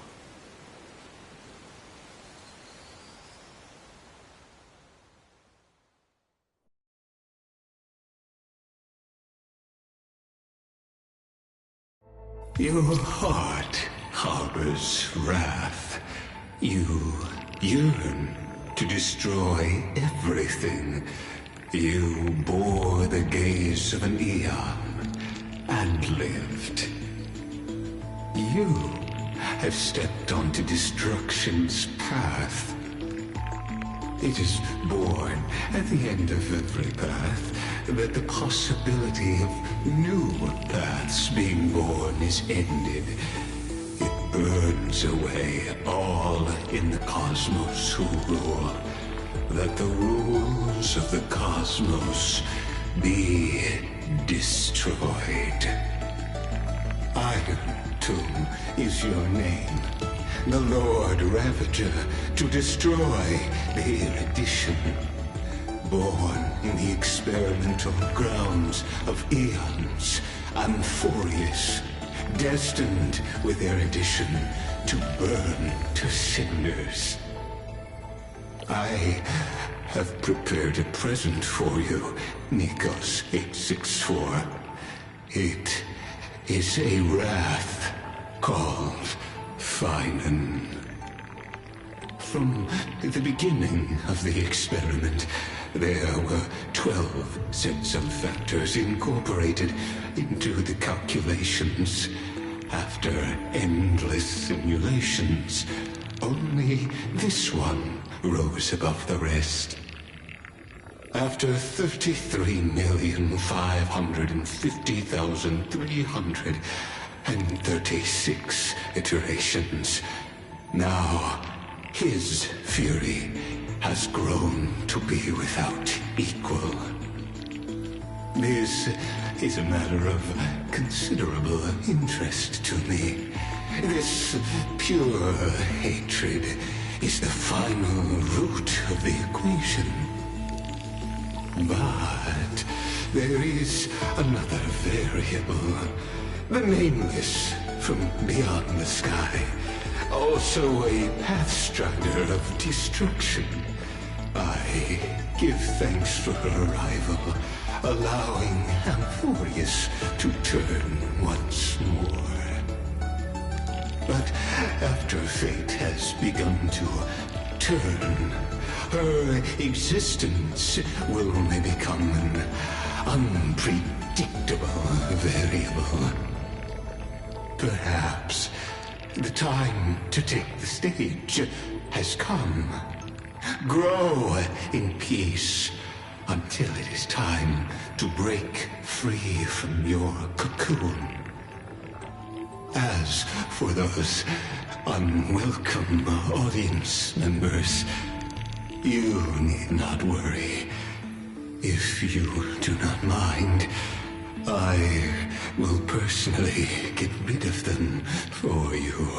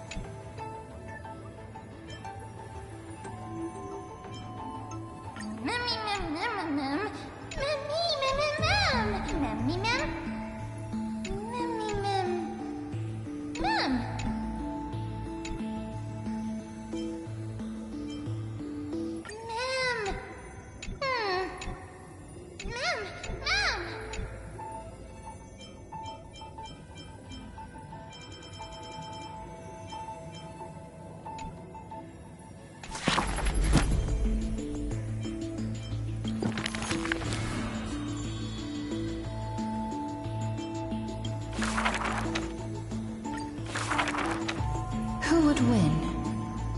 A young girl emerging from her sheath and showing her edge? Or a tyrant who has emerged victorious from 100 battles? The Black and White Legion squared off on the battlefield, golden and crimson blood converging into a coursing river. The leader herself actually dares to step forth and face peril? The tyrant charged toward the exposed gap in the king's flank, and instantly fell into a trap of raging flames and iron rain. On the board, the king too is but a chess piece.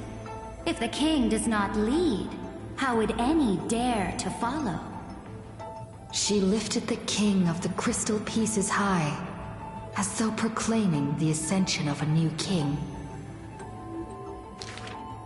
Who would win? The holy city that stood for 1,000 years? Or the foreign city-states invading from 1,000 miles away? Hollow hatred ignited the flames of war. The besieged walls of Dawn tottered. Only a miracle can save us now. The cowardly elders barred themselves behind closed doors, while the trembling citizenry knelt and prayed. There is no need to panic. The miracle is already here. Under the banners dancing like waves, the burning crown shone bright as the wheeling constellations. Who would win? The general who saved the city? Or the high and mighty with their privileged authority? The guillotine fell, severing the elder's life. The whispers dissipated, and the scales of victory tipped. From this day forth, I shall bring justice to the holy city. The people cried out her name and knelt in reverence, but were stopped by the sound of the scepter of authority striking the ground. Do not lower your heads beneath my crown. This was the first, and also the only Imperator. Who would win? The heroes bursting with ambition, or the omnipotent gods? The Imperator issued the decree! The start of the Flame Chase journey is at hand! Perhaps drawn by the grand design to welcome the Era Nova, or perhaps convinced by that king's great renown. Righteous warriors from across the land gathered before the Imperator's throne.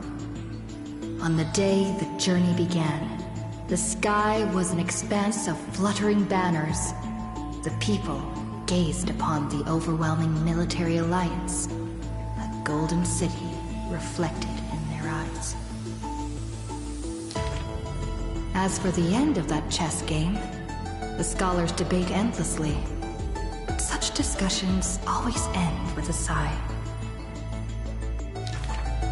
The invincible Imperator faded at the pinnacle of power. The crown's flames extinguished in the lake. The banner, once revered by the people, along with the broken spears of the heroes, now a tomb. The people said, "Even the sovereign that conquers all before her is no match for fate." Yet she said, In a war with fate, has there ever been any justice?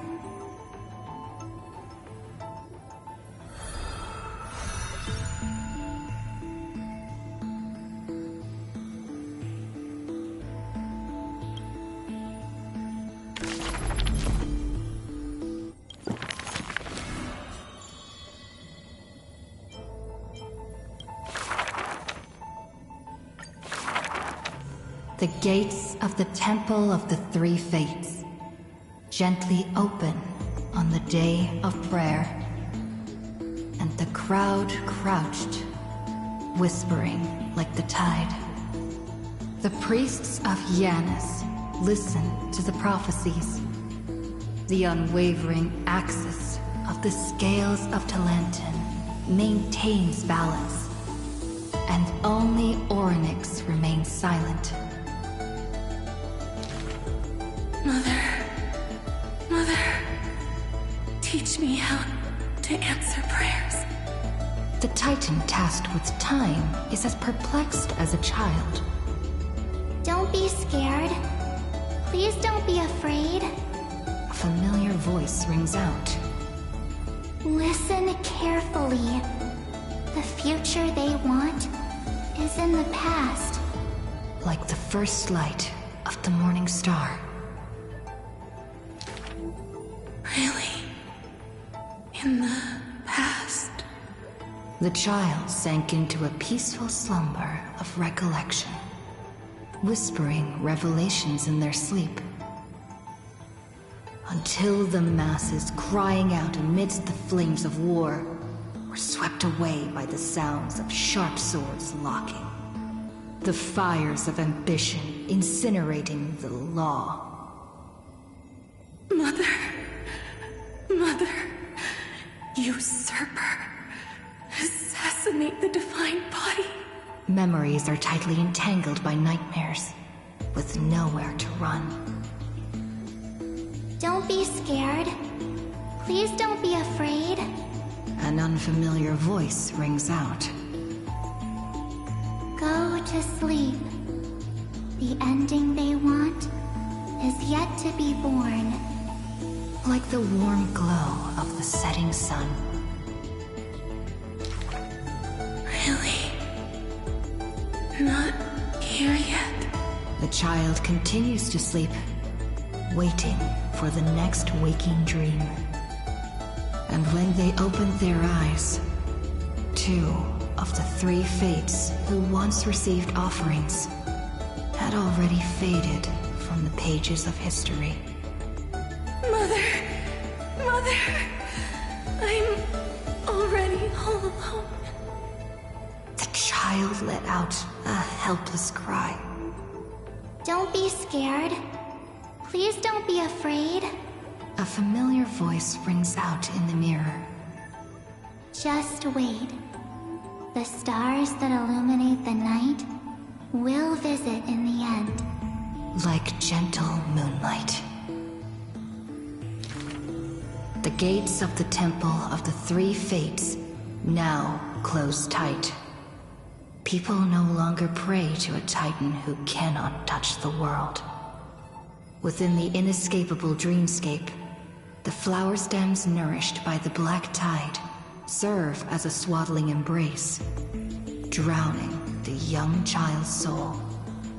Mother, help me leave this place. But this time, they didn't receive a response. Only long years of yearning and pain. Like the silence of the Evernight. Days and nights passed. The years turned. Dust covers the glory of the past. The priests have forgotten this titan. Waiting. Hate waiting. They watched over the slumbering sprite, gazing at the dull mirror. But a fleeting mirage flickers in the mirror. The shining stars and the lights of the home. And a strange yet familiar voice. Wake up! Our familiar old friends have already arrived. Like the newborn dawn.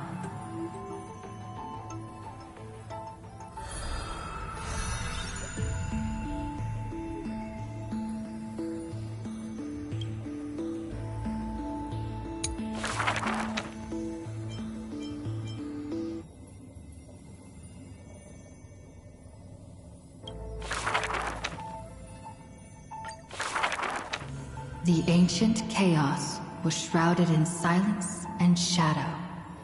The giant dragon's offspring was born from the earth. Sweet dreams had smothered the giant dragon's eyes and ears.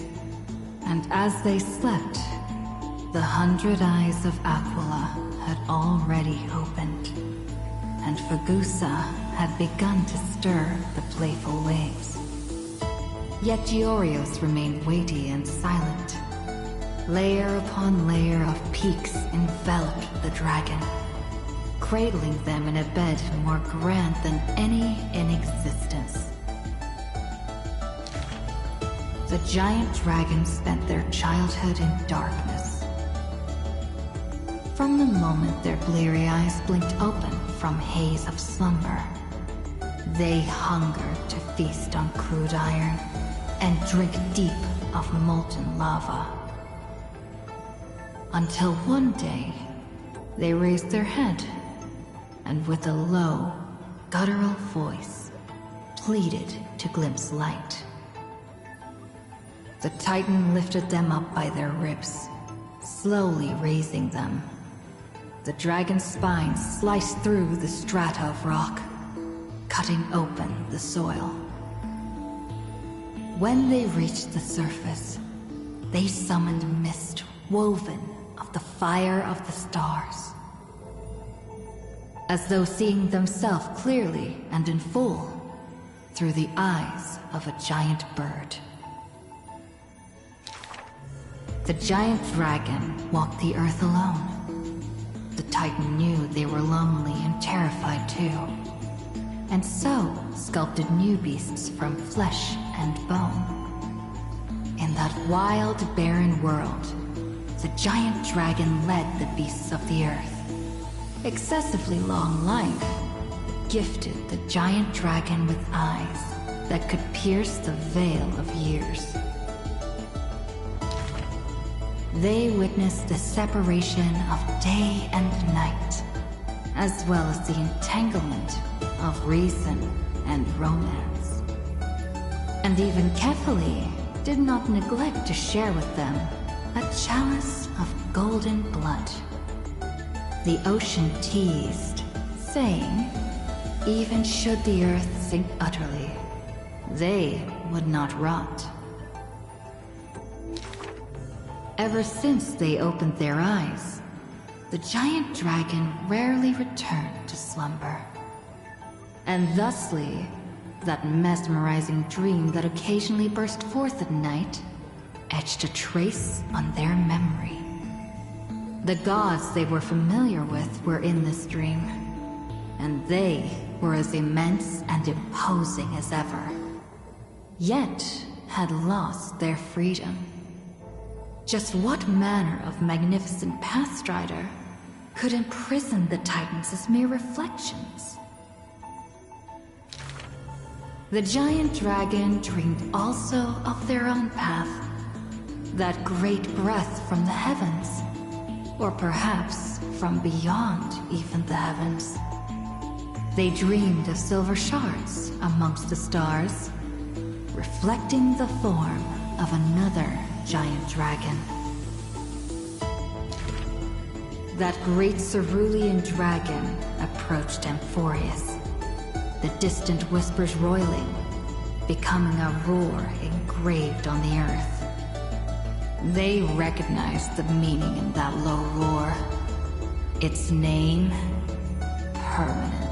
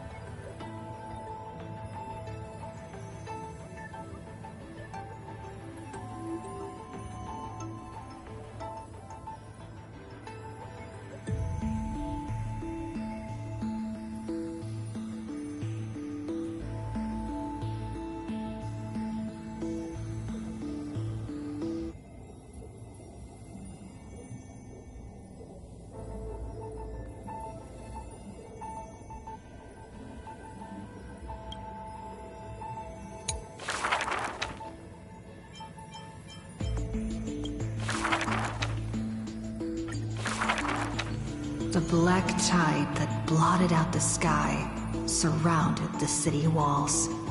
The soldiers manning the walls battered from battle. Melodious chords of music were suddenly heard. A single swordmaster had overcome the waves of enemies. The song flowed from betwixt the blades, breaking through formations as a dorsal fin cleaving the waves. When the last wicked beast finally fell, shattered into pieces amidst the sword's dance, the Frostblade bore no trace of blood. The legions of heroes under my command are as vast as the sea, yet lack a formidable sword banner. The commander extended a hand, inviting the musician to join. Should a fish separated from its school glimpse a faint glow, it will swim toward the light. The swordmaster clasped the commander's hand, as though gently grasping the hilt of a keen blade. When the spray of her waves extinguished the fires of war from the holy city, a golden name was engraved upon the stone pillars. The former commander burned the crown to become king. High Sealands, brave in battle, triumphant in command, I grant you the title Dux Gladiorum. Let us all forge ahead together. During the banquet after the battle, the weaver tailored for her a splendid dress, and the commander poured her honey brew.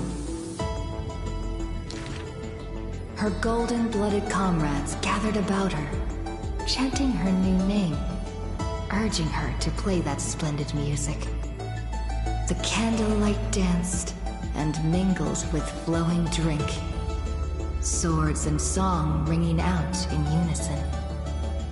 Yet none knew that was once a lonely melody from the deep sea. The music of revelry continued for a long time, until the whispers of conspiracies were buried in the songs, until the roars of lethal struggle shattered the music.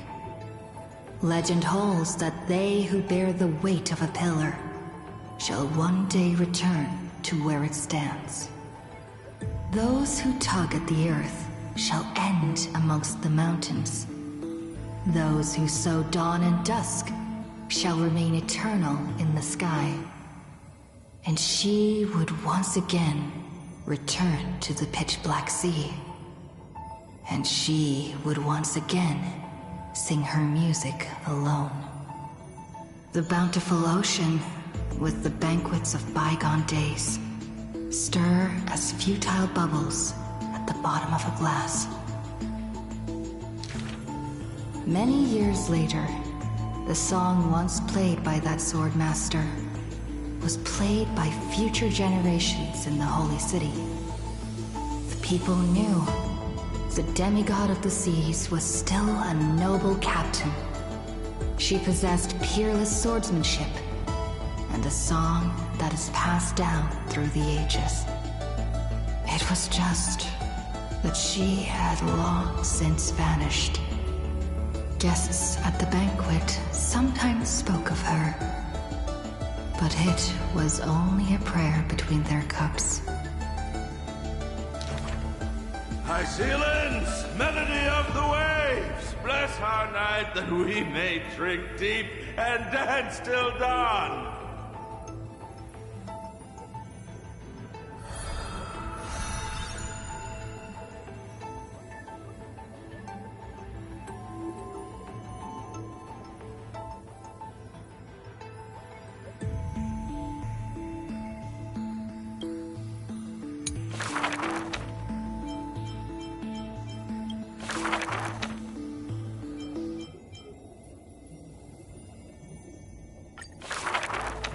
On that day, the dawn promised by the Skyfather shattered in haste.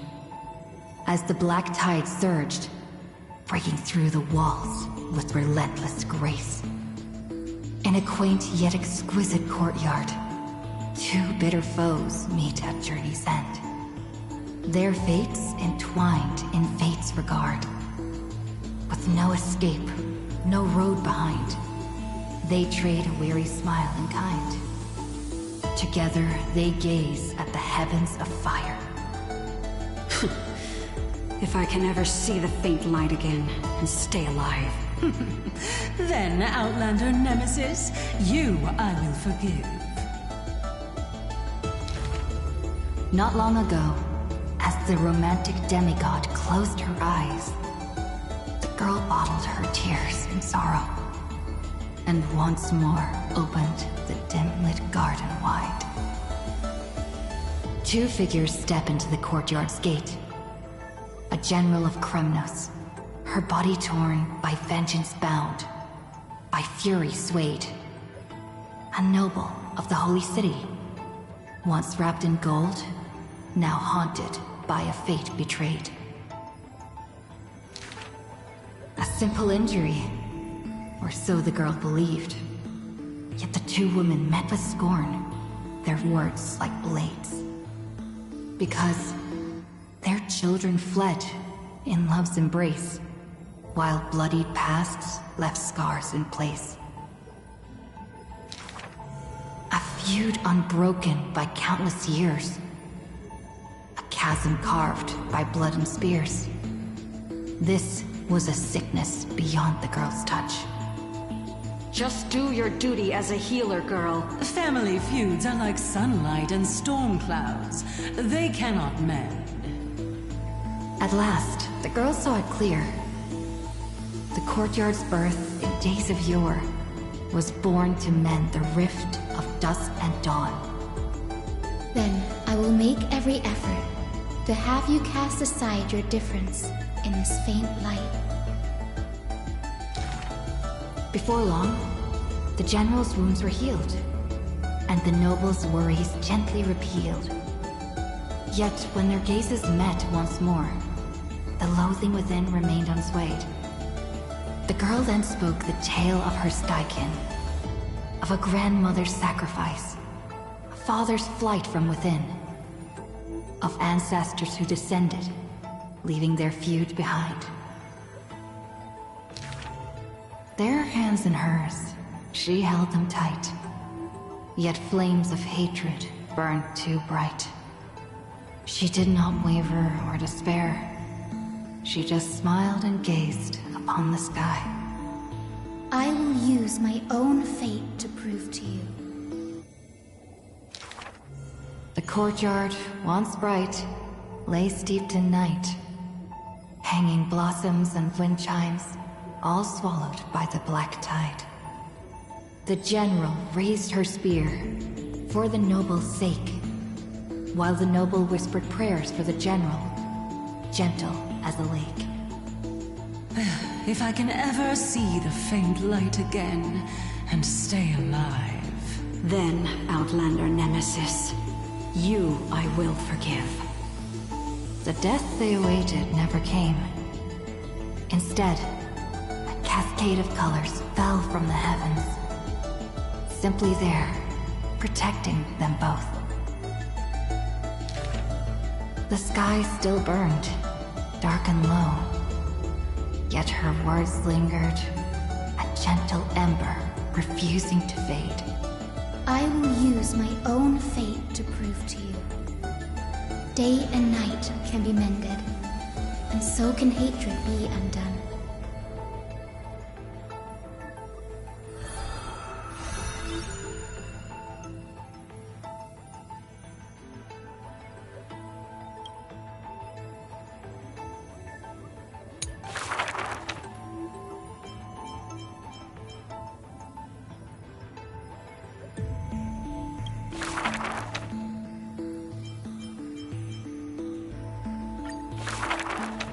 Sky Castrum, its ruins, like a blind and weary eye, gazes upon the earth in its dying sight. Alone, the girl remained upon the battlefield. No time to shy from the searing gold, no will to wear her usual smile. She fought her way to destiny's edge.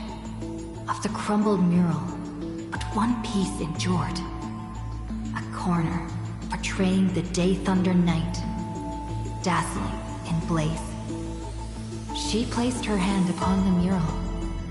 Pain seared through skin and bone as the picture claimed her within its lines. Nothing is mightier than the sky. It holds countless wonders within its clouds, and each opening and closing of the eyes brings dawn and dusk. In that painted world, the girl Celiosi's eyes glowed, watching her father, steel-clad and unyielding, cross the land beneath the searing sun. But the girl known as Hyacinth recalled her father's fragile light in the dark, the journeys into lands unknown, marked by endless sunlit days and restless winds. The sky is the gentlest of all. It watches over all things with compassion, showering them with soft rain and morning light. And yet, the sky remains so cold. It witnesses believers tear each other apart. And still, it cowardly flees from all responsibility. Within the frame of that image, the one called Celiosi bore fury in her gaze. Her golden blood trailing as she turned from home, sharpening arrowheads beneath the wide and barren sky. Hyacinth remembered her grandmother's song. She recalled her prayer to Aquila before her grandmother's journey, and how bitterness followed her to an unknown land. But the sky is so lonely too. Forever distant from the world beneath, it watches every sorrow, unable to intervene. No.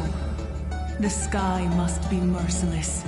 It must scorch the wicked, temper the fragile, and pass divine judgment upon all human wickedness. Within the mural, the girl named Celiosi became the divine eye, gazing down without mercy, a titan passing judgment upon her own kind.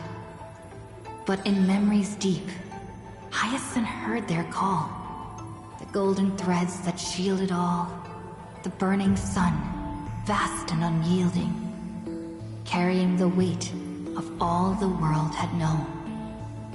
No, the sky must not forsake kindness. Through its boundless embrace, it carries the core flame of hope for humanity. The sky, it's so dark, so cold. In the depths of memory, the girl named Celiosi pulls her knees to her chest and trembles. Then please, come sit in my courtyard. A gentle ray of light seeped through. The celestial mural now fused anew. Once more, the land knows favor and boons. The girl who has now become the sky takes the hand of the girl who once was. I want to tell you the secret of the sky's greatness. Whenever the anguished earth looks to it, it always offers a smile in return.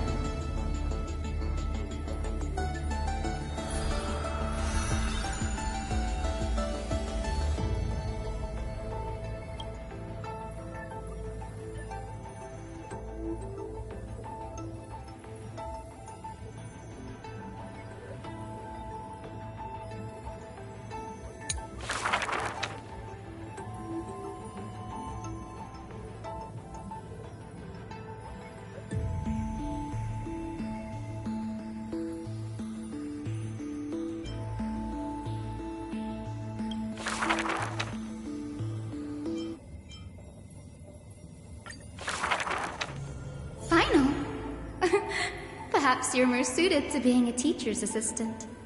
There was once those who misunderstood his alias. Final. An eventuality for students. A test for knowledge gained. may bring wisdom to light and illuminate efforts, but the word's more common meaning is nothing less than the end. That's quite ominous. The man pretended to be surprised and responded with a smile. Though it does dovetail with our destiny. Laughter resounds. The man walks the land, leaving footprints filled with joy. Despite the weight of the past, he can always laugh it away.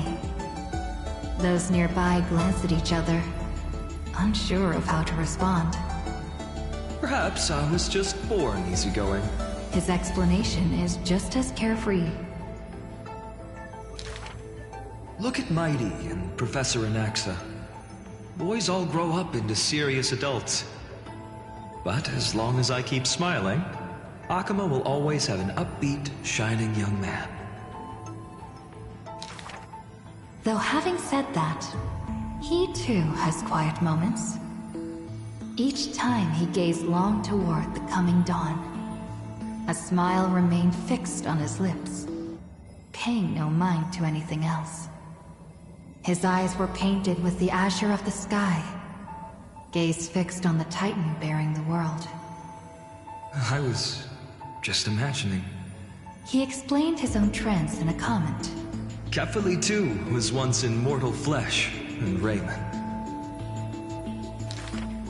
Now, when the man comes with sword in hand, there is no need to doubt he will swiftly win victory. But his smile is pure. Ever since the start of the journey, he is still called a youth in this story. Youth is always ambitious, with lofty goals. But it seems that in the man's heart, only the wishes of others are held. Apart from the ideal of deliverance, what do you have left? The golden-haired friend once asked him so. He remained silent. Then, as he was wont to do, he simply smiled. As long as I don't ask for too much, everything will unfold as desired. In Amphorius, untitled statues are a prevalent sight. As for the inspiration behind these statues, they are said to be the clay figures that Kefali made at the world's creation. They made clay figures in their likeness, bestowed upon them the breath of life, and allowed the golden divinity of their blood to course through. Thus, the very first mortals roamed the earth, receiving the gods' mercy, while realizing the sorrows of this world.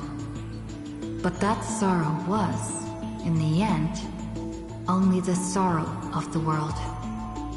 Nobody ever cared what lay behind the smile, what the clay figure thought.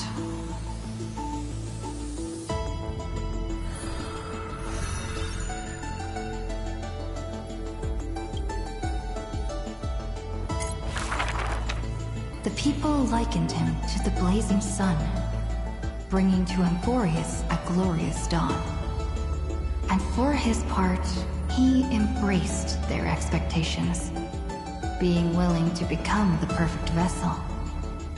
Like that god who shouldered the world, the man never cried or frowned.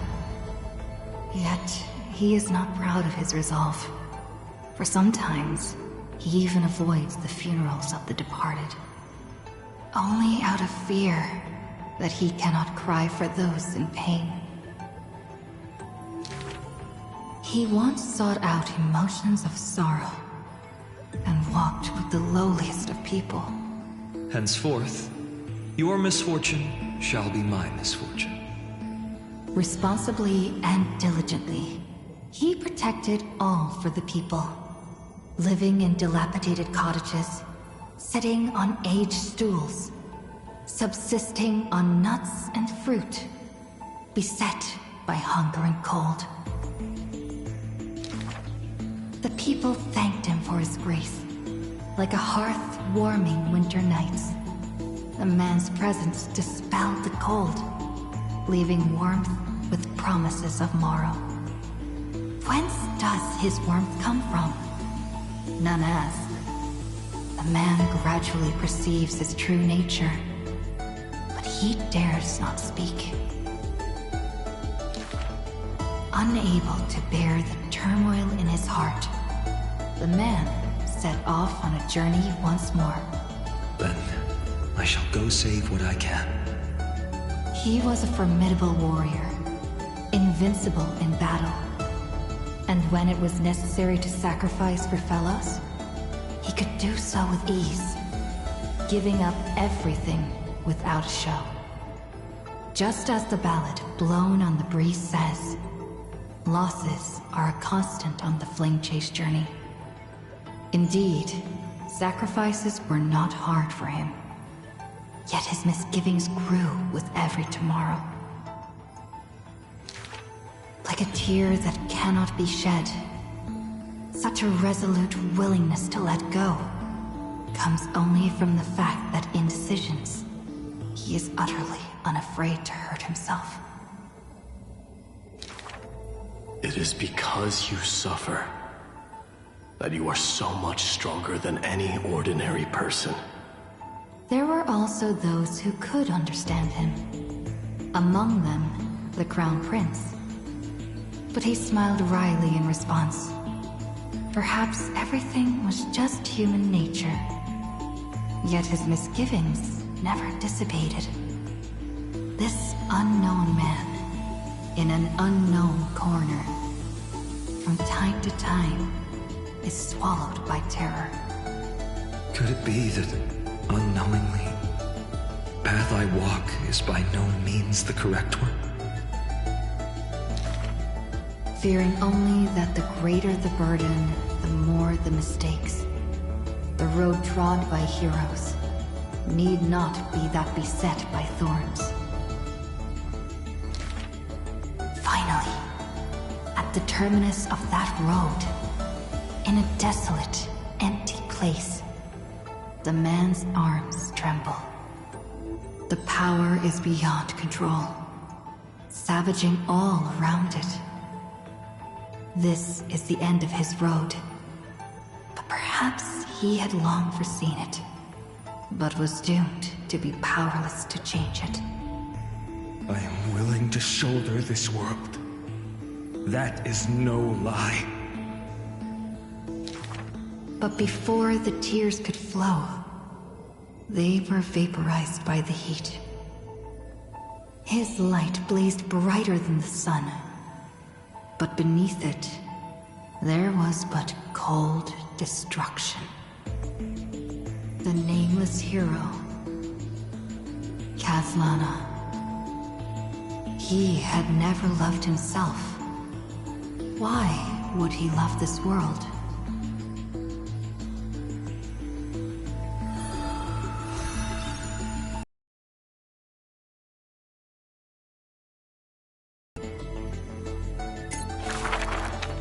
A gust of wind will one day sweep past, wiping away all the man's tracks. Nearly every footprint was stamped full of the fury that filled him. That humble youth faded away with the flames into yesterday. The first ray of light to pierce the long night was brought by the burning man. But the body that bore the weight of the world was forged by the fires of wrath. Rage is a crafty emotion. It changes its face, concealing itself within the man's life. His friend fought blood-soaked battles, so their people would need fight no longer. But every victory in battle he gained left him neither satisfied nor proud, only with the indifference of emptiness. You must be careful.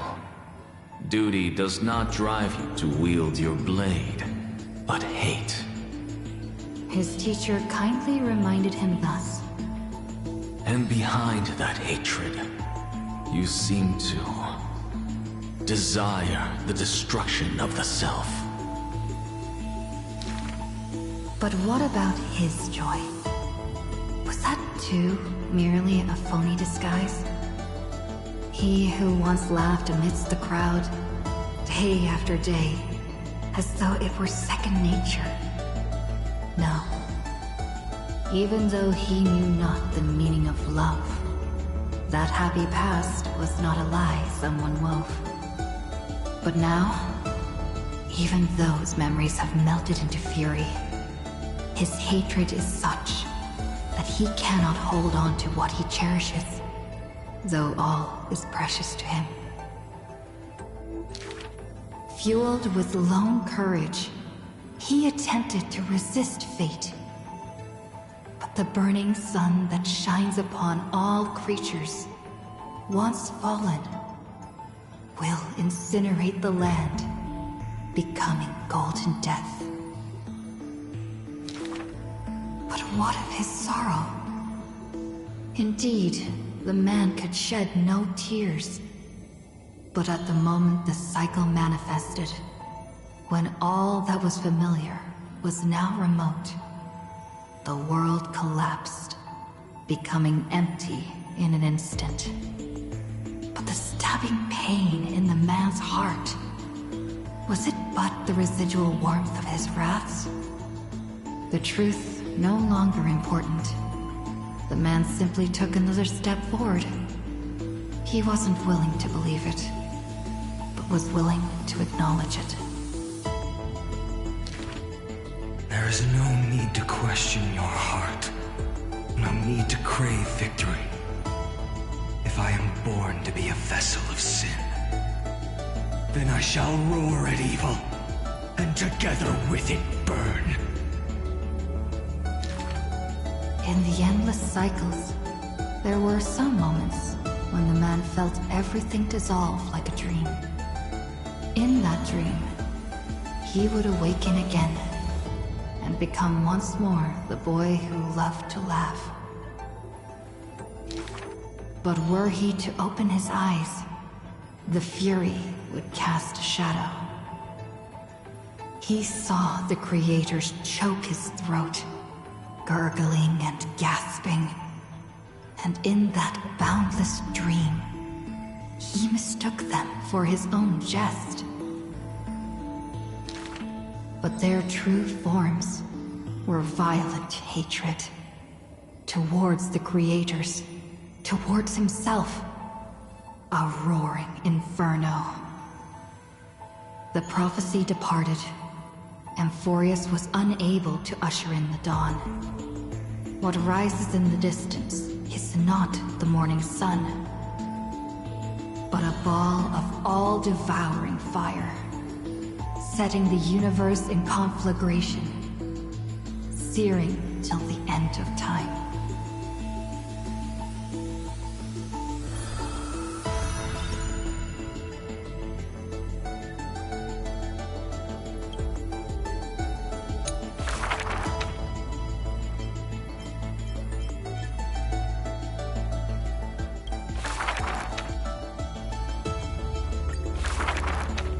This is an age of ruin.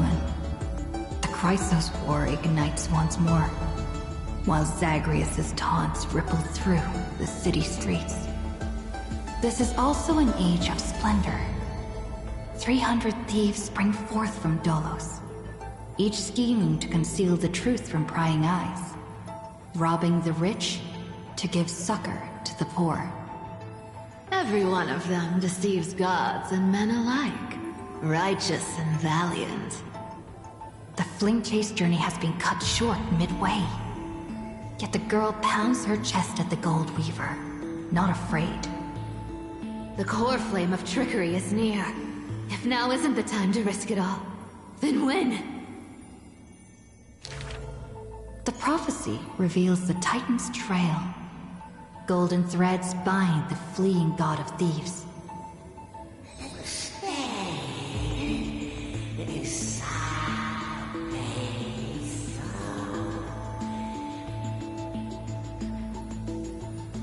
The young girl flashed a grin and walked towards the god who was pretending to smile. I once vowed to the god of thieves that I would force trickery to reap what they have sown. The Titan whispered from the vortex, the god of trickery's earnest plea. They made a promise to the girl who entered the trial, that the whole world would be bathed in light. No more lies and deceit.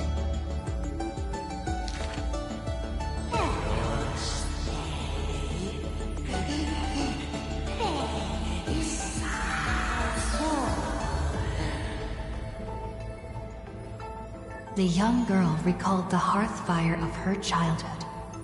Cyphera, only honesty is well liked. She pursed her lips. That does sound like quite the ideal society. Of course I didn't accept. How boring would a world without deception be? The young girl demonstrated her newly acquired divine power, molding lies into reality. The defeated Titan is now not but a wandering soul. But somewhere far away, a purple spirit thief opened bleary eyes. They had forgotten their previous life as a Titan, and remembered only the girl's crafty message. Go! Collect treasure, you greedy little grave. Once you regain the memories of trickery from chests, then I will claim the reward for saving your life. In the days spent away from Akuma, the girl grew accustomed to traveling alone. In a certain city, she heard of a spirit thief. Rumors aplenty. I, Bartolo's master thief, shall take all you've labored to gain. So saying, the spirit thief steals the girl's coin pouch and fled without a trace. But a gust of wind brushed past, and the girl had already caught them. Running for it? Your life was saved by my trickery, you know. The old god and the new finally reunite. The two rivals who, from that moment on, became thieves and companions both. It's just that the spirit thief's companion was always scaring them. Hey, the fish in the River of Souls are starving, you know.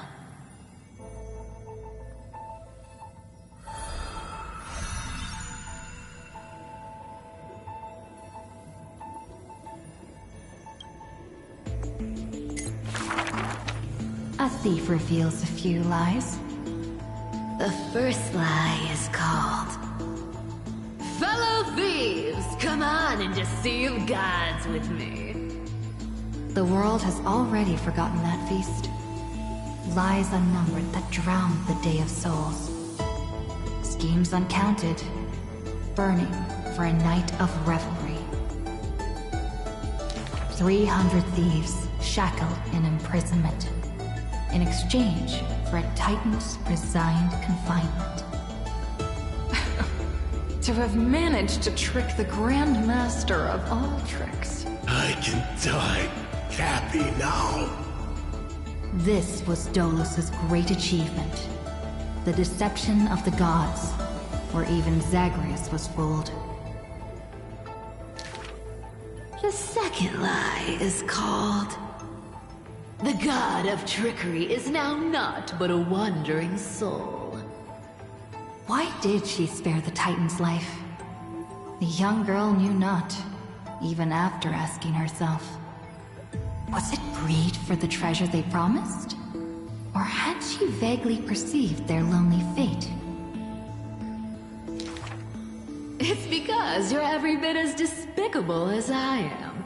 It's such a relief not having to deal with the noble. The girl dismissed and made light of herself, only forgetting trickery was once a god that supported the world.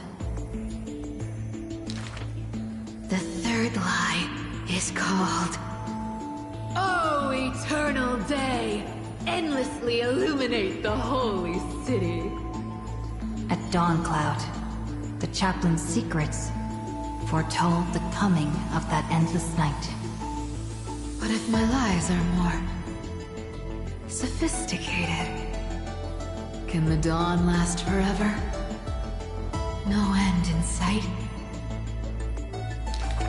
Bearing the fate of the Thief Star, the girl was long used to walking in shadow. But as she gazed towards the holy city's dawn, her duty became fixed in her heart, stalwart in might. The fourth lie is called. There's no reason. I just don't want to see you again. The girl tried to mask her nonchalance, but could never fool the Golden Thread's questions. But it is the false-hearted malice that most powerfully forces belief. A true flame chase hero willingly faded from attention, while the wayfaring traveler grasped tight onto fleeting light. She used divine power to forge a mask and conceal the last of her true heart. The fifth lie is called... No. There are... no more... lies... left. The whimsical coin fell to the ground, telling the tale of fate fulfilled. Travels unwitnessed, roses unknown. To whom may these now be told? Lies are always but lies. But you can make them more beautiful than the truth. Under the somber sky, golden blood soaked the thief's cloak. Like a golden thread tailored just for her, an exquisite robe that she never stole.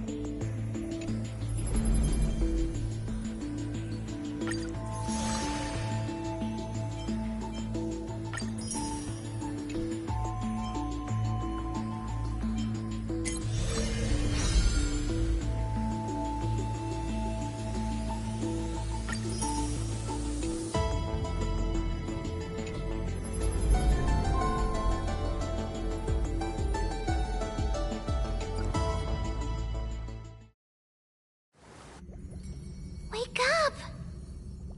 Wake up! Buddy! Wake up! You're finally awake. That's a relief. We were so close to being swept away by the reverse flow of time. It's lucky we found a safe place. Now, I'm going to send you back to the very start of time. But before we part, there's something I need to tell you. Something very, very important. That's right! At this very moment, my memories are finally whole. After watching so many fragments, my past is finally coming into focus, little by little. You're smart. You must have a clue now. Or maybe... You knew the answer long ago, didn't you? Not surprised at all, huh? That's because I'm simple at heart. No matter what form I take, I've always been true to myself. But I'm glad that I remembered in the end. This way, I'll have no regrets.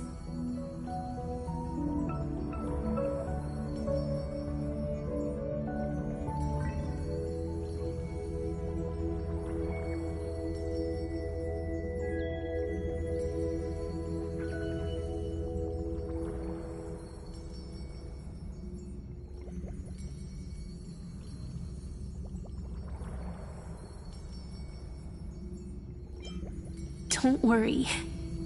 We're not truly parting. Because I'm going to become a part of you. I'll turn into the memory of this cycle. The 33,550,336th Flame Chase journey. And forever reside in the heart of the Time Demigod. This way, you'll carry all that has come before, crossing time itself to reach the next cycle.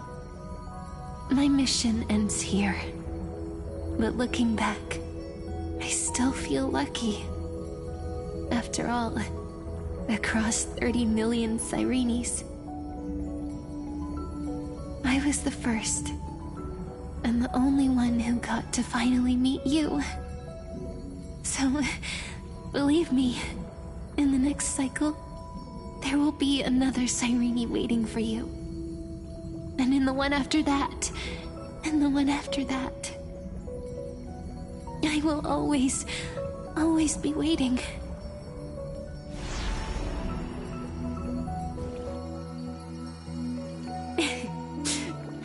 Saying all that, I can finally fade away in peace and become a part of you. Without even realizing it, we'd already taken a wonderful journey together, all the way to the world's end.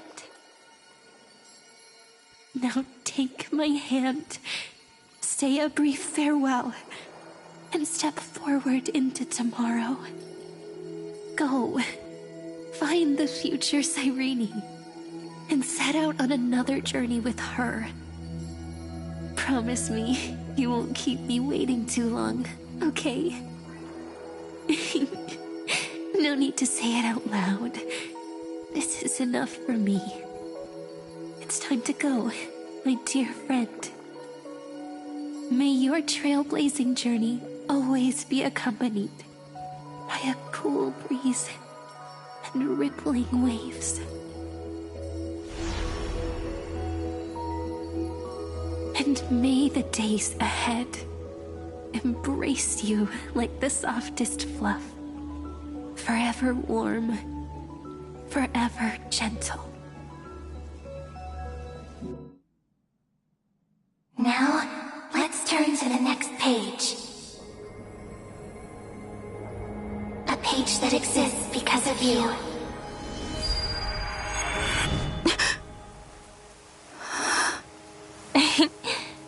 Is this a meeting ordained by fate? Or a long overdue reunion?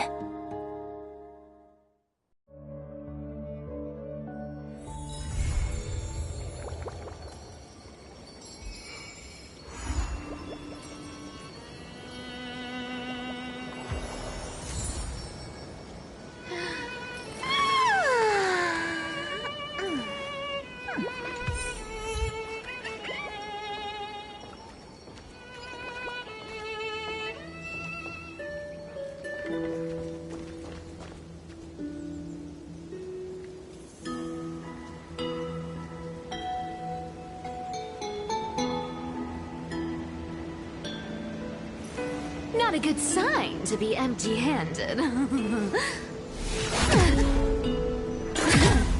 You can't get rich by waiting.